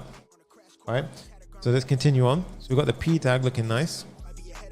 Okay, so then the next thing we're going to do is have the div. Now the next div is going to be responsible for this. We've got the star on the left, and then we've got another div over here which has £30 a night, 117 total. So you can think of everything in terms of boxes, right? We've got a box around here, a left side for the div, and this one on the right. So what we're going to do now is we're going to have a div to resemble that, okay? And on this one, we're going to have a p tag for the star. So this is going to be for the little star icon over here. The star icon is going to say star icon. Here we're going to say height of 5, and the text should be red with a shade of 400. Let's hit save and see what happens. There you go, pops down to the bottom. The reason why it's at the bottom, by the way, is because the p tag above it is flex grow, and we're in a flex column structure, which means it's growing, taking up majority of the space, and that allows it to push to the bottom. That's how we managed to achieve that. Okay. Now the p tag over here, I'm going to go ahead and say I'm going to pop in a star next to it because it's actually already a p tag. Now you can see that this happens, right? So we can actually go ahead, and if we've got 2 child elements inside of a p tag, we can actually say that the p tag itself is a flex. All right, style, and we can actually center the item. So you see, is it's slightly off at the moment. We can say items center, and this actually allows it to center. So it looks pretty nice. All right, we're doing pretty nice at this point. All right, and then we've got that bit. Now we also want to have the money part. So that's going to be a div, and we're going to have 2 p tags inside of it. So p times 2. So I just typed in div with a p times 2 inside of it, and then enter, and that's Emmett for the win. The first one's going to have the price. The second one's going to have the total. Okay. Now you can see it pops in underneath. So we're going to get that to that. Now, how the hell is that going to happen? All right. Firstly, I'm going to go to the surrounding div. Okay. And in the surrounding div, I'm going to say it should be a class name where it's flex. Okay. And that means that it will now go into a row, these 2 containers, right? Just taking a second to update. Give it a second. Now you can see it goes into a row. Then what we're going to do is we're going to say that this should be justifying the space between it. So this will push the 2 elements, the star and the price, apart. Okay. So once we've done that, then you can now see that we've got the 2 items apart. And I'm also going to say items end to push it to the end in case it wasn't already, which it is, but it's just safe. And we say padding top of 5. And that would actually give it a little bit more padding so it pushes down over on this side. Okay, looking pretty nice at this point. Okay, looking pretty good at this point. Now we're going to style the price and the total. Price and total. So they look a bit weird. So we're going to go get to price first. And we're going to say the price should be text large. Okay. And then we're going to say the font should be semi-bold. And I'm also going to do padding bottom of 2. Hit save on that. Now you can see that now it looks a bit bigger for the text. But also I want to say on a large screen, I want the text to actually be 2XL because we want to use up the real estate when we can. 2XL, sorry. Okay. Now let's see, as we get onto a large screen, you see that price got a little bit bigger? That's a lot nicer, right? Awesome. Looking a lot better. Then we're going to go ahead and style the next P tag. The P tag over here. Here we're going to say the text should be right. And that means it will push it to align right. So now it's at the edge of the screen. Nice. And then here we're going to say the font should be extra light. Because we want to, you know, we have a light little kind of touch on that, right? So now you can see extra light. Little details, guys. Little details. Looks so clean. Okay. Everything looks crammed as hell. It doesn't look good in mobile view yet. We still need to fix all that. But all the information is on the screen. Okay. And we also want the hover effects. How do I get these hover effects? Yeah. So let's go up to the surrounding div now for the info card. Okay. The surrounding div info card. Now I'm going to do padding Y of 7. Hit save. Padding X of 2 to go ahead and add some additional padding from the sides. As soon as I do that, you're going to see that we have a little bit more spacing now, which already looks a hell of a lot better. I'm going to add a border bottom to each info card, right? And I'm going to hit save every time I do it, so that way you guys can see it pop in. I'm going to do cursor pointer. And now you can see we've got the border bottom. Cursor pointer will allow us to have the cursor pointer kick in. And already looking a hell of a lot better. Okay. So what I'm also going to do now is when I'm going to say hover, opacity should, so when I hover, the opacity of the container should become 80%. Okay. Now when you see that, look, that gives you a very nice kind of, you see that, look, very subtle but nice effect on the screen. The next thing I'm going to do is I'm going to say when we hover, there should be a shadow LG, right? So shadow LG. One second, where have I gone? Shadow, yep, shadow LG, right? At this point, shadow LG. So if I go here, there you go. Look at that, shadow large. And that, you see the little subtle details. You can add additional padding on the right as well. That looks a bit close, to be honest. So you could add in, like, if you wanted to, you could do padding right of, like, you know, 4, and that would pad you a little bit more. And that looks a bit cleaner, right? So that looks already a hell of a lot better, guys. All right, with just some padding, some shadow when we hover and so forth. Now, again, we don't want it to just snap, right? We want this kind of, you know, graceful, elegant transition. So what we can do now is I can go over here and I can actually say transition, and I can say duration 200, right? Duration 200 and ease out. And then I can say, okay, that looks pretty good. Now, what if only for the first child in the list, I want to give a border top. So, you know, in this case, only the first one, I want to give a border top. I don't want it for the rest of them. I just want the first one to have it. You've got a very handy modifier here called first. So this will target the first child in a list of elements. And we can go ahead and say for the first one, I'm going to give it a border top. Okay, and then now you'll see it doesn't add it to everyone. It only adds it to the first child. To prove that that actually works, I can say first. Oh, what have I done? First, BG. Oh, God damn it. First, BG red 500, just to show you that that's going to work only for the first one. Right? So you see, it actually works in a very nice way. So in this case, we're going to apply the border top. Nice. Right? It looks really, really cool. There you go. It actually did apply opacity to the text. It's just very subtle. You look at that, it's actually applying opacity there, right? So it does apply it to everything. But we have one slight change. Now, you're probably wondering, where the hell is the change? It's actually when we go ahead and click a new screen, we want it to go ahead and have the loading indicator. So in this case, you can't see it here, but let's go to the actual final build and let's go ahead and click search. And we haven't actually got it here, but I want to have a nice little loading indicator at the top. So you see that little red bar that flew across? Now I want to have that. So we've only got the loading indicator to go ahead and pop in, actually tell the user that something is loading, right? So how the hell do we do that? Okay. Oh, we're missing the border radius. Good shout. Good shout. Someone called me out on what I need to be called out, right? So we go to the div with the image container, and let's go to the actual image itself. Go ahead and add in a class name. Thank you so much for doing that, by the way. Let's say rounded 2XL. And then let's go ahead and pop that in, and that is the icing on the cake, right? Now give it a second. Boom, it pops in. Look at that. Very nice. Very, very nice. Right? Look at that, guys. Oh, looks slick. Okay, looks very nice. And remember, it has those responsive kind of, you know, buttons. Oh. Let's go ahead and add in the loading indicator. So to add in the loading indicator, all we need to do now is let's go over to app.js. That's because the loading indicator is going to actually, you know, take effect across the entire application. The loading indicator is essentially when the user transitions to another page, rather than them kind of seeing nothing happen on the page, I want a little red bar to go across that will actually go ahead and, you know, update depending on the router's state. So when it changes, it will go ahead and update the sort of, you know, it will show that loading indicator fly across. So let's go ahead and implement that. So at this point, what we can do is we can go ahead and check out something called, and it's actually from a very nice library from this dude over here. So it's bad wrap bar of progress. This one right here. Okay, so there's a lot of examples as well, but this is the npm library that we're going to be using, and in this case you can see it's a pretty nice little, you know, dependency that we're actually going to pop in. Okay, so what we're going to do, guys, is we're going to go ahead and actually pop this in. Now there are many libraries to do this, right? This is just one way of doing it, right? So I'm going to go back. I'm going to go ahead and pop in my ZSH on my ZSH, and we're going to go ahead and install it. So npm I bad wrap bar of progress. Okay. Let's go back to our homepage, you know, to just, you know, get everything looking a bit sleek. Go back to our node, okay, and Command J to hide the terminal. We've already got it installed. So I'm going to import that from that library. So import the progress bar from that, okay. At this point, what we can do is we're going to go ahead and actually build out a progress bar. So the way we do it is we say const progress equals new progress bar. And this is from the library documentation. This takes an argument, which is the options, as you can see here. This is an actual object. So in this case, we're going to give it a size of 4, and you can increment that number to make the bar thicker.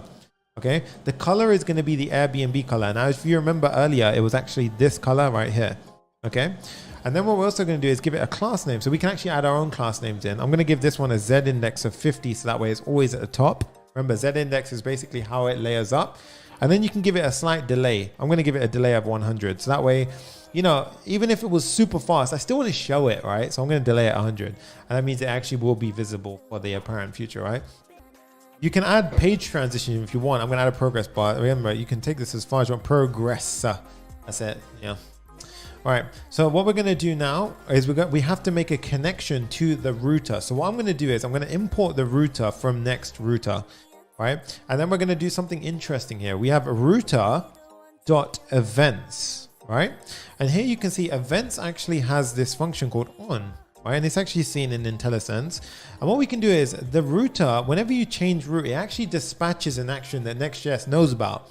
So what we can do is we can tap into it. The first one that we want to tap into is we want to say route change start. And this is basically when you initially, you know, push the user to a new page, this is what Next.js knows that has fired off. So what I'm going to do is when that happens, I'm going to go ahead and say the progress bar should start, right? And what this does is it means that the progress bar will start loading at the point that the route just started to change, right? So this is how we do it. Router.events on route start change. So when the route starts to change, I'm going to go ahead and start the progress bar. Okay, cool. And we're going to go ahead and say router.events on, and the next one is going to say route change complete. Okay, so we're also going to say when the route change completes, you guessed it, it's going to say something like progress finish. All right, and that means that that's the indication for the finish point. Okay, and the delay is basically the delay between start and finish. Okay, hey, that's nice. Right, so then we're also going to do it for the route change complete, and we're also going to say for if there was an error for whatever reason, it's going to indicate that the progress bar should finish. Okay, so this is pretty sick. Let's go ahead and hit save. Okay, now how do we go ahead and actually see this working? Well, believe it or not, we've actually gone ahead and implemented it. So let's actually see if it works off the bat right there. Right, I'm going to go ahead and type in London. I'm We're gonna go ahead and do, some dates, and let's go ahead and do this. And let's just see. So I want you guys to pay very close attention to the top of the screen, okay? As soon as I hit search, it will go ahead and trigger a route change start event on Next.js router. That means we should start the progress bar. When it finishes the page transition, it should say finish, which means that the progress bar will finish off. Let's click search. Boom! Look at that, guys. As it's loading, look, as it's loading in pictures, it's literally showing us. Wow, that is incredible. That is absolutely incredible. It's working. Now it is getting a bit stuck there. Wondering why that is. Let's actually have a look at what's happening there. I'm going to go ahead and just double check. Maybe perhaps we've done something slightly different, but that's a strange one. Let's go ahead and try Airbnb. And let's go ahead and check it out now. We've got this slight little kind of weird behavior going on. I'm going to go ahead and dive into that a little bit more right now. I'm just going to check if I've got, some weird delay happening. What I would recommend is do a complete refresh of your application. And let's do New York. Oops, New York. New York. 9th to 11th. Search. Okay. Okay. I just need to refresh. So I want to let you guys know something. When you use fast refresh, always give your app an actual refresh sometimes, because the fast refresh does like a kind of it's called a module like hot swap kind of a module. So wherever the code change, it tries to like be smart about it. And in this case, it doubled the progress bar. So let's give it a complete demo right now. Okay, let's go back to Airbnb. And if we change that size to like an 8, let's see if it works. Right. Let's go ahead and say London, and let's do something like this. I might actually need to refresh it, but look, the bar's bigger. Nice, right? Looks so sick. Looks like a fast refresh crashes. Yeah, so probably to be honest, you just have to refresh once properly and it fixes it. Okay, that won't happen in production. So there we go. Let's go ahead and do this. So we're going to go ahead and use something called Mapbox. Now, what is Mapbox? Well, it's maps and locations for developers, right? You can go to their website, have a little scroll around. It's used by tons of different apps and companies. So you can see here, Instacart, BMW, Strava, all of these different companies. The weather company, we all know that one, where we check the weather. But you can see here, they're responsive. They work across devices. Now you can see it's not just 2D, right? Maps, you've got nice 3D maps, everything that we could possibly need. And it's very customizable, by the way. It's all included in Mapbox. So this is where, get your focus face on. Let's continue on. So what I'm going to want you to do, go ahead and sign up, right? So you need to make an account on Mapbox. It's completely free. You just have to fill in your name, your last name, your email, if you have a company, all that good stuff. You want to go ahead and chuck that in and then sign up. Now, once you've done that, you can click go to account. You'll be taken to this page, right? So we can go ahead and actually get everything we need. Now, if you scroll down, you're going to see access tokens. And don't worry, I'm going to refresh this so you guys can't use my access token. But this is going to be very important for today. Now, what is a public token? A public token is basically so once we have an account with Mapbox, we're going to go ahead and actually use the maps over at Mapbox. But how do we tell Mapbox that we are who we logged in as? Right? How do I say I'm Sunny, the guy who just logged in 5 minutes ago, or whoever that is?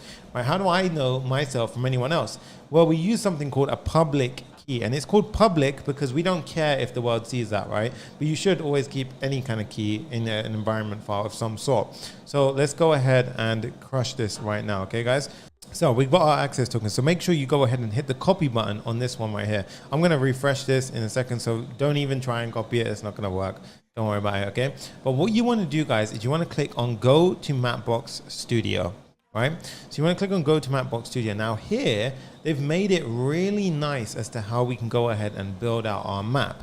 So in this case, what Mapbox Studio does is they give you styles. So we're going to go ahead and create a new style. So I'm going to click a new style. Now they give you these nice kind of variants. So if you want, a satellite street, go ahead and do a satellite. If you want a basic street, you can have a basic view. Monochrome is kind of nice as well. Navigation is always pretty slick, right? But streets, let's actually have a look at streets. And what should we do, guys? You guys pick for me. I'm going to let you guys decide. This is the one that I had before, which I'm pretty sure was the navigation look or was close to it. But go ahead and let me know, which one should I pick right now? Basic, monochrome, outdoor, navigation, satellite, or streets? Who knows, right? We can go ahead and pick basic, and we can even change it to galaxy. That's what I had before. Okay, so at this point, I'm actually going to go ahead and pick streets, right? I'm going to pick streets, and we're going to have this right now. But you know what? I can't do it to myself. I'm going to go ahead and do basic with galaxy. I like the dark theme. I'm not going to lie, guys. It looks sick. navigation it is. All right, so we're gonna click on customize now. So once you've customized it, it says welcome to the studio. Now you can click on learn more and look around, but look what's really cool here, guys. You get all of these customizable layers, colors. Maybe you could go ahead and theme it. I'm just throwing this out there. You can go ahead and theme it so that way you have the Airbnb color template, right? So that way you have all the Airbnb styling that you would need for your map to match. That would look sick. So you can go ahead and actually change all the colors over here. So where we have, motorways and trunks, we can go ahead and change that to a pink or something like that. So let's go ahead and make it like a red. Let's go ahead and do something like this. In fact, have we actually got I used the Airbnb color yesterday. So let's go ahead and find it. And then I'm going to go ahead and actually pop that in because that would look pretty cool, right? So we've got text red 400. Okay, I've got it here. Nice. So I've got the Airbnb color right here. I'm going to go ahead and grab that. I'm going to pop it in like so. Okay, now we have the Airbnb color. Now, obviously, you can make yours look a little bit better. But what we want to do now is go ahead and click on share. Right. Now, we've clicked on share, and we've got two things which are critical to what we need to do. Right? We've got the style URL, and we've also got the access token. You're going to need both of these things right here in order to get this map into your application, okay? So make sure you take your time, get this one right. I want you to style out your application, and then we're going to come back here in just a second. We're going to get this style URL and get this access token. Okay. Now what I'm going to do is I'm going to go ahead and refresh my style, refresh my token, and then come back. So that way, we don't get no annoying stuff happening in today's build. But let's go ahead and I'm going to quickly do that right now, and then I'll be right back. So I'm going to go ahead and I'm actually refreshing my token right now. So I have a shiny new token right now. This is looking pretty nice. So I got my, there we go. Shiny new token. I've copied it. I'm now going over to my Mapbox studio once again, and we are back. And I go to my navigation, and there you go. So I'm back at the screen, but I've got a new token. We click on share, and now I've got this right now. Obviously you can't see it also, it's fine. So at this point, how do I go ahead and continue on with the build? Well, we need to pull this into our app. So what I'm actually going to do in order to get this inside of our app is I'm going to create a map component. Right? So this map component is going to be the one that resembles everything inside of our app once we get it working. So it's going to be responsible for showing the map somewhere around here. Okay. So what I'm going to do is I'm going to go ahead, go into my folder structure, go to my components, and I'm going to create a map.js component. Okay. Underscore RFCE, which is our boilerplate to go ahead and get our component up and running. So you got the map here, right? Now, where are we going to put this map? Right, so where I'm actually going to put this map is over inside of the search screen. So we're going to go to our search screen, and I'm going to probably put it down here somewhere. So I want to actually put the map underneath where we have main. So we have the footer, but right before we finish the main, you see where we had everything in sections. I'm actually going to go ahead and create a new section. Okay, and this section is going to have the map component. Now, if we scroll down, you can see we get the components one where it says auto import. So I'm going to go ahead and do that one right there. Okay, and then this song gets me hyped up. All right, so now we've got the map being rendered in, and you can see up at the top we're pulling it in like so. So here we have the section with the map like here, like so, right? So this section, I'm going to go ahead and say class name equals, and what I actually want to do is I want to show this only on the large screens. Got the section class name. Now I want this to be hidden. So if we go back to the main build, you can see on smaller screens it's hidden. Now what you could do is you could actually go ahead and reposition it, but I'm going to leave that in your core, right? But what I'm doing is I'm making it hidden, except when we get onto a larger screen where I get the actual enough screen real estate that we can go ahead and do it. Okay, so in this point, I'm going to go ahead and say hidden by default. Otherwise, only when we're on an extra large screen should I go ahead and inline flex it. But what I'm actually going to do here is I'm going to actually go ahead and probably not import and not add this just yet. So we want to see it while I'm coding, and then I'll go ahead and add it in. Let's go back to our map. Now, how do I get, this nice navigation map box into my app now? Well, we're going to use a nice little helper package. Now, this helper package is called React Map-GL. Okay, so if we go over to our Safari, we're going to go ahead and pop in React Map-GL. You're going to see this React Friendly API Wrapper. And what this is somebody's gone out there and actually wrapped up, they've added a bit of code which actually gives us the nice React Map-GL component. And what we can do is we can pass in a couple of things here that will actually go ahead and allow us to pop in are, you know, the things that we have. So like the map style URL, which is the one that we just created in that style editor. And we're also going to have the access token. So we can actually go ahead and pass that in like so. So if you can see down here, it says using Mapbox tokens. So I've gone ahead and done the documentation. I've done all the hard work for this. So you can now just go ahead and follow me to save yourself a bit of time. So we're going to go ahead and import this. But before we do it, we need to install it. So copy this line right here. Go back to your code, Command J to pull up your terminal. And you're going to go ahead and do npm install -- save React Map GL. Okay. Now, while that's happening, we're going to go ahead and copy the top line over here where it says import React Map GL from React Map GL library. All right. So let's go to the top over here, paste it in, and now we have this. Okay. So what we want to do is this map, we don't actually require a div. This whole component is going to be this map. And that makes sense, right? It's called a map for a reason. We want the entire component to actually be that map. So what I'm going to do here is I'm going to go ahead and say, okay, let's pop in that component. Right, and this actually can have some children. Now, what would the children be? Eventually, it's going to be the actual, you know, markers inside of the map. Hence why it's a child component. So let's continue on. We've got the React Map GL. So this actually takes a bunch of attributes. Now, what do we pass in here? Right, so I mentioned before we need to pass in the style URL, but we also need to pass in the access token. Okay, so the first step is I'm going to go ahead and actually pass in the map style. And you see here, as soon as I type in map, we get a bunch of drop downs, right? So the one I'm looking for is Mapbox API URL, right? Actually, not this one, sorry, Mapbox style right now. And what we're going to do here is we're going to go ahead and type in equals, and I'm going to pop in the following right here, style URL. I'm going to copy this, I'm going to paste it, right? So we have this is our style URL. Now, what does that mean? This is essentially going ahead and popping it, it's grabbing this Mapbox style that we've created in the Mapbox editor, and now it connects it to our component, right? So this means that our component will know that's the style that we want. So all of these nice little colors that we've added, you should be able to go ahead and pull them through. The next thing is the Mapbox access token. So whenever we have any token or anything like that, we should always consider putting it in something called an environment file. Right? So typically when you're coding in React, you can use something called a .env file. But when we're using Next.js, if it's a public key, right, we can actually do something a level up. We can use something called the Next.config.js, which we created earlier to go ahead and allow us to add pictures into our app. So what we're going to do here is we're going to add an environment variable. Now, what the hell is an environment variable? You might be new to coding, you may not have any idea. You might be coding for years and you still have no idea what an environment variable is. This is basically when you're in your development environment. So when we're coding at home in our computer, that's called the development environment or your local environment. But when you deploy your app to Vercel, so it's up on the internet living somewhere, that's what we refer to as a production environment. The two environments can have different keys.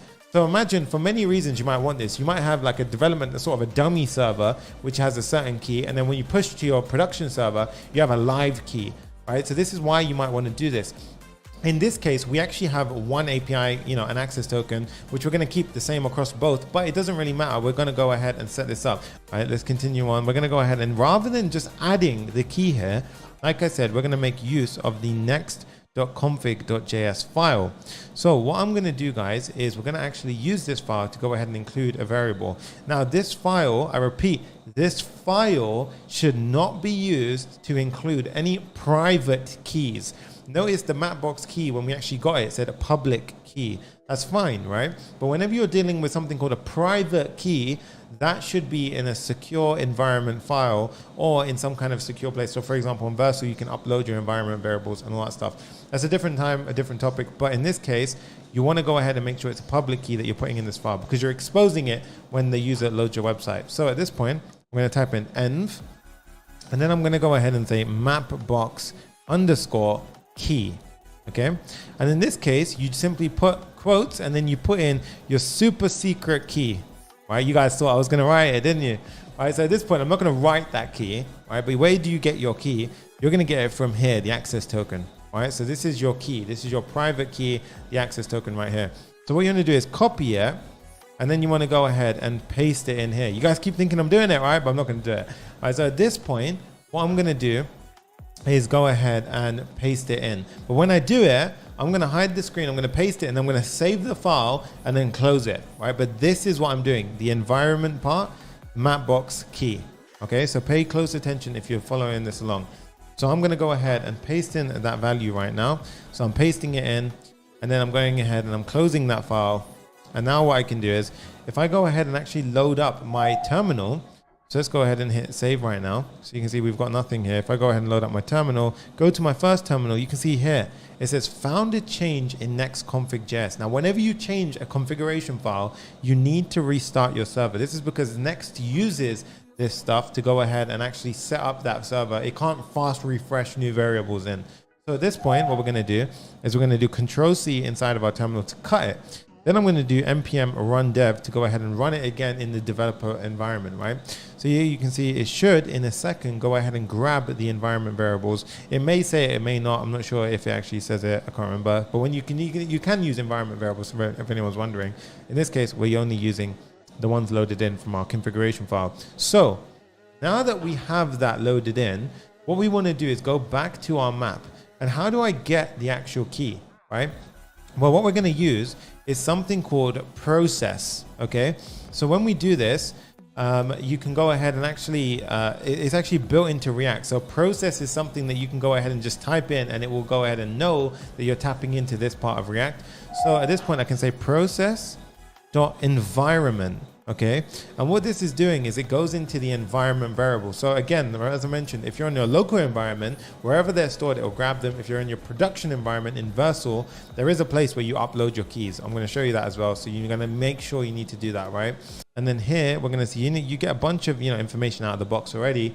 But what I'm actually going to use is something called my Mapbox key. So remember we gave it a key value before. It said env, and then we said Mapbox key. So that's how it knows. Okay. We hit save, right?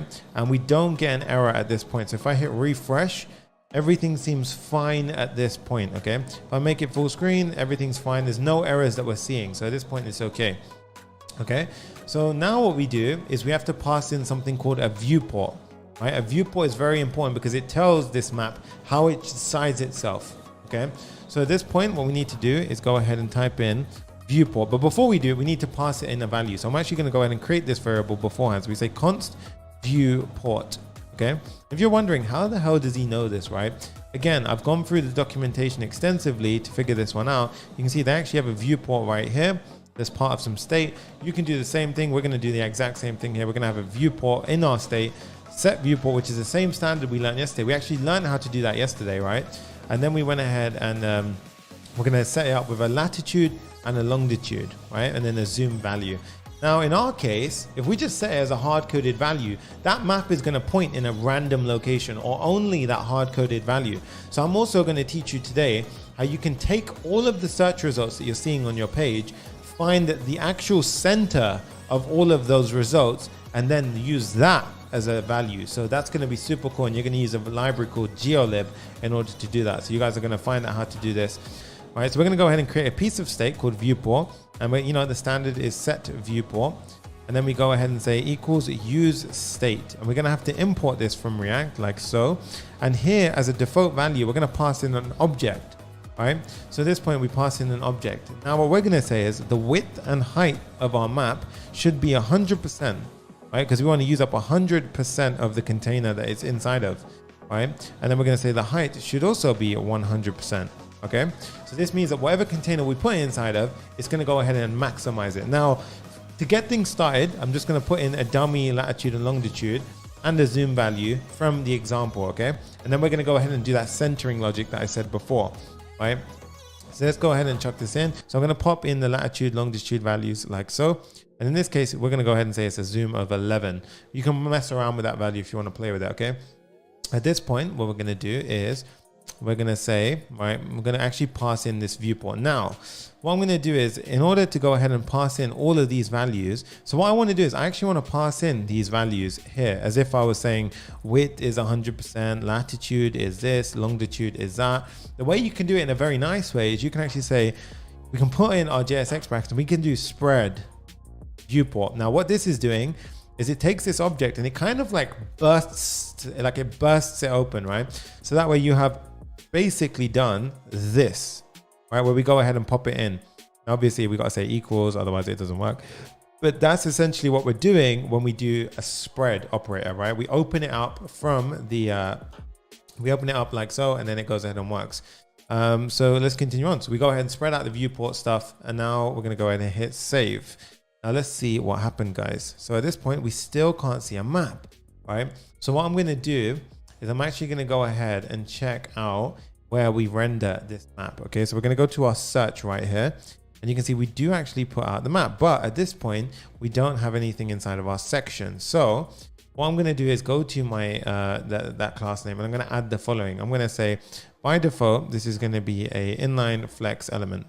Okay, so we hit save, and then let's go ahead and check it out. Still not seeing anything. Okay, interesting. And what we're going to say is on the, we're actually going to make this responsive from the get-go. I'm going to say it's hidden by default. On the extra large screen, I want to make it an inline flex element. And then I want to make the minimum width, right, on the extra large screen. So the minimum width that this is possibly allowed to be is going to be 600 pixels. Okay. Now, once I add that in, if I go back to my full screen, you can see that it gives a min width. So if I go ahead and actually get rid of all of this, you'll see that it gets applied anyway. But that looks too squashed up, right? That's why we go ahead and only apply it. You can put it on maybe that screen size if you don't mind it, but I would recommend that you go ahead and, you know, you do it in the way that I said it. So it's on the extra large screen, but already you guys can see that that is looking great, right? It's actually pulled through, looks awesome so far. And you can see we've got the little map looking really nice. Okay. So at this point, what we're going to do is we're going to go ahead and the reason being is that I can't move. Why can't I, you know, you said this was a fully responsive map, but right now I can't actually move through it. I'm clicking it, I'm grabbing it, I can't do anything. That's because we need to go ahead and set it up in the correct way. So firstly, what I'm going to do is I'm going to go ahead and add in that it's hidden by default on a mobile view. It only comes in as an inline flex element when we hit the XL breakpoint, and then it has to be a minimum width of 600 in order to show on the screen. So at this point, looks pretty nice. Okay, this is looking very, very nice, right? So it looks very good. But what we need to do now is add a special function in, which is actually called, it's called on viewport change, right? So when I scroll up right now, what's actually happening is if we go back to our map, Command J to hide the terminal, the latitude and longitude are constantly set, which means that even if I scroll around, it's just not going to work, right? So I'm going to go ahead and actually say here on viewport change. So on viewport change, so you see we get two different ones. I'm going to do on viewport change. This gives me, so every time we move through it, it actually gives us, so it's actually an arrow function here, which has a bunch of stuff. And then this actually gives me each time the next viewport. So imagine as you're scrolling, every time you kind of scroll, it fires off an event, and that event is contained inside of something called Next Viewport. We use that event to go ahead and update the UI. Okay, so what I'm going to do is I'm going to go ahead and say set the viewport, right, to the next viewport.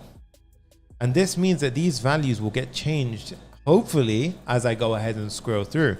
So if I go ahead and hit save now, and I go ahead and refresh, now, aha, now I can move. Nice. And I can even zoom in, I can zoom out. All right, whoa, we're going really far then. Right, but we can even zoom out, and look, we can go down to, let's go over to the UK, and you guys can scroll in and go wherever you guys want to go to, right? So already we have these gorgeous looking maps available. But if I refresh, once again, it's going to take me to that hard-coded default value, which was in fact this one right here. So what we want to do, right, is actually go ahead and actually, you know, like I said before, we've got a bunch of search results that came back. So this is actually these search results over here, right? Each one came back with a latitude and longitude, right? If you didn't remember that, I'll prove it to you guys. I'll show you. We go to search, we go to our get server-side props where we did the server-side render. I can click on this link to go ahead and make a get request to the endpoint. And you can see this is the objects that got returned back. So this is an array of objects, right? And if I go ahead and show you guys in a bigger view, now you can see that we've got an array of objects. Inside of it, we had a longitude and latitude of each location. This is how we're going to achieve the markers, which go ahead and actually get pinpointed on the screen. But before we do that, I need to position the map and zoom it in to a point where it will literally contain all the marker elements. The way that we do that is we use a special library called geolib. Okay, so we're going to go ahead and use a library called geolib. So at this point, what I'm going to do is I'm going to go ahead and go back to my map. And then I'm going to go ahead and install a library that we're going to need. So this library is actually called geolib, right? And you can see it's an npm package, and you can see here you've got zero dependency library, blah blah blah. In this case, you're looking for the one with a high number of stars. That's always kind of, you know, your sanity check to make sure it's a decent library. So we're going to go ahead and install this right now. So I'm going to go ahead and say npm install, right? npm install geolib. And this is going to go ahead and pop in the dependency right now. But we went ahead and installed geolib. And now what we're going to do is we're only going to need a portion of it. So in this case, you see it's got a bunch of different, very handy libraries. I need something called get center. So they have actually quite extensive documentation here, right? What I'm looking for here is actually something called get center. Now, here's the one I'm looking for. Get center, you provide a bunch of coordinates, okay? And in this case, you can see the coordinates are of a certain shape. Now, pay attention here, okay? Now, this is where we're going to learn about transformation. So if we have an object of a certain shape, in an example, what I can do is if I show you guys the object that we actually just got back from JSON, the JSON file that we load up, this has a bunch of additional information inside of it, okay? But the library requires that the object only have longitude and latitude. And even then, the keys were actually longitude and latitude. They weren't long and lat for short. So what we have to do is we have to take this object and transform it into this object, right, with different keys, but it has to have the exact same values, but we have to strip it apart and make it. And plus, not only that, we're dealing with a list. So how the hell is he going to figure that one out, right? I'm going to show you guys how to do a transformation of an array of objects. So that way we can, you know, pass in an array of objects which looks like it one way, and then we can go ahead and change it around and shape it away to the way that we need it. So it's going to be pretty cool actually, right? So let's go ahead and do this right now. So, and Prashun's right. If you're gonna go ahead and know how to, you know, create an API with Next.js, go ahead and check out the Amazon clone that I built. Right, so I've got you covered on all fronts, guys. So what we're gonna do actually first is go ahead and import get center from our library. Command J to hide the terminal, pop it in like so, get center, okay? And then what we're gonna do is we're gonna go ahead and actually calculate the coordinates. Now we do actually get all of how can I get these this object into my map component? Firstly, right, I go to my search, and remember yesterday the page did something called server-side rendering. So whenever the user goes to the search page, it fetches all this information from that middle server which we introduced when we use Next.js, and then it renders out the page to the client or the browser, right? What we're going to do is we're going to take that information, so those search results, the ones that we see loaded on the screen, and we're simply going to pass them through. So these search results right here, which came through as a prop, we're going to pass these through down into the map, okay? I'm going to say map search results equals search results. So I'm actually passing them through. Now, you know, you can argue in many ways here. You can actually, I would say, because you're only passing down one level of props, completely fine to do that. The minute you find yourself passing down 2 levels, 3 levels, 4 levels, you're doing something called prop drilling. Do not do prop drilling, okay? Like, do not, it's a bad practice. When you start finding that starts to happen, you need to start looking at the approach which is called the state management. So that's when you introduce something like Redux or something like Recoil or, you know, the context API. That's when that comes in clutch, but we're not going to be doing that today. So in this case, search results over here. So I'm going to go ahead and click this over here. Okay, so map, nice, right? And then what we do is we get the props through here. So we can destructure the props to get the search results, okay? So these search results right here, we can go ahead and, you know, this will include all the information, but it will look like this again, right? So what I need to do is, oops, I've actually loaded up a picture. What we need to do is actually transform the search results, right, object into the object that we require, which is this, right? I'm going to say into the latitude longitude object. So that I'm just putting it there for reference.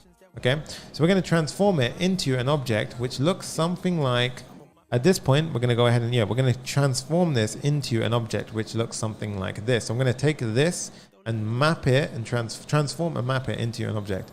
So what I can do here is I can go ahead and get the coordinates. Right, so I'm going to create a variable called the coordinates. Now what I'm going to do is I'm going to get the search results, okay, and I'm going to do something called a map. Right, now this is the part where I need you to pay attention. Right, this is a learning point here. I need you to pay attention. So a map can go ahead and loop through a list of objects or whatever is inside of an array, right?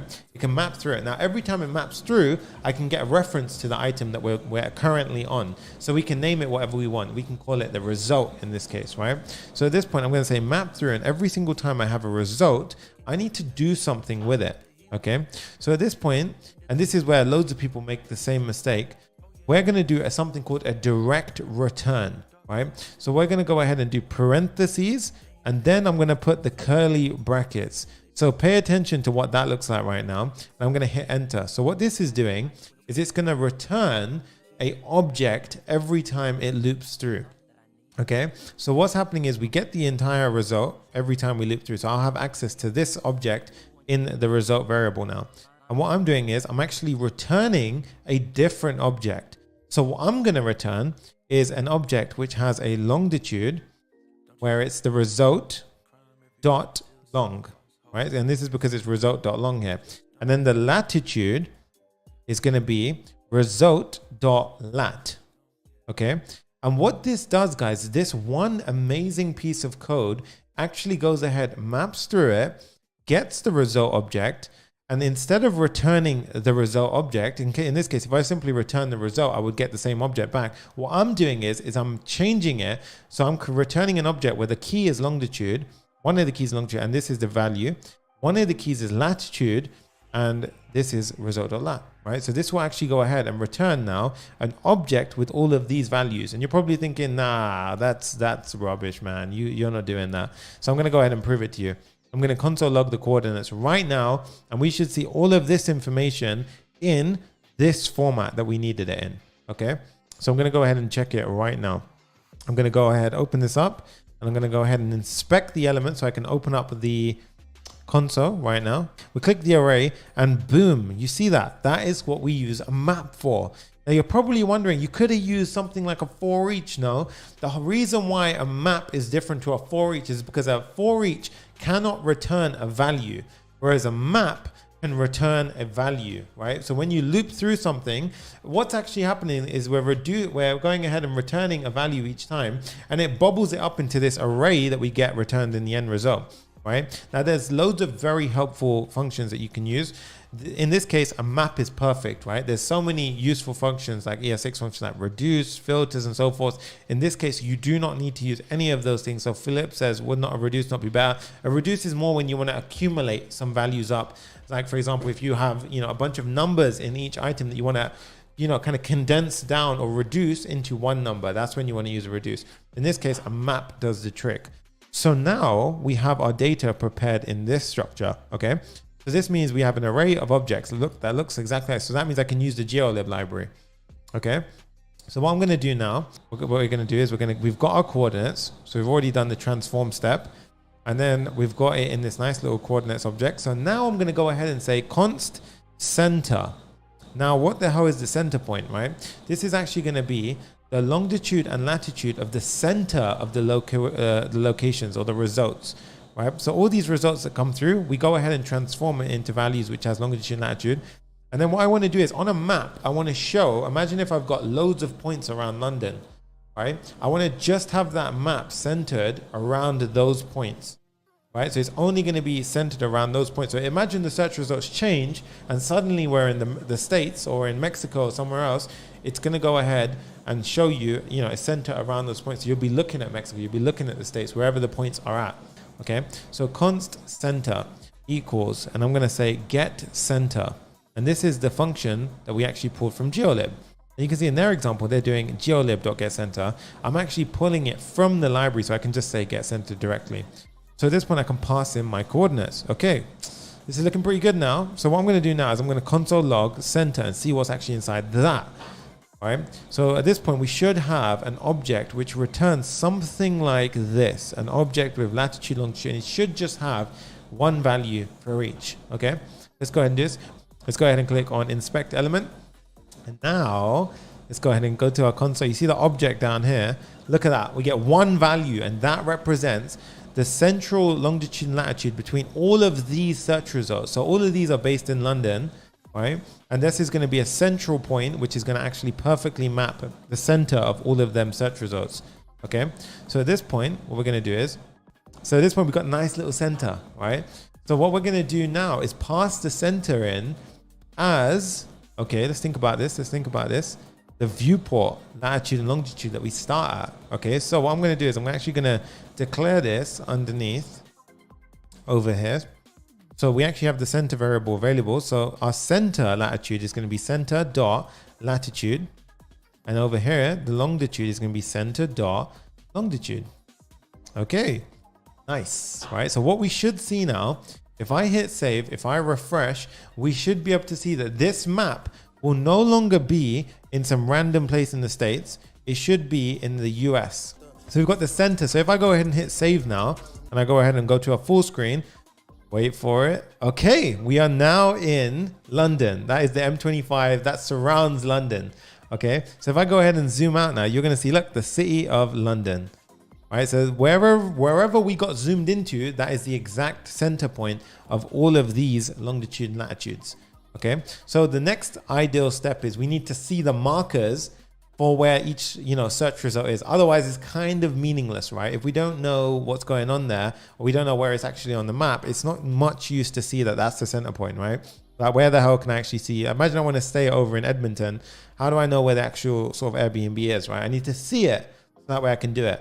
Right, so what we're going to now build is we're going to upgrade this so that it can do the following. So that way we can actually have the different locations popping up like this. And we can actually go ahead and click it. So we can see this one is spacious, peaceful, modern room. This is the 5-star luxury apartment.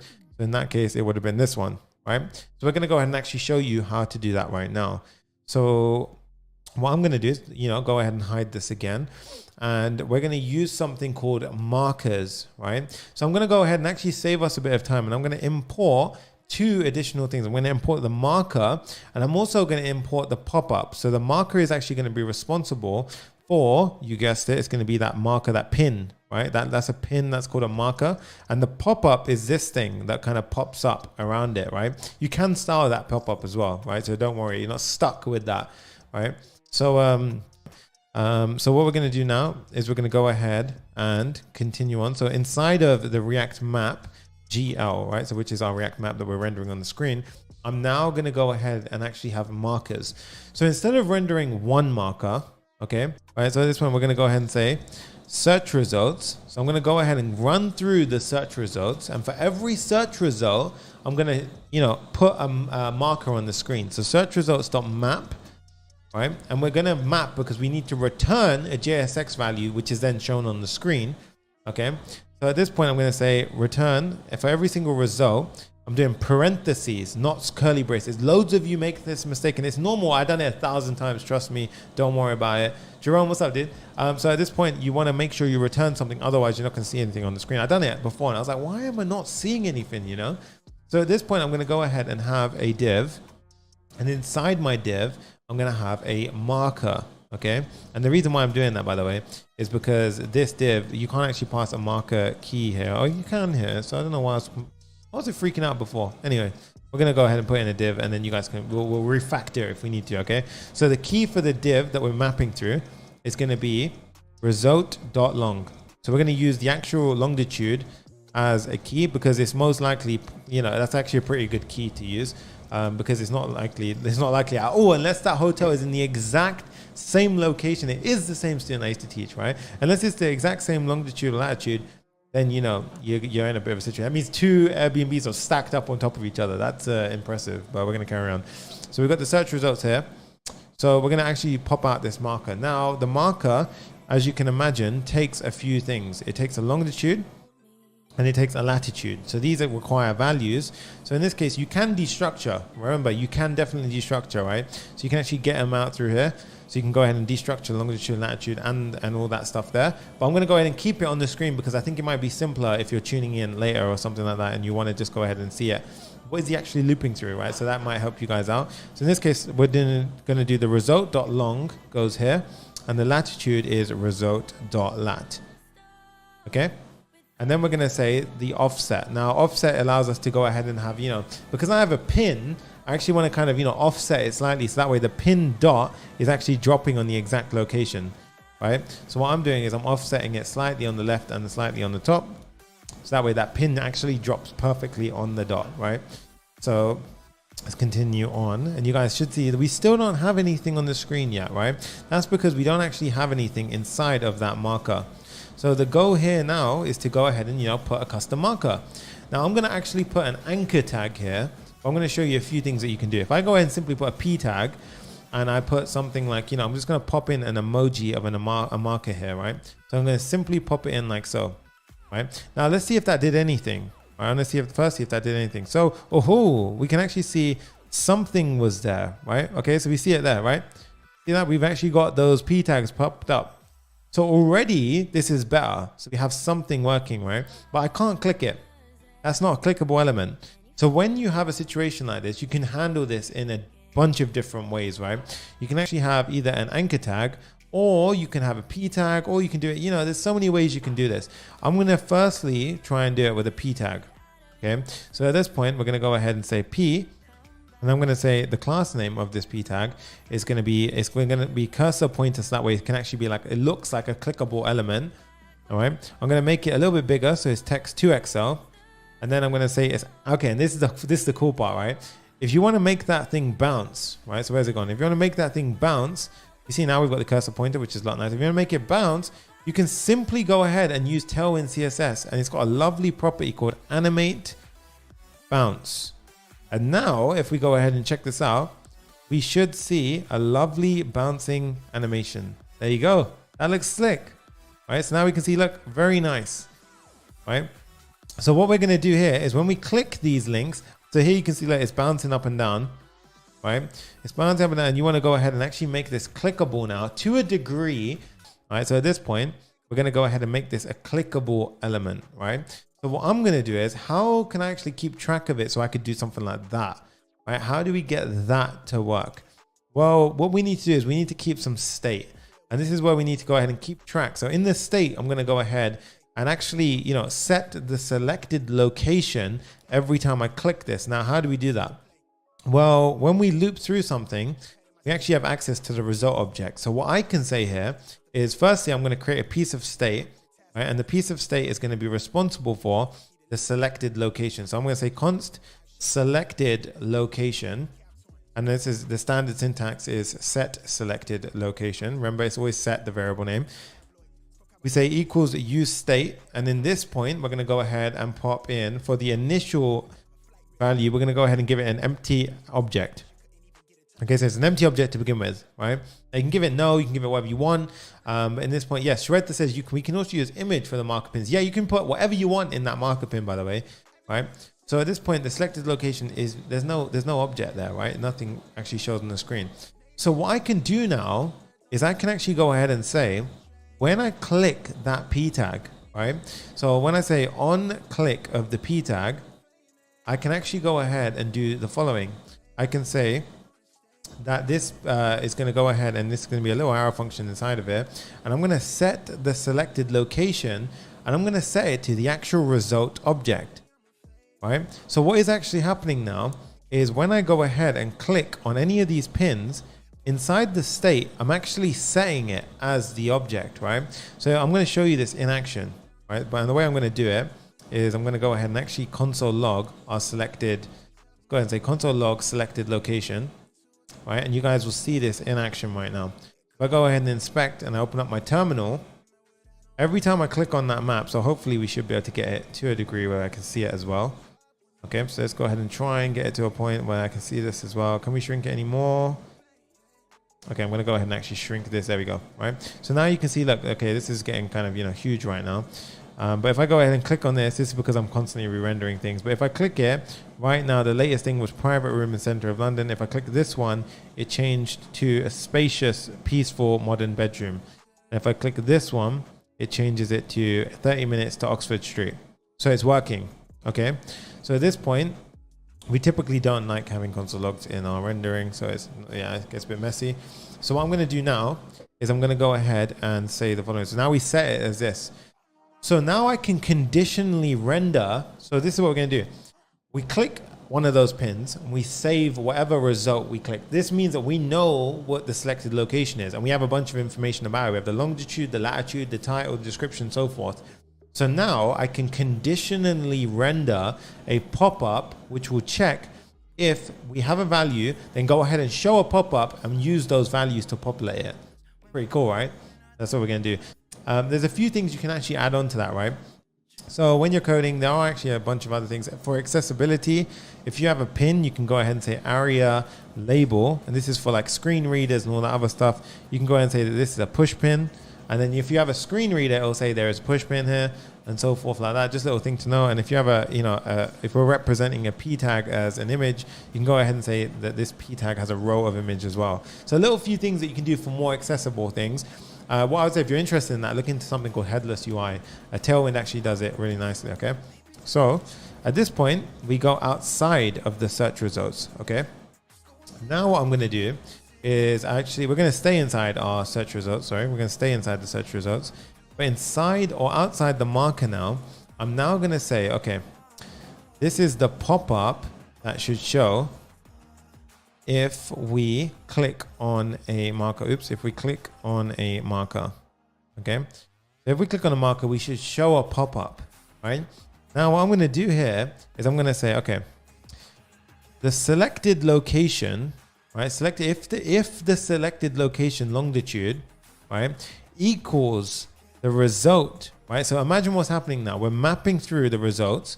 If the selected location matches the result, so whatever we're mapping through, that longitude, right? So if it matches, then I want to go ahead and render. So we can say then, this is a ternary operator.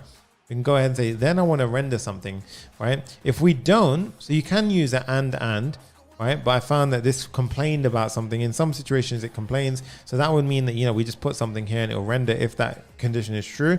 In some cases, you might have to do render this if true, otherwise render false. Okay, so there are times where you may want to do that, right? We can render false otherwise. Okay, now at this point, I'm going to say, okay, let's just quickly do something in the sense of like, let's have a pop-up here, right? So we're going to have a pop-up, and this pop-up is simply going to have the result.title, which is going to be responsible for this, stay at the Edwardian house and so forth. Now, this pop-up can have a few other things, and I'm going to, and then to make it very simple just to begin with, I'm going to say close on click, yes. So close on click, true. But whenever they click it as well, I also want to reset my state. Okay. So I'm going to say on close equals, I'm going to go ahead and have arrow function, say set selected location. I'm going to change it back to an empty object. Okay. And the latitude and longitude of the pop-up that should show on the screen is going to be the one of the result. Okay, so we're going to say result, or you can use selected location, it's up to you. To be honest, they're going to match, so it'll be the same thing. So in this case, we can say result.lat, and we can say longitude is going to be, longitude, maybe I'm pronouncing it longitude, result.long. Okay, hit save. And now let's go ahead and check out what happens. If I go to a full screen and I go ahead and zoom out, oh, look at that, right? And if I click close, boom, it goes ahead and gets rid of it.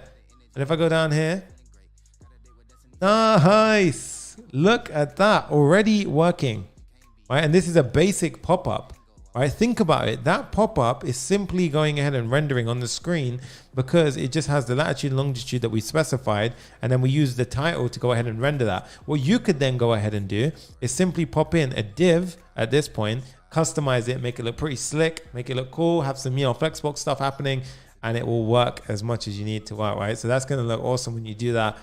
So that is honestly the map functionality. We have the pin functionality and we have the pop-up functionality all working. So the next step now is to go ahead and deploy this bad boy, right? So we're going to go ahead and put this on the internet so that way it works. And again, remember, once we go ahead and deploy this, now we have something called an environment variable.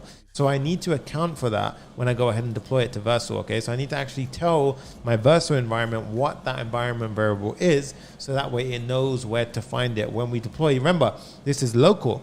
When we push to our deployment, right, it's gonna be a different environment. So I'm gonna have to go ahead and change that one as well. All right, so at this point, we're gonna go ahead and deploy this thing to get this up and going. So let's go ahead and actually deploy this app. So I'm gonna go ahead and do Command J. Go to my, there we go, we've got it here. I'm gonna go ahead and say git add all, right? And now I'm gonna go ahead and say git status, nice. And I'm gonna go ahead and say git commit -m. And then we're gonna go ahead and say day 4 build, right? And then we're going to go ahead and hit enter on this thing. And now I'm going to say get push. Now, before I do that, I'm going to show you guys. So if you go over to your Vercel area, so where's mine? Over here, right? This is the Vercel deployment. So we had, where was it gone? Day 2 build, right? So I'm going to go ahead and push, get push. And this will go ahead and push it to my GitHub repo, which will then go ahead and trigger a deployment. Okay. So let's continue on. So let's go ahead and go to the overview here and wait for it. Go ahead and go to my builds. And we've got here just now day 4 build. This is the one that I just went ahead and pushed. You can see it went ahead and picked up that build. We're going to go ahead and deploy it. And there you go. It started to build it. Nice. Right. And now I think we've actually committed the next config file, which is okay because it's a public key. But if you did want to go ahead and add an additional environment variable, here is where you would do it. Okay, so I'm going to show you guys actually, so that way you can do it if you want to. You're going to click on environment variables. For some reason, mine's not actually clicking, so that's a bit annoying. There we go. So it's loading right now. Give it a second. Maybe Safari doesn't play well with Vercel. Oof, it's starting a fight right here. Right. So at this point, it's loading. Anyway, let it deploy and we'll see what happens. Right. But what you would do is you would click in environment variables. You would have a key, and you would then put the Mapbox key value there, as in the actual. You're literally going to put Mapbox key, and then as a value, you're going to pop in the one that you got as a access token from Mapbox. Okay. And then what that's going to do, guys, is trigger a build. So you're going to see this ready. Then you're going to go ahead and click into this to see what's going on here, and go down here, and everything looks good. It says deploying build outputs. Nice. Okay. Wait for this. Build completed. Populating build cache. All the sort of, complicated sounding stuff that no one understands, but it's happening here. Let's go ahead and let it do its thing. And I'm going to go ahead and actually go into my YouTube build while that's happening. And I'm going to go to settings. And I'm going to go to my environment. Let's see if it loads now. I don't know why that's not loading right now. If it doesn't, I could load up my Chrome, but I don't want to risk loading Chrome right now. Okay, but I'm going to explain it to you guys. Simply go there, environment variables, change the key to Mapbox. Key, and then you have the value, you just paste it in there, and then literally you hit OK. You trigger a redeployment by going into deployments, hitting this 3 button here, and you say redeploy once you change the variables, and it will literally do its thing. Okay, I'm going to show you. Nice. Now let's go ahead and check it out, see if it worked. If it didn't, I'm going to go ahead and change it. All right, let's go ahead and say London 9th to 20th. Go ahead and do this, hit search, and let's see if that key came through. And boom, the key is there, guys. It's because it's the complete height. That's why we had to zoom down. Look at that, guys. Absolutely amazing stuff. We have it working. We have a nice, beautiful map happening right here. Our jumping animations right now provided by, that Tailwind CSS power. That is sick. That is absolutely crazy. With that said, this is the actual finale for the Airbnb build, right? That's actually going to wrap up the build itself. So I'm going to give a quick run through of the entire build. We built an entire front end page, right? So we had the front page. Then we had, we learned about state. So we learned about props in day 1 when we had all of this stuff happening. We had reusable components where we passed through props and all that good stuff. And then here we go ahead and, we start typing in. We learned about state. We go ahead and pop in some values. We then learned about server-side rendering. So not only did we do static site already on this one, we'd had some, server-side rendering before. Now we click search. Server-side renders the results, loads it up inside of Mapbox at the same time, pops it onto the screen, and boom, it works the way we need it to work. And it looks perfect. There we have it, guys, the Airbnb 2.0 clone. If you enjoyed this, make sure you smash and destroy that like button, subscribe as always. You now have a beautiful addition to go ahead and put on your portfolio and demonstrate that you can use capabilities of Next.js such as server-side rendering to improve SEO performance and your users' overall experience. You've actually built a beautiful website using Tailwind CSS, and you've learned how to implement popular features such as maps and date and calendar pickers. So once you've reached this point, I'd highly recommend you add more features to the build and add it to your portfolio, so that way you can escape that tutorial hell feeling and let your employers know that you followed a tutorial, but then you added even more and added your own little finishing touch. this is always a nice way to go ahead and showcase your skills throughout your portfolio. As always, guys, this is your boy Sunny. I will see you in the next video. Peace.